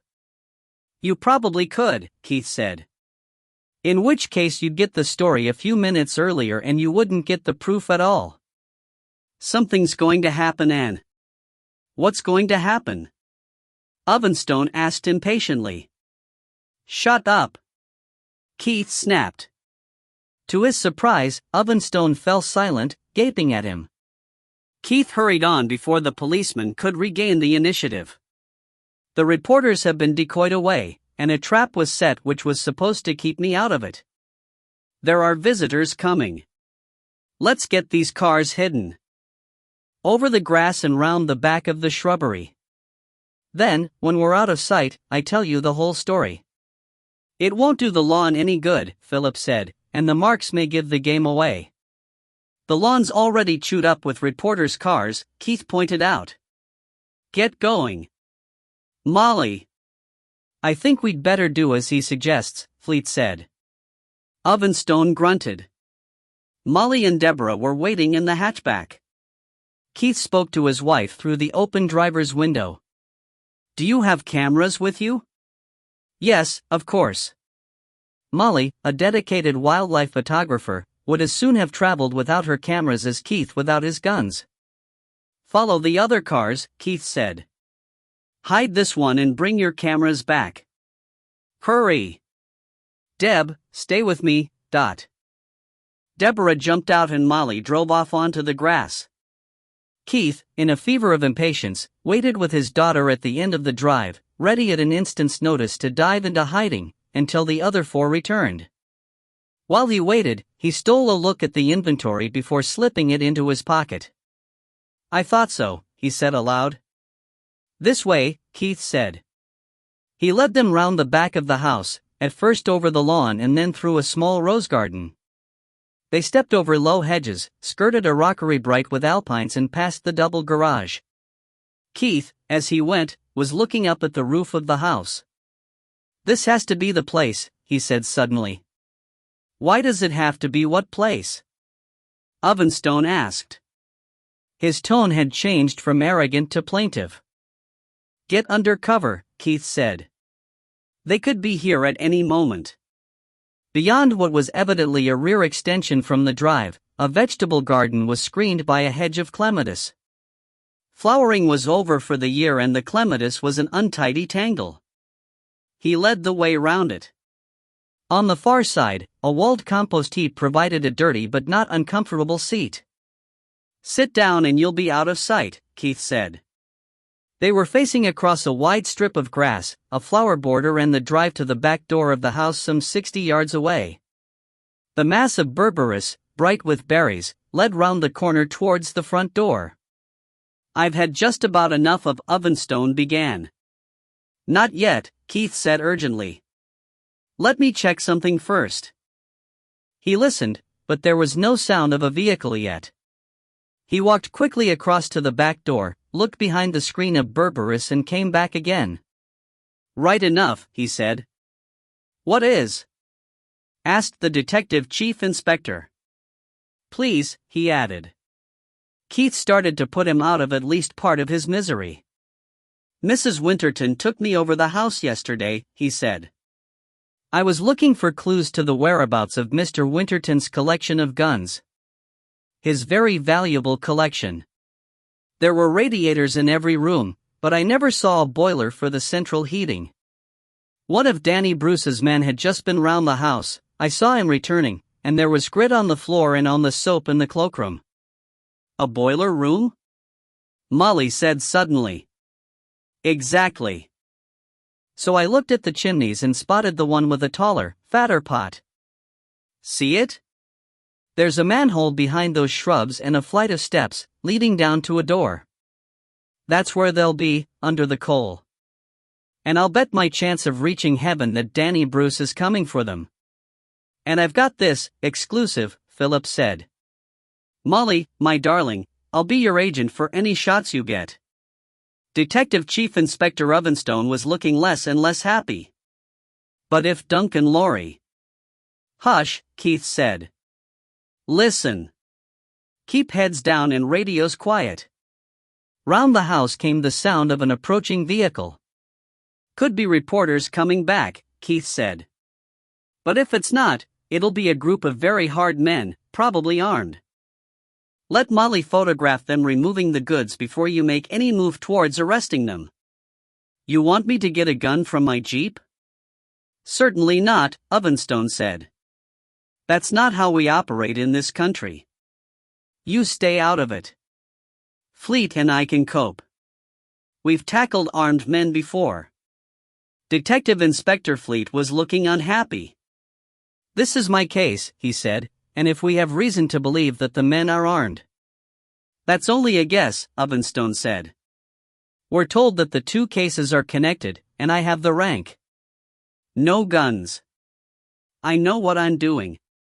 We could use our driver, though. Keith could have pointed out that the man who was predicting guns was the man who said that the two cases were connected, but he decided to let Ovenstone have it both ways. Few things put his back up like a statement that the speaker knew what he was doing. In his experience, the contrary was usually true. I'll send him, he said. Tell him to radio for reinforcements, Fleet said. A vehicle passed from tarmac onto gravel.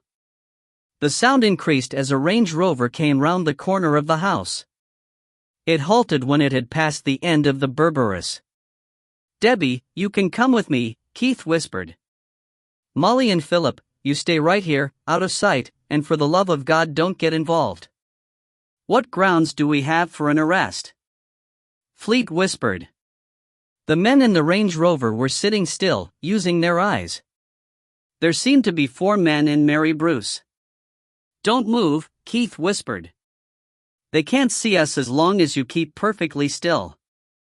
Grounds? I'm the executor for this estate. Anybody at all, removing anything from this house or its policies without my written permission is a thief. That'll do to be getting along with. The new arrivals seemed satisfied that they were alone. They began to disembark.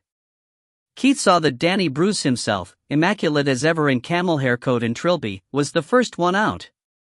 Mary Bruce remained in the Range Rover. Her father took up sentry duty at the corner of the house. The others descended the hidden steps, their heads seeming to sink as if they were walking into quicksand. Come, Deb, Keith whispered. Keep low and don't make a sound, as if we were stalking rabbits.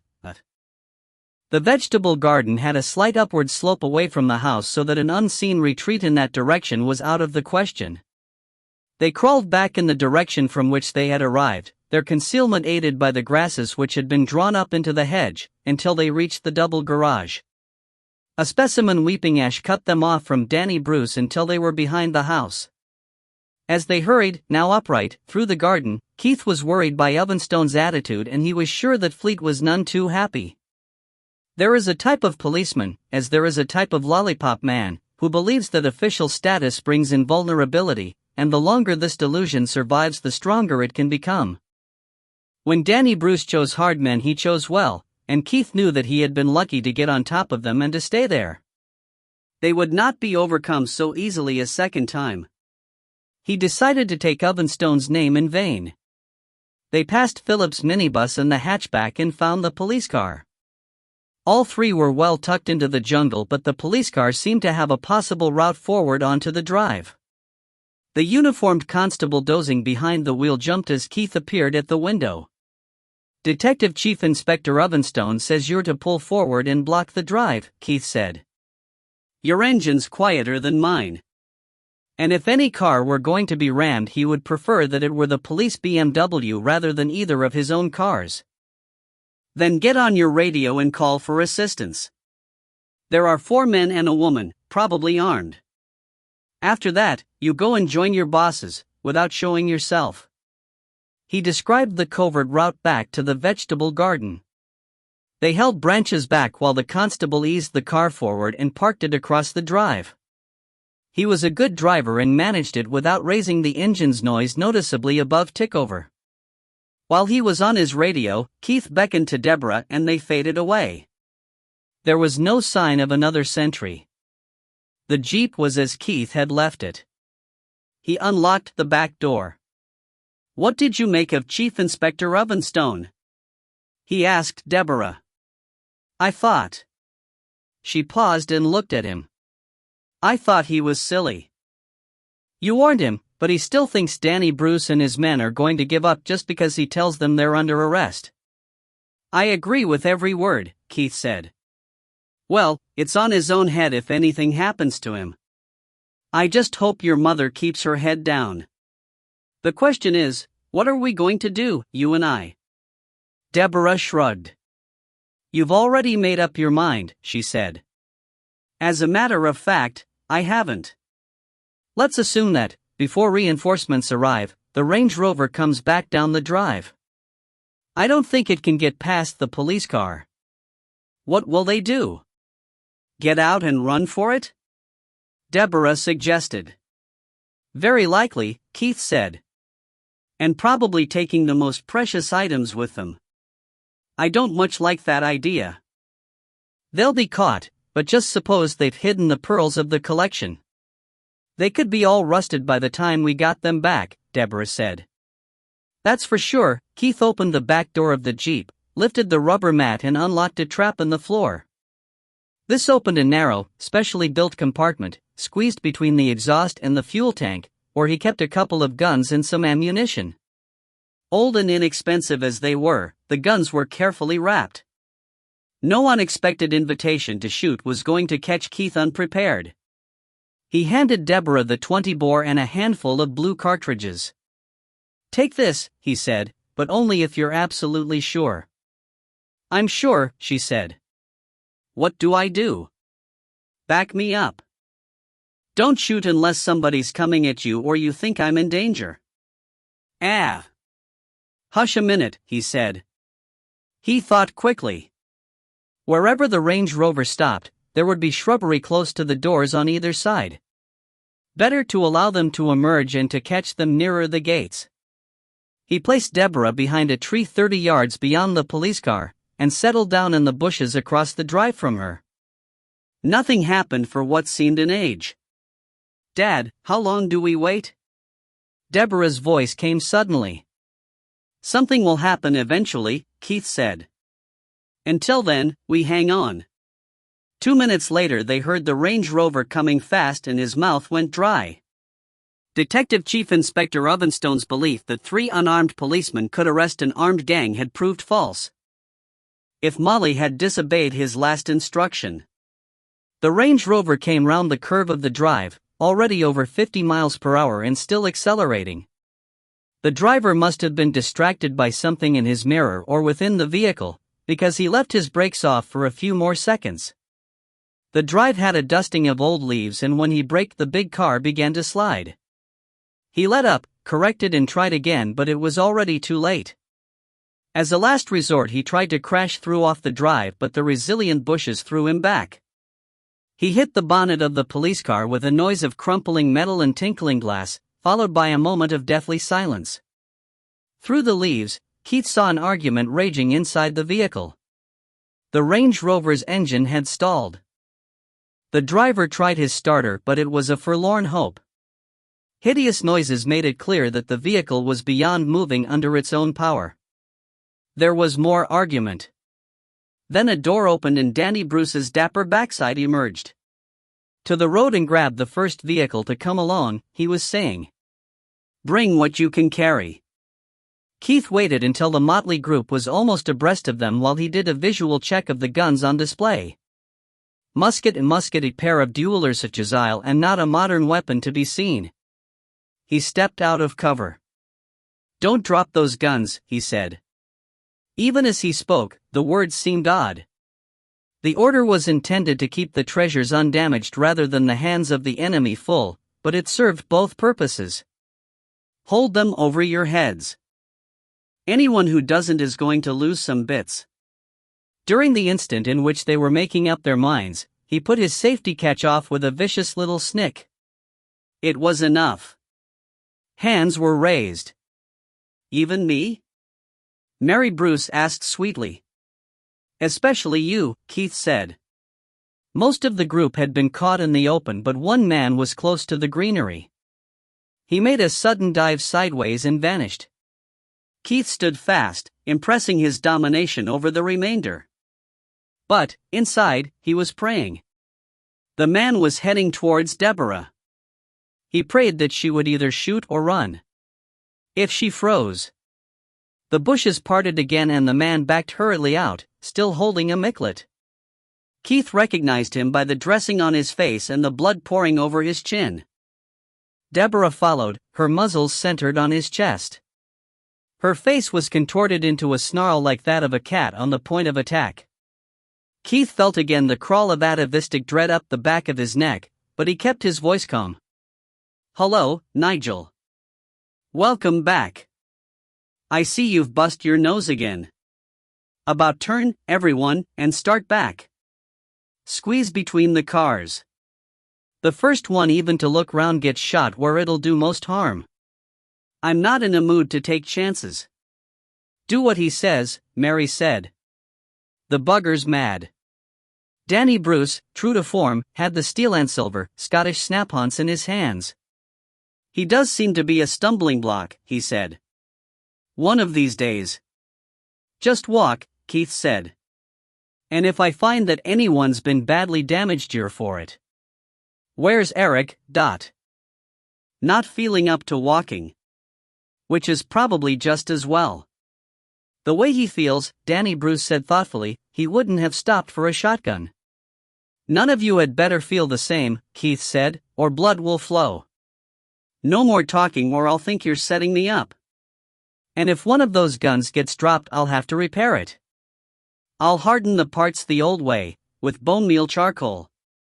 And guess whose bones I'll use?" He stole a glance at Deborah, but the alien creature had vanished. She grinned at him and winked. He blew out a long breath. So it had been an act. He had half suspected some changeling. They plodded back towards the house with an interesting variety of limps.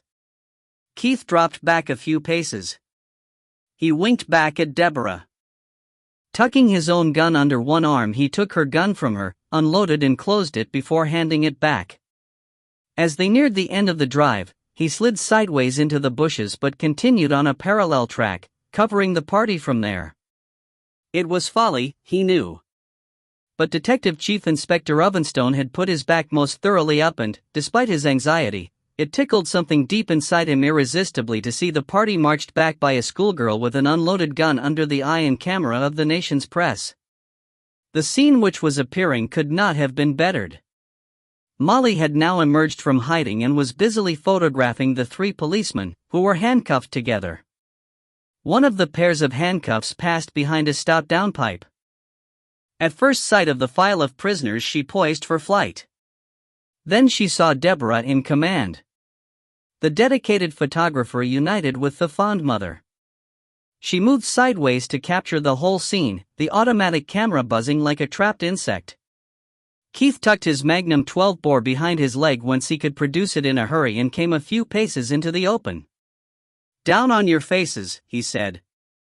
"Quickly. Philip, search them for guns, modern ones. Don't get in Deborah's way. And get the handcuff keys out of the woman's handbag," Fleet said. The three officers were freed. Detective Inspector Fleet armed himself with a 9mm Luger from the collection. Ovenstone, black as thunder, rounded on Deborah. "Give me that," he said, grabbing the 20-bore gun. "You've no business to be waving shotguns around, at your age." "You're the one who's waving it around," Deborah pointed out. "Anyway, it isn't loaded." Philip Stratton, who was scribbling rapidly in his notebook, snorted with laughter. Molly had other things on her mind. "Keith," she said sharply. "Don't do that." Keith looked up. He was sitting on the grass, his shotgun beside him. He had donned his cotton gloves and was gently wiping the coal dust from the Scottish long gun with his handkerchief. "I won't scratch it," he said. "I know you won't scratch it," Molly said. "I was thinking about your handkerchief." Keith muttered something rude about his handkerchief. He stopped work and held up his hand. "Molly, what's this on my glove?" Molly stooped. "Coal dust," she said. "Not that. On the side of my thumb." "A blonde hair," Molly said. "I could have bet on it." "You'd have lost." Keith resumed his labor of love. "You beauty," he said. "You little beauty." Chapter 8.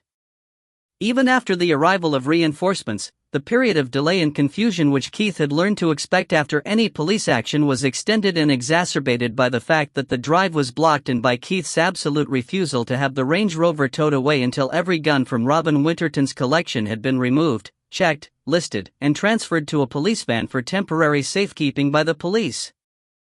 Philip Stratton had almost wrenched from Molly's camera the film which recorded the capture, at gunpoint, of the 3 officers and the similar capture of the culprits by her daughter.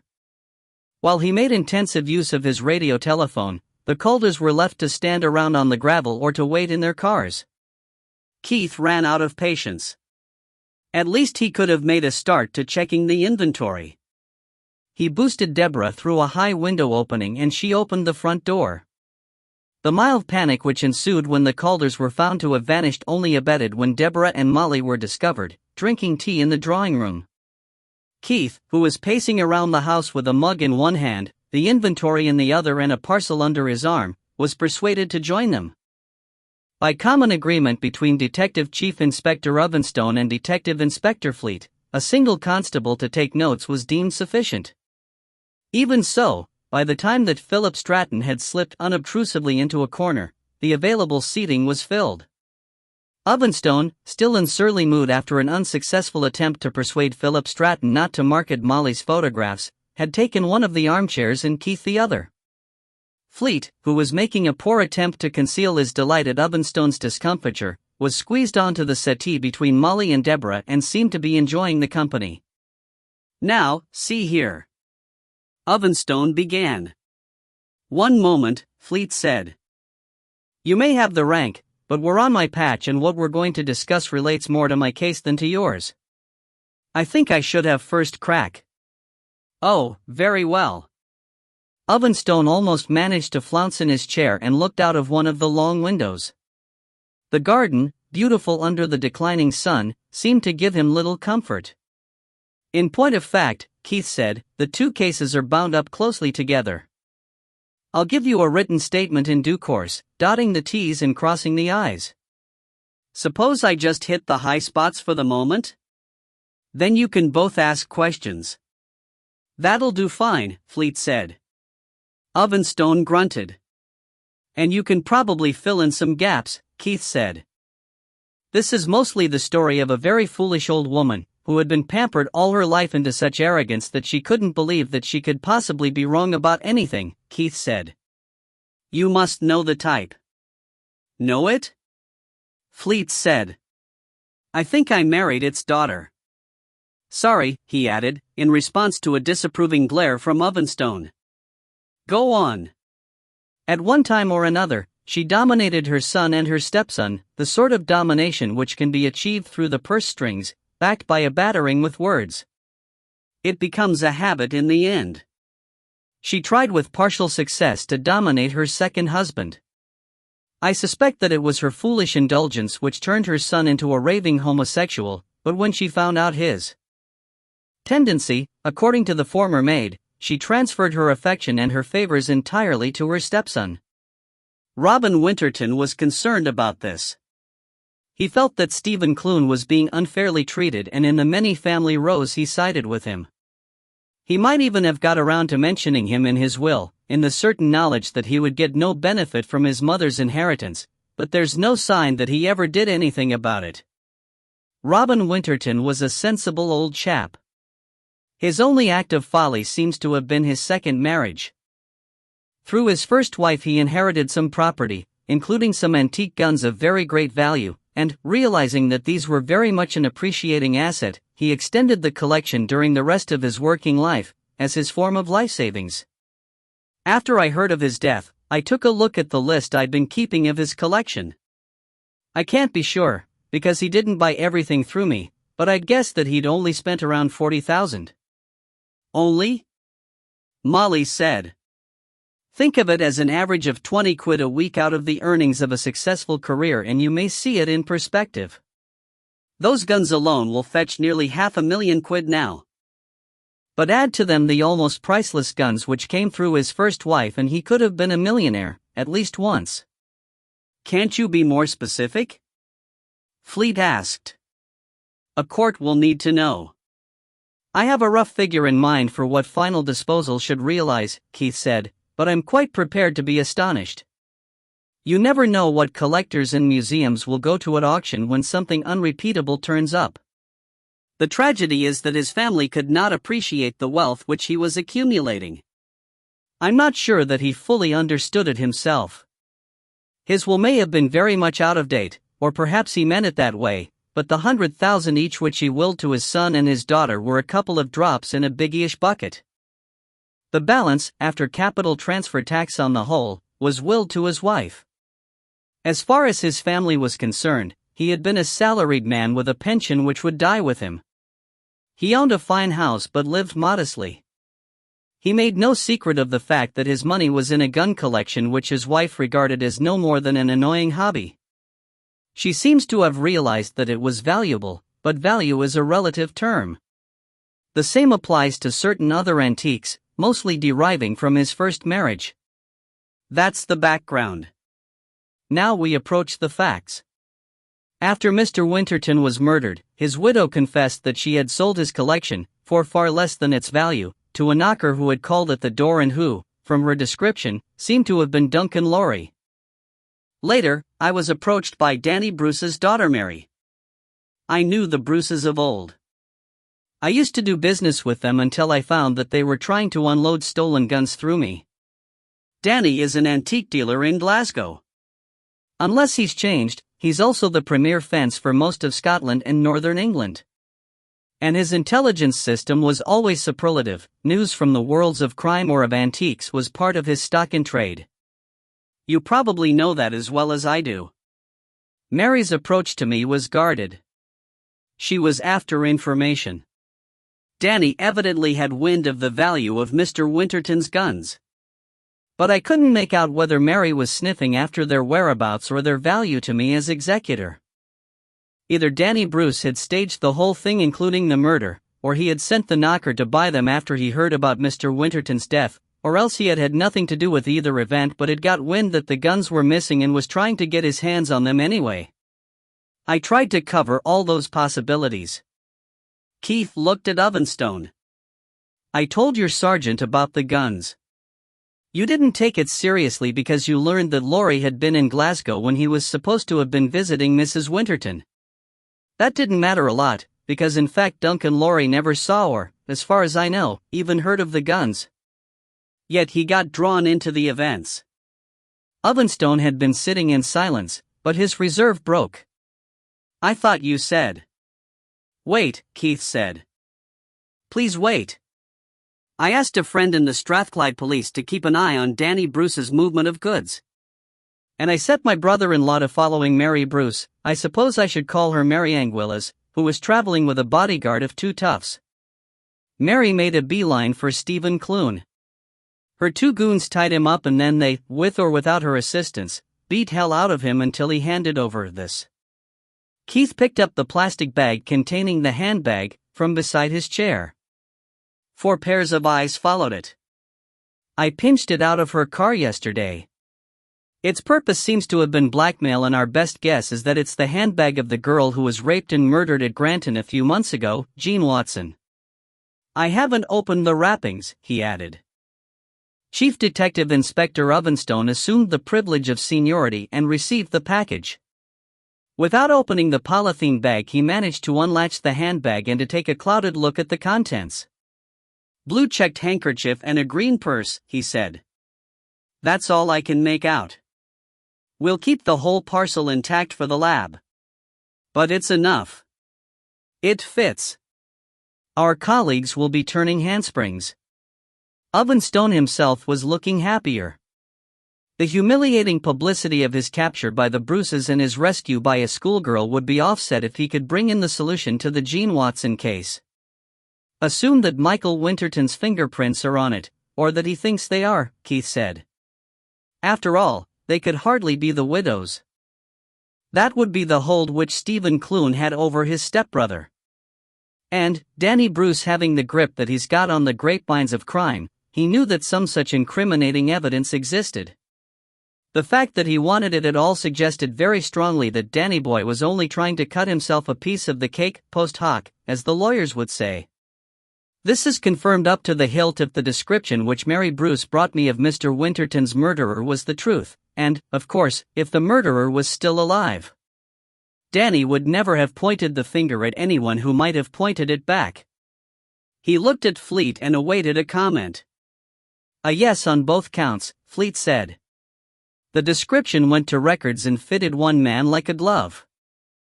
A message reached me over the radio just before I came indoors.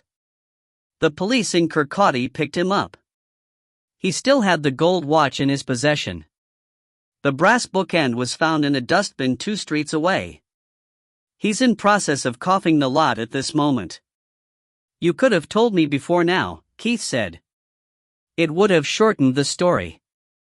Anyway, it does confirm that Danny Bruce was a late arrival on the scene. It also suggests that the widow did tell the truth at least once, when she stated that she arrived home to find her husband dead. You thought that she might have killed him? Molly asked. She didn't, Inspector Fleet said. We had to consider her, of course. But Mr. Winterton made several phone calls while she was out. And she didn't have enough time between being dropped by her friend and the arrival of the police to clean herself up after, if the ladies will forgive me, so messy a killing. I wondered about that, Keith said. There was the possibility that Robin Winterton might have intended to change his will. She could easily have done it before she went out. No reputable pathologist will ever pinpoint the time of a death, not unless he saw the murder committed. There are too many variables and his evidence is too easily upset by the thousands of cases in which precise estimates of the time of death have been proved to be hours or even days out. And I thought that Stephen Clune might have killed his stepfather. But he picked up his mother after we conferred in the solicitor's office, by royal command, I suppose. If you arrive here by car, it's difficult not to park opposite the front door. And, just at the moment, not only are rowan berries falling there but the birds are dropping purple plunks from the trees. I think they've been eating the berberis berries. It makes a hell of a mess. Doesn't it just? Philip Stratton said. Clune's car had the dust of weeks on the roof, Keith said, but no stains. When I saw Michael Winterton's car in Edinburgh, however, I leaned on the roof. It was freshly washed, but there were still 1 or 2 rowan berries in the gutter. And Duncan Laurie's van was all splattered with purple. You just said that he never saw or heard of the guns, Ovenstone said. He didn't. But Michael Winterton didn't kill his father, Molly said despairingly. We know that. That's right, Keith said. He turned to Detective Inspector Fleet. Mrs. Winterton called the police, late on the Monday evening. How long were your team at the house? We finished on Wednesday morning, sealed the 2 relevant rooms and left, Fleet said. Was the widow in the house, and alone, all that time? Several visitors came to offer help or condolences, Fleet said. Her stepson among them. So much for berries on his car. Indeed, yes, Keith said. Because she assured Mr. Enterkin and myself that he hadn't looked near her. And she summoned her own son to chauffeur her, although she usually used the local taxi. She was trying to foster the impression that she was still friends with her son rather than her stepson. And I'll tell you why. I'm speculating, but... Go ahead and speculate, Fleet said. Finding the evidence is our job. Right. During those 2 days, Michael Winterton and his affectionate stepmother compared notes. Remember that he was very much under her thumb. As they saw it, in their inadequate understanding of his finances, Mr. Winterton's assets would hardly cover the legacies to Michael and his sister, and he would certainly be blackmailed out of his share by his stepbrother. They couldn't bring themselves to believe that, after capital transfer tax on the whole was paid, there'd be anything much left for his widow. And this seemed very unfair to them. So, they thought, why not keep the gun collection separate? The value of this house and its contents might realize enough to pay perhaps half of the legacies to Michael and his sister. The value of the guns could remain unknown to Stephen and to the Inland Revenue. As soon as the police left the house, Michael moved the guns out of their cellar and hid them under the coal in the boiler room. He must have been out of his mind. With anxiety, you mean? Molly asked. Or do you mean that he was mad to think that he could get away with it? I was thinking of the damage he could have done to what are really national treasures, Keith said indignantly. On Thursday morning, he went on, I returned from my wanderings. Mr. Enterkin called a meeting that afternoon and the widow coolly announced that she had sold the guns. Well, she got a shock, but she covered it well. I gave her some idea of the probable value of the guns. If she had had the sort of mind which could be changed, she could still have backed off. She could, for instance, have spun some tale about the guns still being nearby and awaiting collection and that she would cancel the deal. But no. The chance to cheat her stepdaughter, the taxman and her own son of even greater amounts still looked good. But I was pressing her for details of the sale and in her confusion she made a bad mistake. She had to describe a knocker and she described one who had called at the door earlier in the week. Duncan Lorry's visit must have been during Monday or it would have been noted by the officers in the house.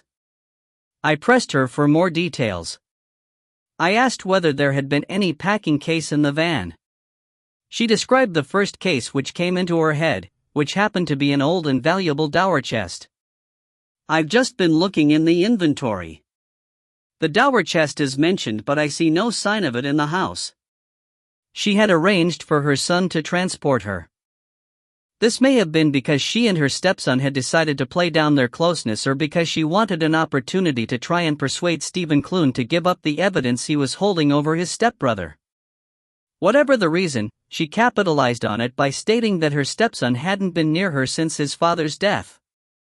There must have been another conference, probably by telephone, between her and Michael Winterton. I call it a conference, but more likely she was dispensing tablets of stone. It was decided to go through with the theft or embezzlement, whichever you like to call it. From Michael's viewpoint, the idea of getting access to a lot of money which neither his stepbrother nor anybody else knew about would have seemed attractive beyond his powers to resist. Remember, he would have been facing the possibility of becoming a fugitive if his other crime had surfaced. So far, it's almost a humdrum story of muddled thinking and bad intentions. Here's where it becomes truly evil. He paused and wiped his face. The room seemed suddenly oppressive. The snag they faced was that Mrs. Winterton had described a real man who would almost certainly be able to prove that he had nothing to do with the guns. Chief Detective Inspector Ovenstone had been recovering his humor. His flush had subsided and, no longer glaring out of the window, he had been listening attentively. You're suggesting that Duncan Lorry was killed for no better reason than to support a story which accounted for the disappearance of some valuable guns? Keith shrugged. Many men have been killed for less, he said. May I ask why you decided that he hadn't killed himself? Ovenstone hesitated. I suppose there's no harm, he said reluctantly. It seemed a clear case of suicide, but we had a pathologist look at him, just in case. The pathologist reported that the wounds had been made by a weapon much sharper than the razors, which seemed to have been used for sharpening pencils and the like, and with a shorter blade. Like a veterinary scalpel? Fleet asked. Could be. And the tentative cuts had been made after death. A suicide by knife, Ovenstone explained kindly, usually makes some preliminary cuts before he gets up the nerve to do the real job. Keith avoided Molly's eye.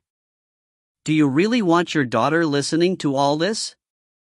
Ovenstone asked suddenly. I think it would do her more harm to sit outside and imagine things, Molly said.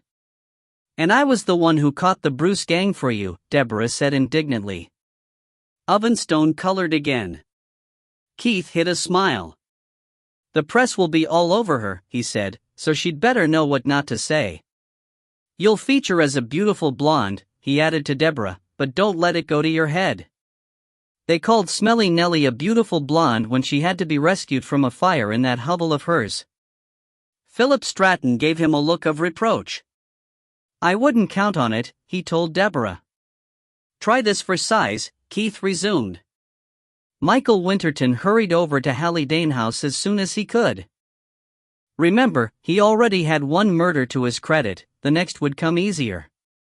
If you're right, Ovenstone said, and it's a big if, he may have had more than one.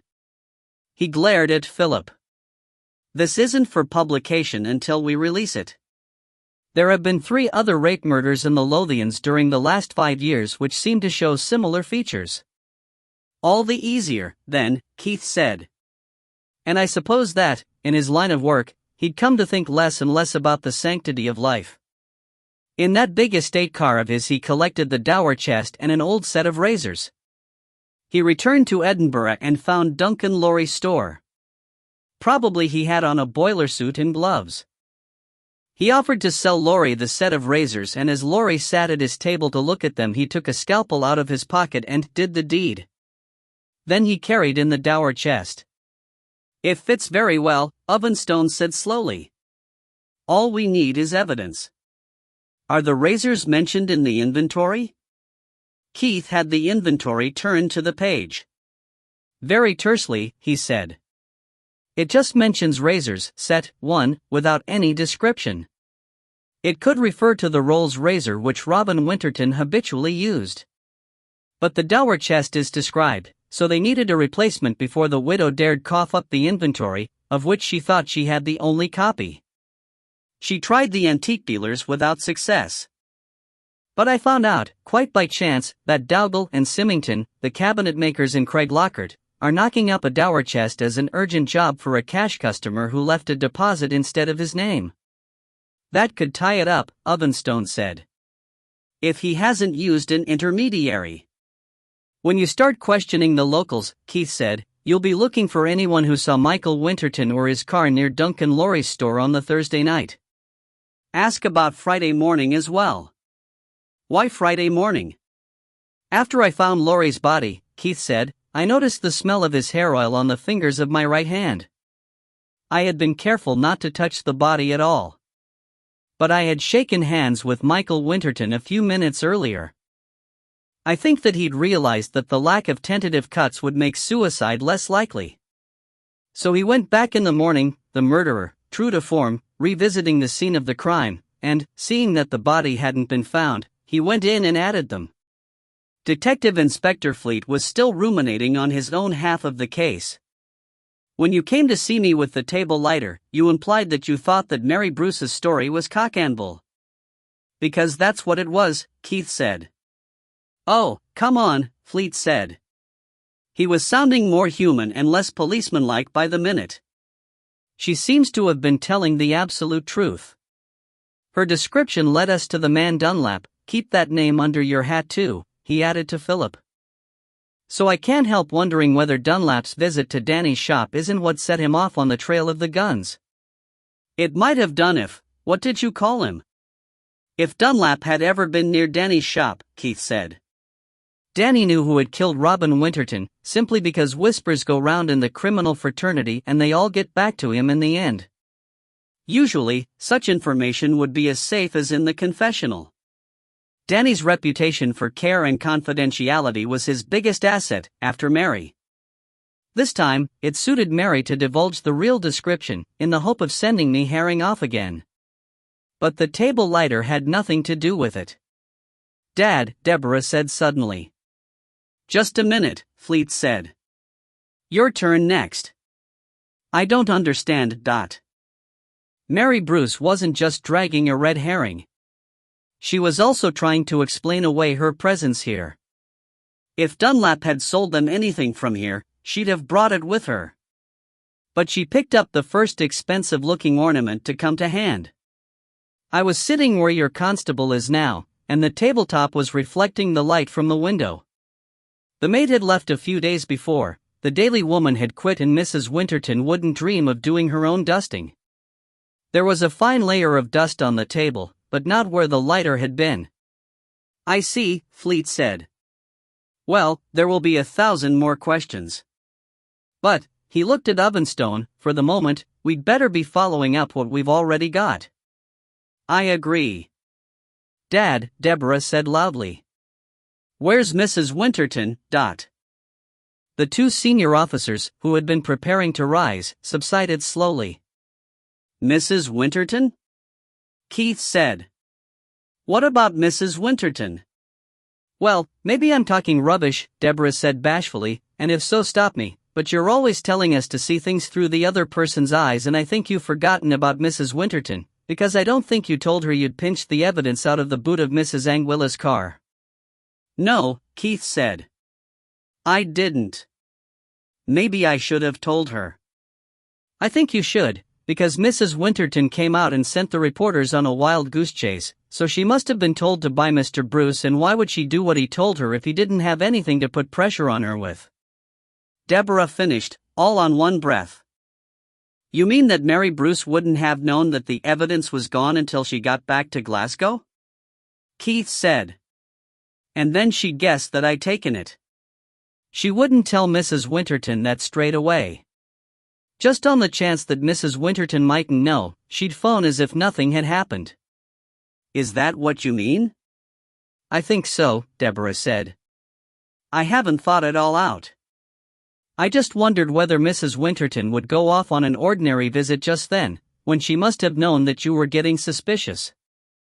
I suppose she'd just done a deal with Mr. Bruce. There was a hissing silence. Keith turned to Philip Stratton. Did she put cases into the taxi? He asked. Not that I noticed.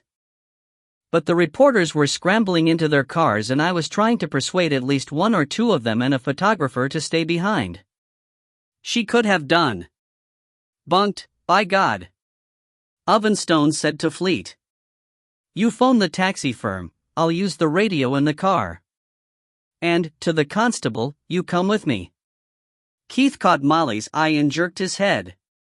He gave Deborah the signal which he would have used to tell a dog to stay. She nodded back. When Keith and Molly returned downstairs, Ovenstone was standing over Fleet, who was still at the phone. Both men looked up. I'd say that her best clothes have gone, Molly said.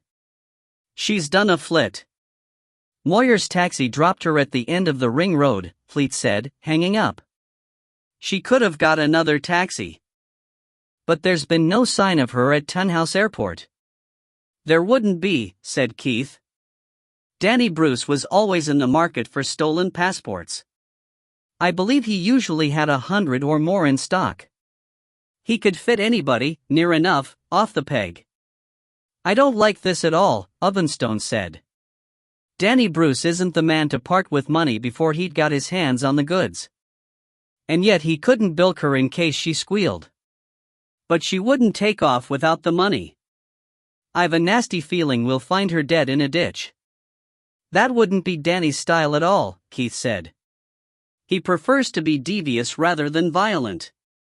What he'd do would be to get her to do his dirty work, promise her money and get her to meet him. Then, and only then, he'd tell her that we'd got the incriminating handbag. Then she'd know the game was up. She'd have to go.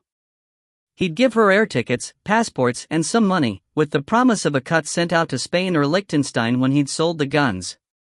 The driver came in from the car. The Dunbar police can't get any answer at the vet's surgery, sir, he said. Gone, both of them, Ovenstone snorted. I'll bet they were airborne before we got word to the airports.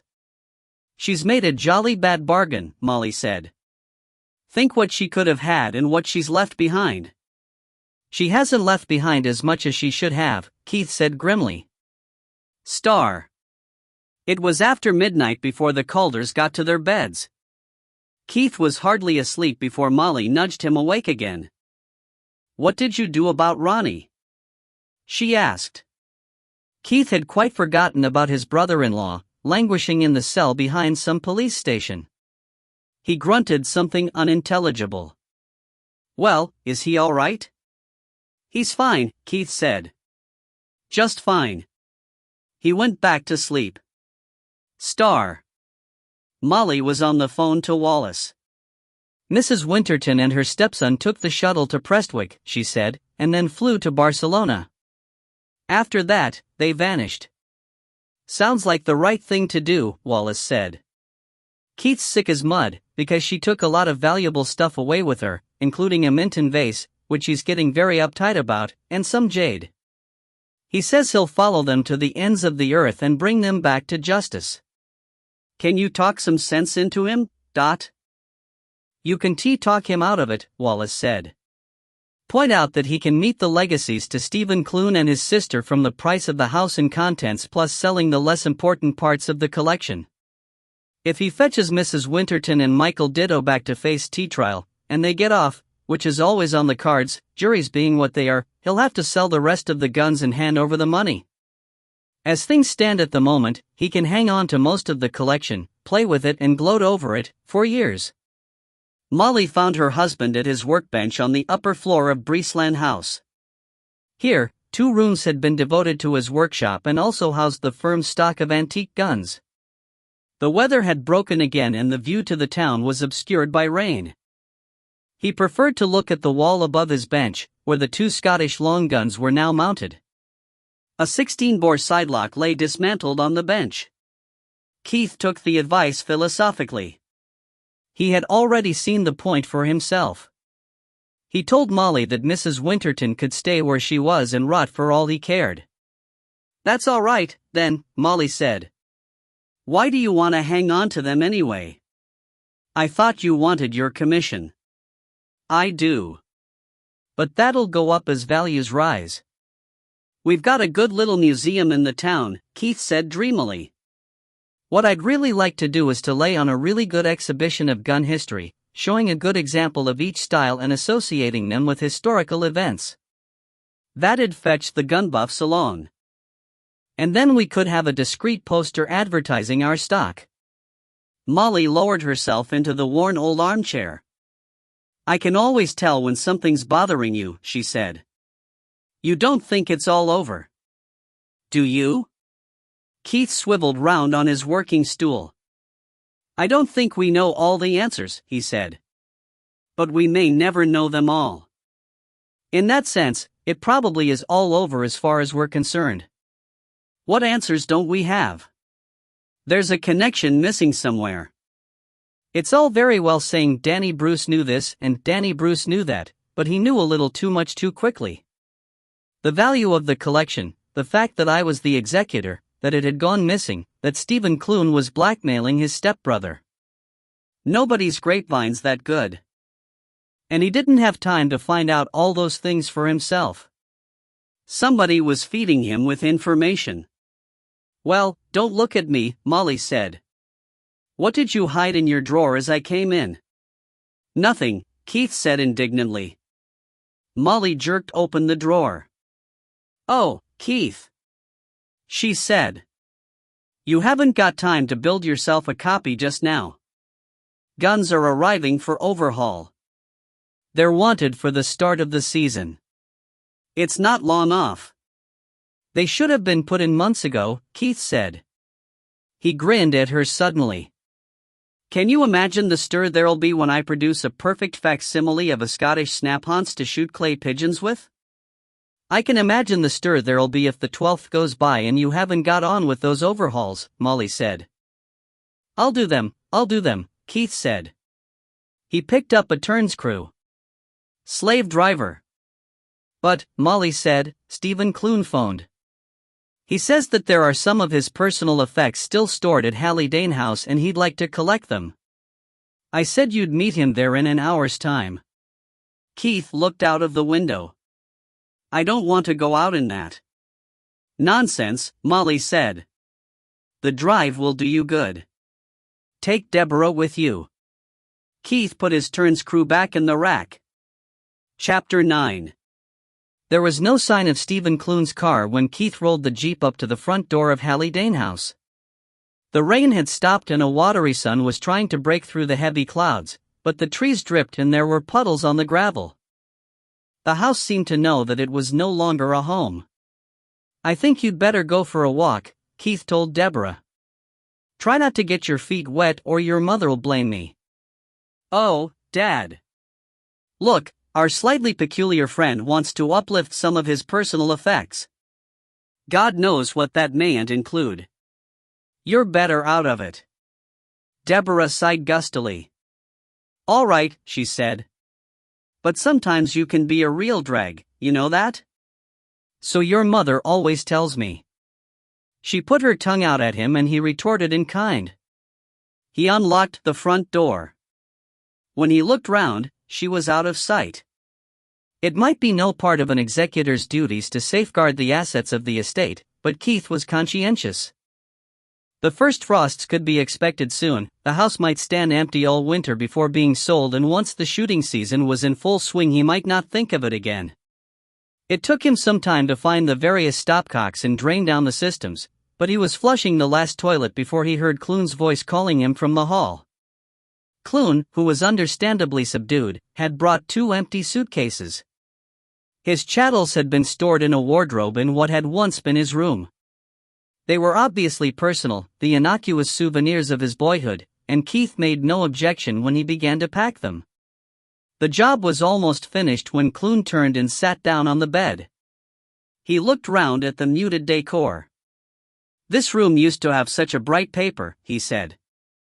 I don't remember what it showed. Toys, I think. Keith could think of no reply but an interrogatory noise. You despise me, don't you? Clune said. I don't blame you. I despise myself. Not because I'm gay, although, coming back here and remembering, I can't help wondering what my life could have been like. There's never any point looking back, Keith said gruffly. He tried and failed to think of a topic to turn the subject. There's certainly nothing to look forward to, Clune said desolately. My friends walked out on me. He'd looked up to me until he saw what those men reduced me to. I'm nearly broke and my only source of extra income is out of the country. In fact, once they run out of funds he'll probably be writing to me for money. There's a laugh. And it's my fault. I'm the one who blew it. Keith was almost wriggling with embarrassment. Should you be telling me all this? It helps to tell somebody. And there's nobody else now. A trouble shared, Keith said, is a trouble doubled. Clune ignored the hint. You were kind, that time when you found me. You and that girl of yours. She's a charmer. Clune, who had been looking down and picking at the coverlet, suddenly looked up at Keith with almost dog-like dependence. I've no other friends left. But at least I'm not going to be prosecuted. The police didn't have enough evidence about blackmail. And the fiscal's office said that the chain of evidence connecting me with the other thing was too broken. And they'll need my cooperation if Michael ever comes to trial, but... Once started, Stephen Clune seemed unable to stop himself. It wasn't so awful, what I did, was it? We'd been out for a meal together, Michael and I. We got on quite well, outside the family, despite our difference. Perhaps the fact that we both had that awful old woman to contend with gave us something in common. You needn't look at me like that.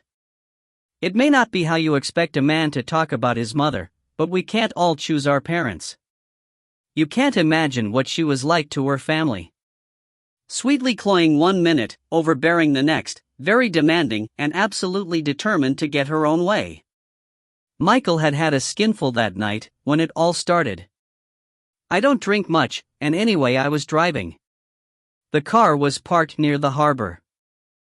He said he wanted a pee and wandered off where it was dark. He didn't come back, but I wasn't bothered. I was sleepy and there was a superb performance of La Traviata on the car radio. When it finished, I realized that he'd been gone an age and I went looking for him. It was black as the pit, so I started the car. The headlights caught him.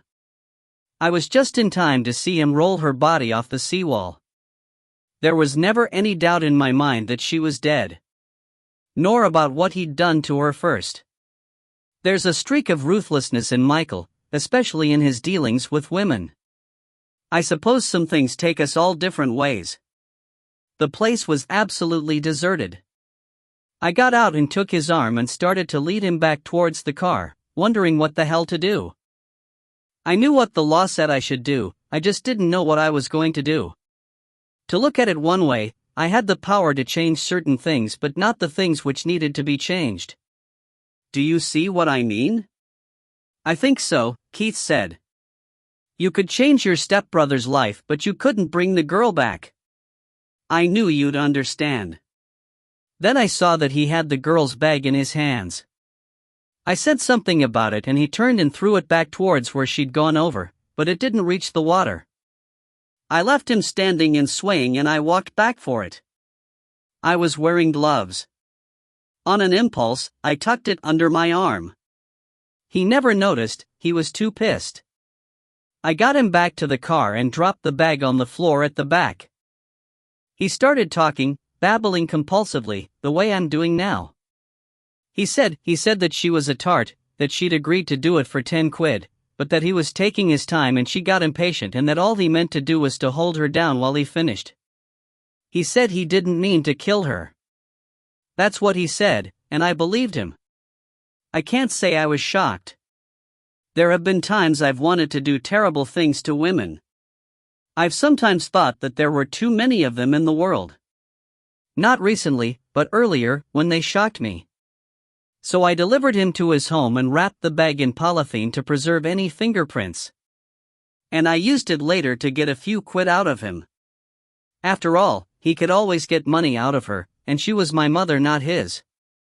That was fair, wasn't it? Surely that was only fair. Keith had felt a great unease in his guts as the tale went on. He had wanted to protest, but now he found that he had nothing to say. If the police were right and Michael Winterton had been responsible for other sex crimes, they would soon prove it. Time enough then for Stephen Clune to learn that his stepbrother had been worse than he had painted himself. I'm not qualified to judge, Keith said. He walked to the door. Come on. Finish the job and we'll get away from here. Too many memories, Clune said in agreement. He returned to his packing, but after a moment he looked up again. You've got a fine daughter there, he said shyly. She's going to be a very caring sort of person, later. If I'd met somebody like her when I was younger, my life might have been very different. The reason that I was late was that she came and sat in the car with me. Keith made a sudden movement. I didn't lay a finger on her, Clune said quickly. You know I wouldn't. Too afraid of rejection, if for no other reason. We talked. I can't even remember what she said. But she was simple and natural and I began to see how a relationship between a man and a woman was possible. I didn't feel lust, but I knew that I could have done. Do you understand? I understand, Keith said. I don't approve, but I understand. Star. The cases were heavy, many of Clune's relics were books, the lighter classics of boyhood, retained for nostalgic rather than literary interest. Keith took one case and, after a last, backward look, Clune followed with the other. Keith moved quickly. He was almost sure that Clune's words could be taken at face value, but he would be uneasy until he had seen that Deborah was unharmed. The talk of rape and murder had unsettled him. Such happenings might be rare, but he had been reminded that they did happen. The two men were stepbrothers and no kind of blood relations, but the common element in their background might have produced similarities in their aberrations. At the bottom of the stairs, Clune stopped and Keith was forced to wait for him. That's it, then, Clune said. I don't suppose I'll ever come here again. That's for sure, said a voice. The man Keith knew as Eric came out of the drawing room door. He had a gun in his right hand. It had once been a hammerless shotgun, but was now sawn off at both ends. Keith's first impulse was to throw the suitcase, but the intuition which is born of experience told him that such a weight could not be thrown quickly. With that weapon, Eric could blow his head off before the case was properly on its way. He put it down slowly. Sit down, both of you, Eric said. Stephen Clune moved towards the chair by the telephone. No, not there. On the floor, with your backs to the wall. But first, he pointed the gun at Keith, who felt his chest contract, open your coat and turn around. Keith did as he was told. Take the knife out of its sheath with your left hand, slowly, and drop it on the floor. Again, Keith had no choice but to obey. So you're not carrying my revolver, Eric said. His air of superior amusement had returned, but with an added edge. Well, you never liked it anyway. You think this is better? I could have got you £1,000 for that before you went and sawed it off, Keith said. His voice sounded hoarse. It didn't cost me anything. Eric surveyed the seated pair with satisfaction. Isn't this nice? The two men I most wanted, and I catch you together. I was following you. He nodded at Clune. I lost you at Laswade, so I tried here on the off chance and struck lucky. You've already beaten me up once, Clune wailed. What do you want now? What am I supposed to have done? Eric smiled unpleasantly. You don't know my name? Either of you? You're Eric, Keith said. That's what Mary called you. I'm Eric Dunlap. Does that start any bells ringing? It meant something to Keith, but before he could speak, Stephen Clune said, Dunlap? You're not Bobby's brother, Eric said. I'm the big brother of your latest boyfriend. It's over now, Clune said drearily. You needn't worry. He's left me. I took him away. But not before you debauched him, turned him into a half and half like yourself. That's what the beating was for. I couldn't kill you just then. Not with the others looking on. Mary doesn't mind a little rough stuff, but she doesn't go for snuffing. So I had to defer the pleasure for another time. Like now. I didn't make him into anything he wasn't already, Clune said. Keith thought that was probably the wrong thing to say. And Clune's voice was quavering with fear. Keith could look for little help from that quarter. Despite the seriousness of his predicament, a detached part of Keith's mind could feel the satisfaction of a mystery neatly resolved. One brother the lover of Stephen Clune, one in Danny Bruce's employ. A third Dunlap, another brother? Tipped off that Hallidane House contained valuables and that the mate had left, watching the house and, seeing the taxi, thinking that both occupants had gone out. Danny Bruce's omniscience was explained. Keith's complacence was short-lived. Eric called Clune an arse bandit and then switched his attention. As for you, Calder, he said, I'd been looking forward to this since Saturday. You made me look stupid in front of Mary, taking Nigel's shooter off me like that. And what you did, and nobody does that to me and gets away with it. I wasn't going to do you any real harm, Keith said. You pushed a gun at me. And then Nigel, rushing at me. Seated as he was, with his back literally to the wall, there was no way that Keith could get up in a hurry. His knife was on the floor, only a yard away but out of reach. How long would it be before Deborah came to look for him? And did he even want her to come? She might be killed. But if she didn't come until too late? Nigel's coming would not have mattered if you hadn't already grabbed me exactly where I'm going to put a load of BB into you, Eric said loudly. He was visibly working himself up into a passion. And now? Mary. She's going to go down for carrying concealed weapons and assaulting the police, and it's all down to you. Eric was standing with his back to the open front door. Keith saw the slim figure poised on the threshold and knew that he must hold the man's attention at all costs. If she'd asked me, he said loudly, I'd have warned her not to pull a gun on those 3 coppers. Stephen Clune had also seen it, and from somewhere he produced a buried reserve of courage. Don't tell me that you're carrying a torch for that virago, he said. Deborah had vanished. How much had she seen and heard? Keith remembered that the Jeep's keys were still in the car, with the key to the gun locker attached. One of his fears had always been that she would be drawn into one of his scrapes and end up with a man's blood on her hands. He could not think what to hope for. If it's any of your business, Eric began. He broke off. What did you call her? It means a femme fatale, Keith said quickly. A heartbreaker. She's all of that. And now God knows when I'll see her again. Christ, how I'm going to enjoy this. He lifted the gun, two-handed. You won't, you know, Clune said. Revenge is never as sweet as you expect it to be. And Mary won't approve. She won't know, ever. But I'll still have done it for her. Keith kept his voice calm and reasonable. I suppose Danny Bruce knew about the collection through Bobby and you. Eric scowled at him, but at least he postponed pulling the triggers. If it matters, yes.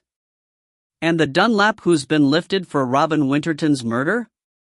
Our brother, Eric said. But he always was a bloody fool. Mary told him to be sure that the house was empty. That's enough talking. You've got 10 seconds to say your prayers. Keith's next gambit was dangerous, but he could think of nothing else to say which might postpone a little longer what seemed to be becoming inevitable. Did you know that it was Mary who provided his description? Balls. Keith hurried the discussion away from the unfortunate word. It's true, he said. Just after we had our fight. You weren't in the room, but Nigel could have told you. She didn't name any names, but she described a man she said had sold something from here in one of her father's shops. I repeated that description to the police, not knowing, of course, that the man was any relative of yours. His tone sought to imply that if he had known that the man was Eric's brother, he would have kept silence. The sun had managed to break through. Outside the door, Keith could see the shadow of the rowans. A rowan tree to the north of a house is supposed to keep witches away. A pity, he could have used the services of a well-disposed witch. As the thought came to him, he saw Deborah's figure reappear, his heavy magnum over her arm. Her face shone white. Eric found his voice. That can't be true, he said. Or else, maybe she didn't know his name, She knew it, all right, Keith said. She was prepared to see your brother taken up for murder, just to divert my attention while she made her play for the guns. Just to divert attention, he repeated loudly. Damn you, she wouldn't do that, Eric yelled. He leveled his gun. Deborah had taken the message and had moved to the side until she could no longer see Eric. She was out of Keith's view, and when she fired he was sure for a moment that Eric had killed him. Her shot swept a chiming clock off the wall and scattered it in fragments up the stairs. As Eric swung round, Stephen Clune moved with a speed and courage which astonished Keith. He was up, sweeping Keith's knife off the floor and sailing towards Eric in a flying tackle before Keith had half risen. Eric swung back and Keith ducked under the arc of the gun and flung himself flat. If Eric was, as he had said, using BB shot, even the fringe of the pattern would inflict appalling damage. The second shot, fired within the confining walls, was deafening. The room was filled with the reek of burned nitrocellulose. When Keith raised his head, he saw that both the other men were down. Eric had subsided against the wall beside the door, with the handle of Keith's knife protruding from the middle of his chest. Stephen Clune had been flung on his back, his chest ripped open by the shot. Half the room was spattered red. Go back and wait at the car, he called to Deborah. Her white face peered in. Did I do it right? She asked in a quavering voice. You were wonderful. Now go. Eric seemed dead, but Keith kicked the gun beyond his reach, just in case. Stephen Clune was still breathing, somehow, although one lung must have been collapsed. Heedless of the blood, Keith knelt down and cradled his head. Clune managed to show his uneven teeth in a half-smile. Keith guessed that he was feeling little pain, saved by the numbness which often follows shock. Did I get him? He whispered. Dead center, Keith said. That's good. And now I'm bleeding all over another carpet. Don't know what Mother would have said. His whisper was getting very faint. Couldn't let that girl of yours, oh damn. Things I might, have been so different if I'd ever known a girl like that. He died without saying any more. If you enjoyed The Executor, please share your thoughts by leaving a review on Amazon and Goodreads. For more discounted reads and a free ebook when you join, sign up to our newsletter. And why not follow us on Twitter, Facebook and Instagram for more great book news?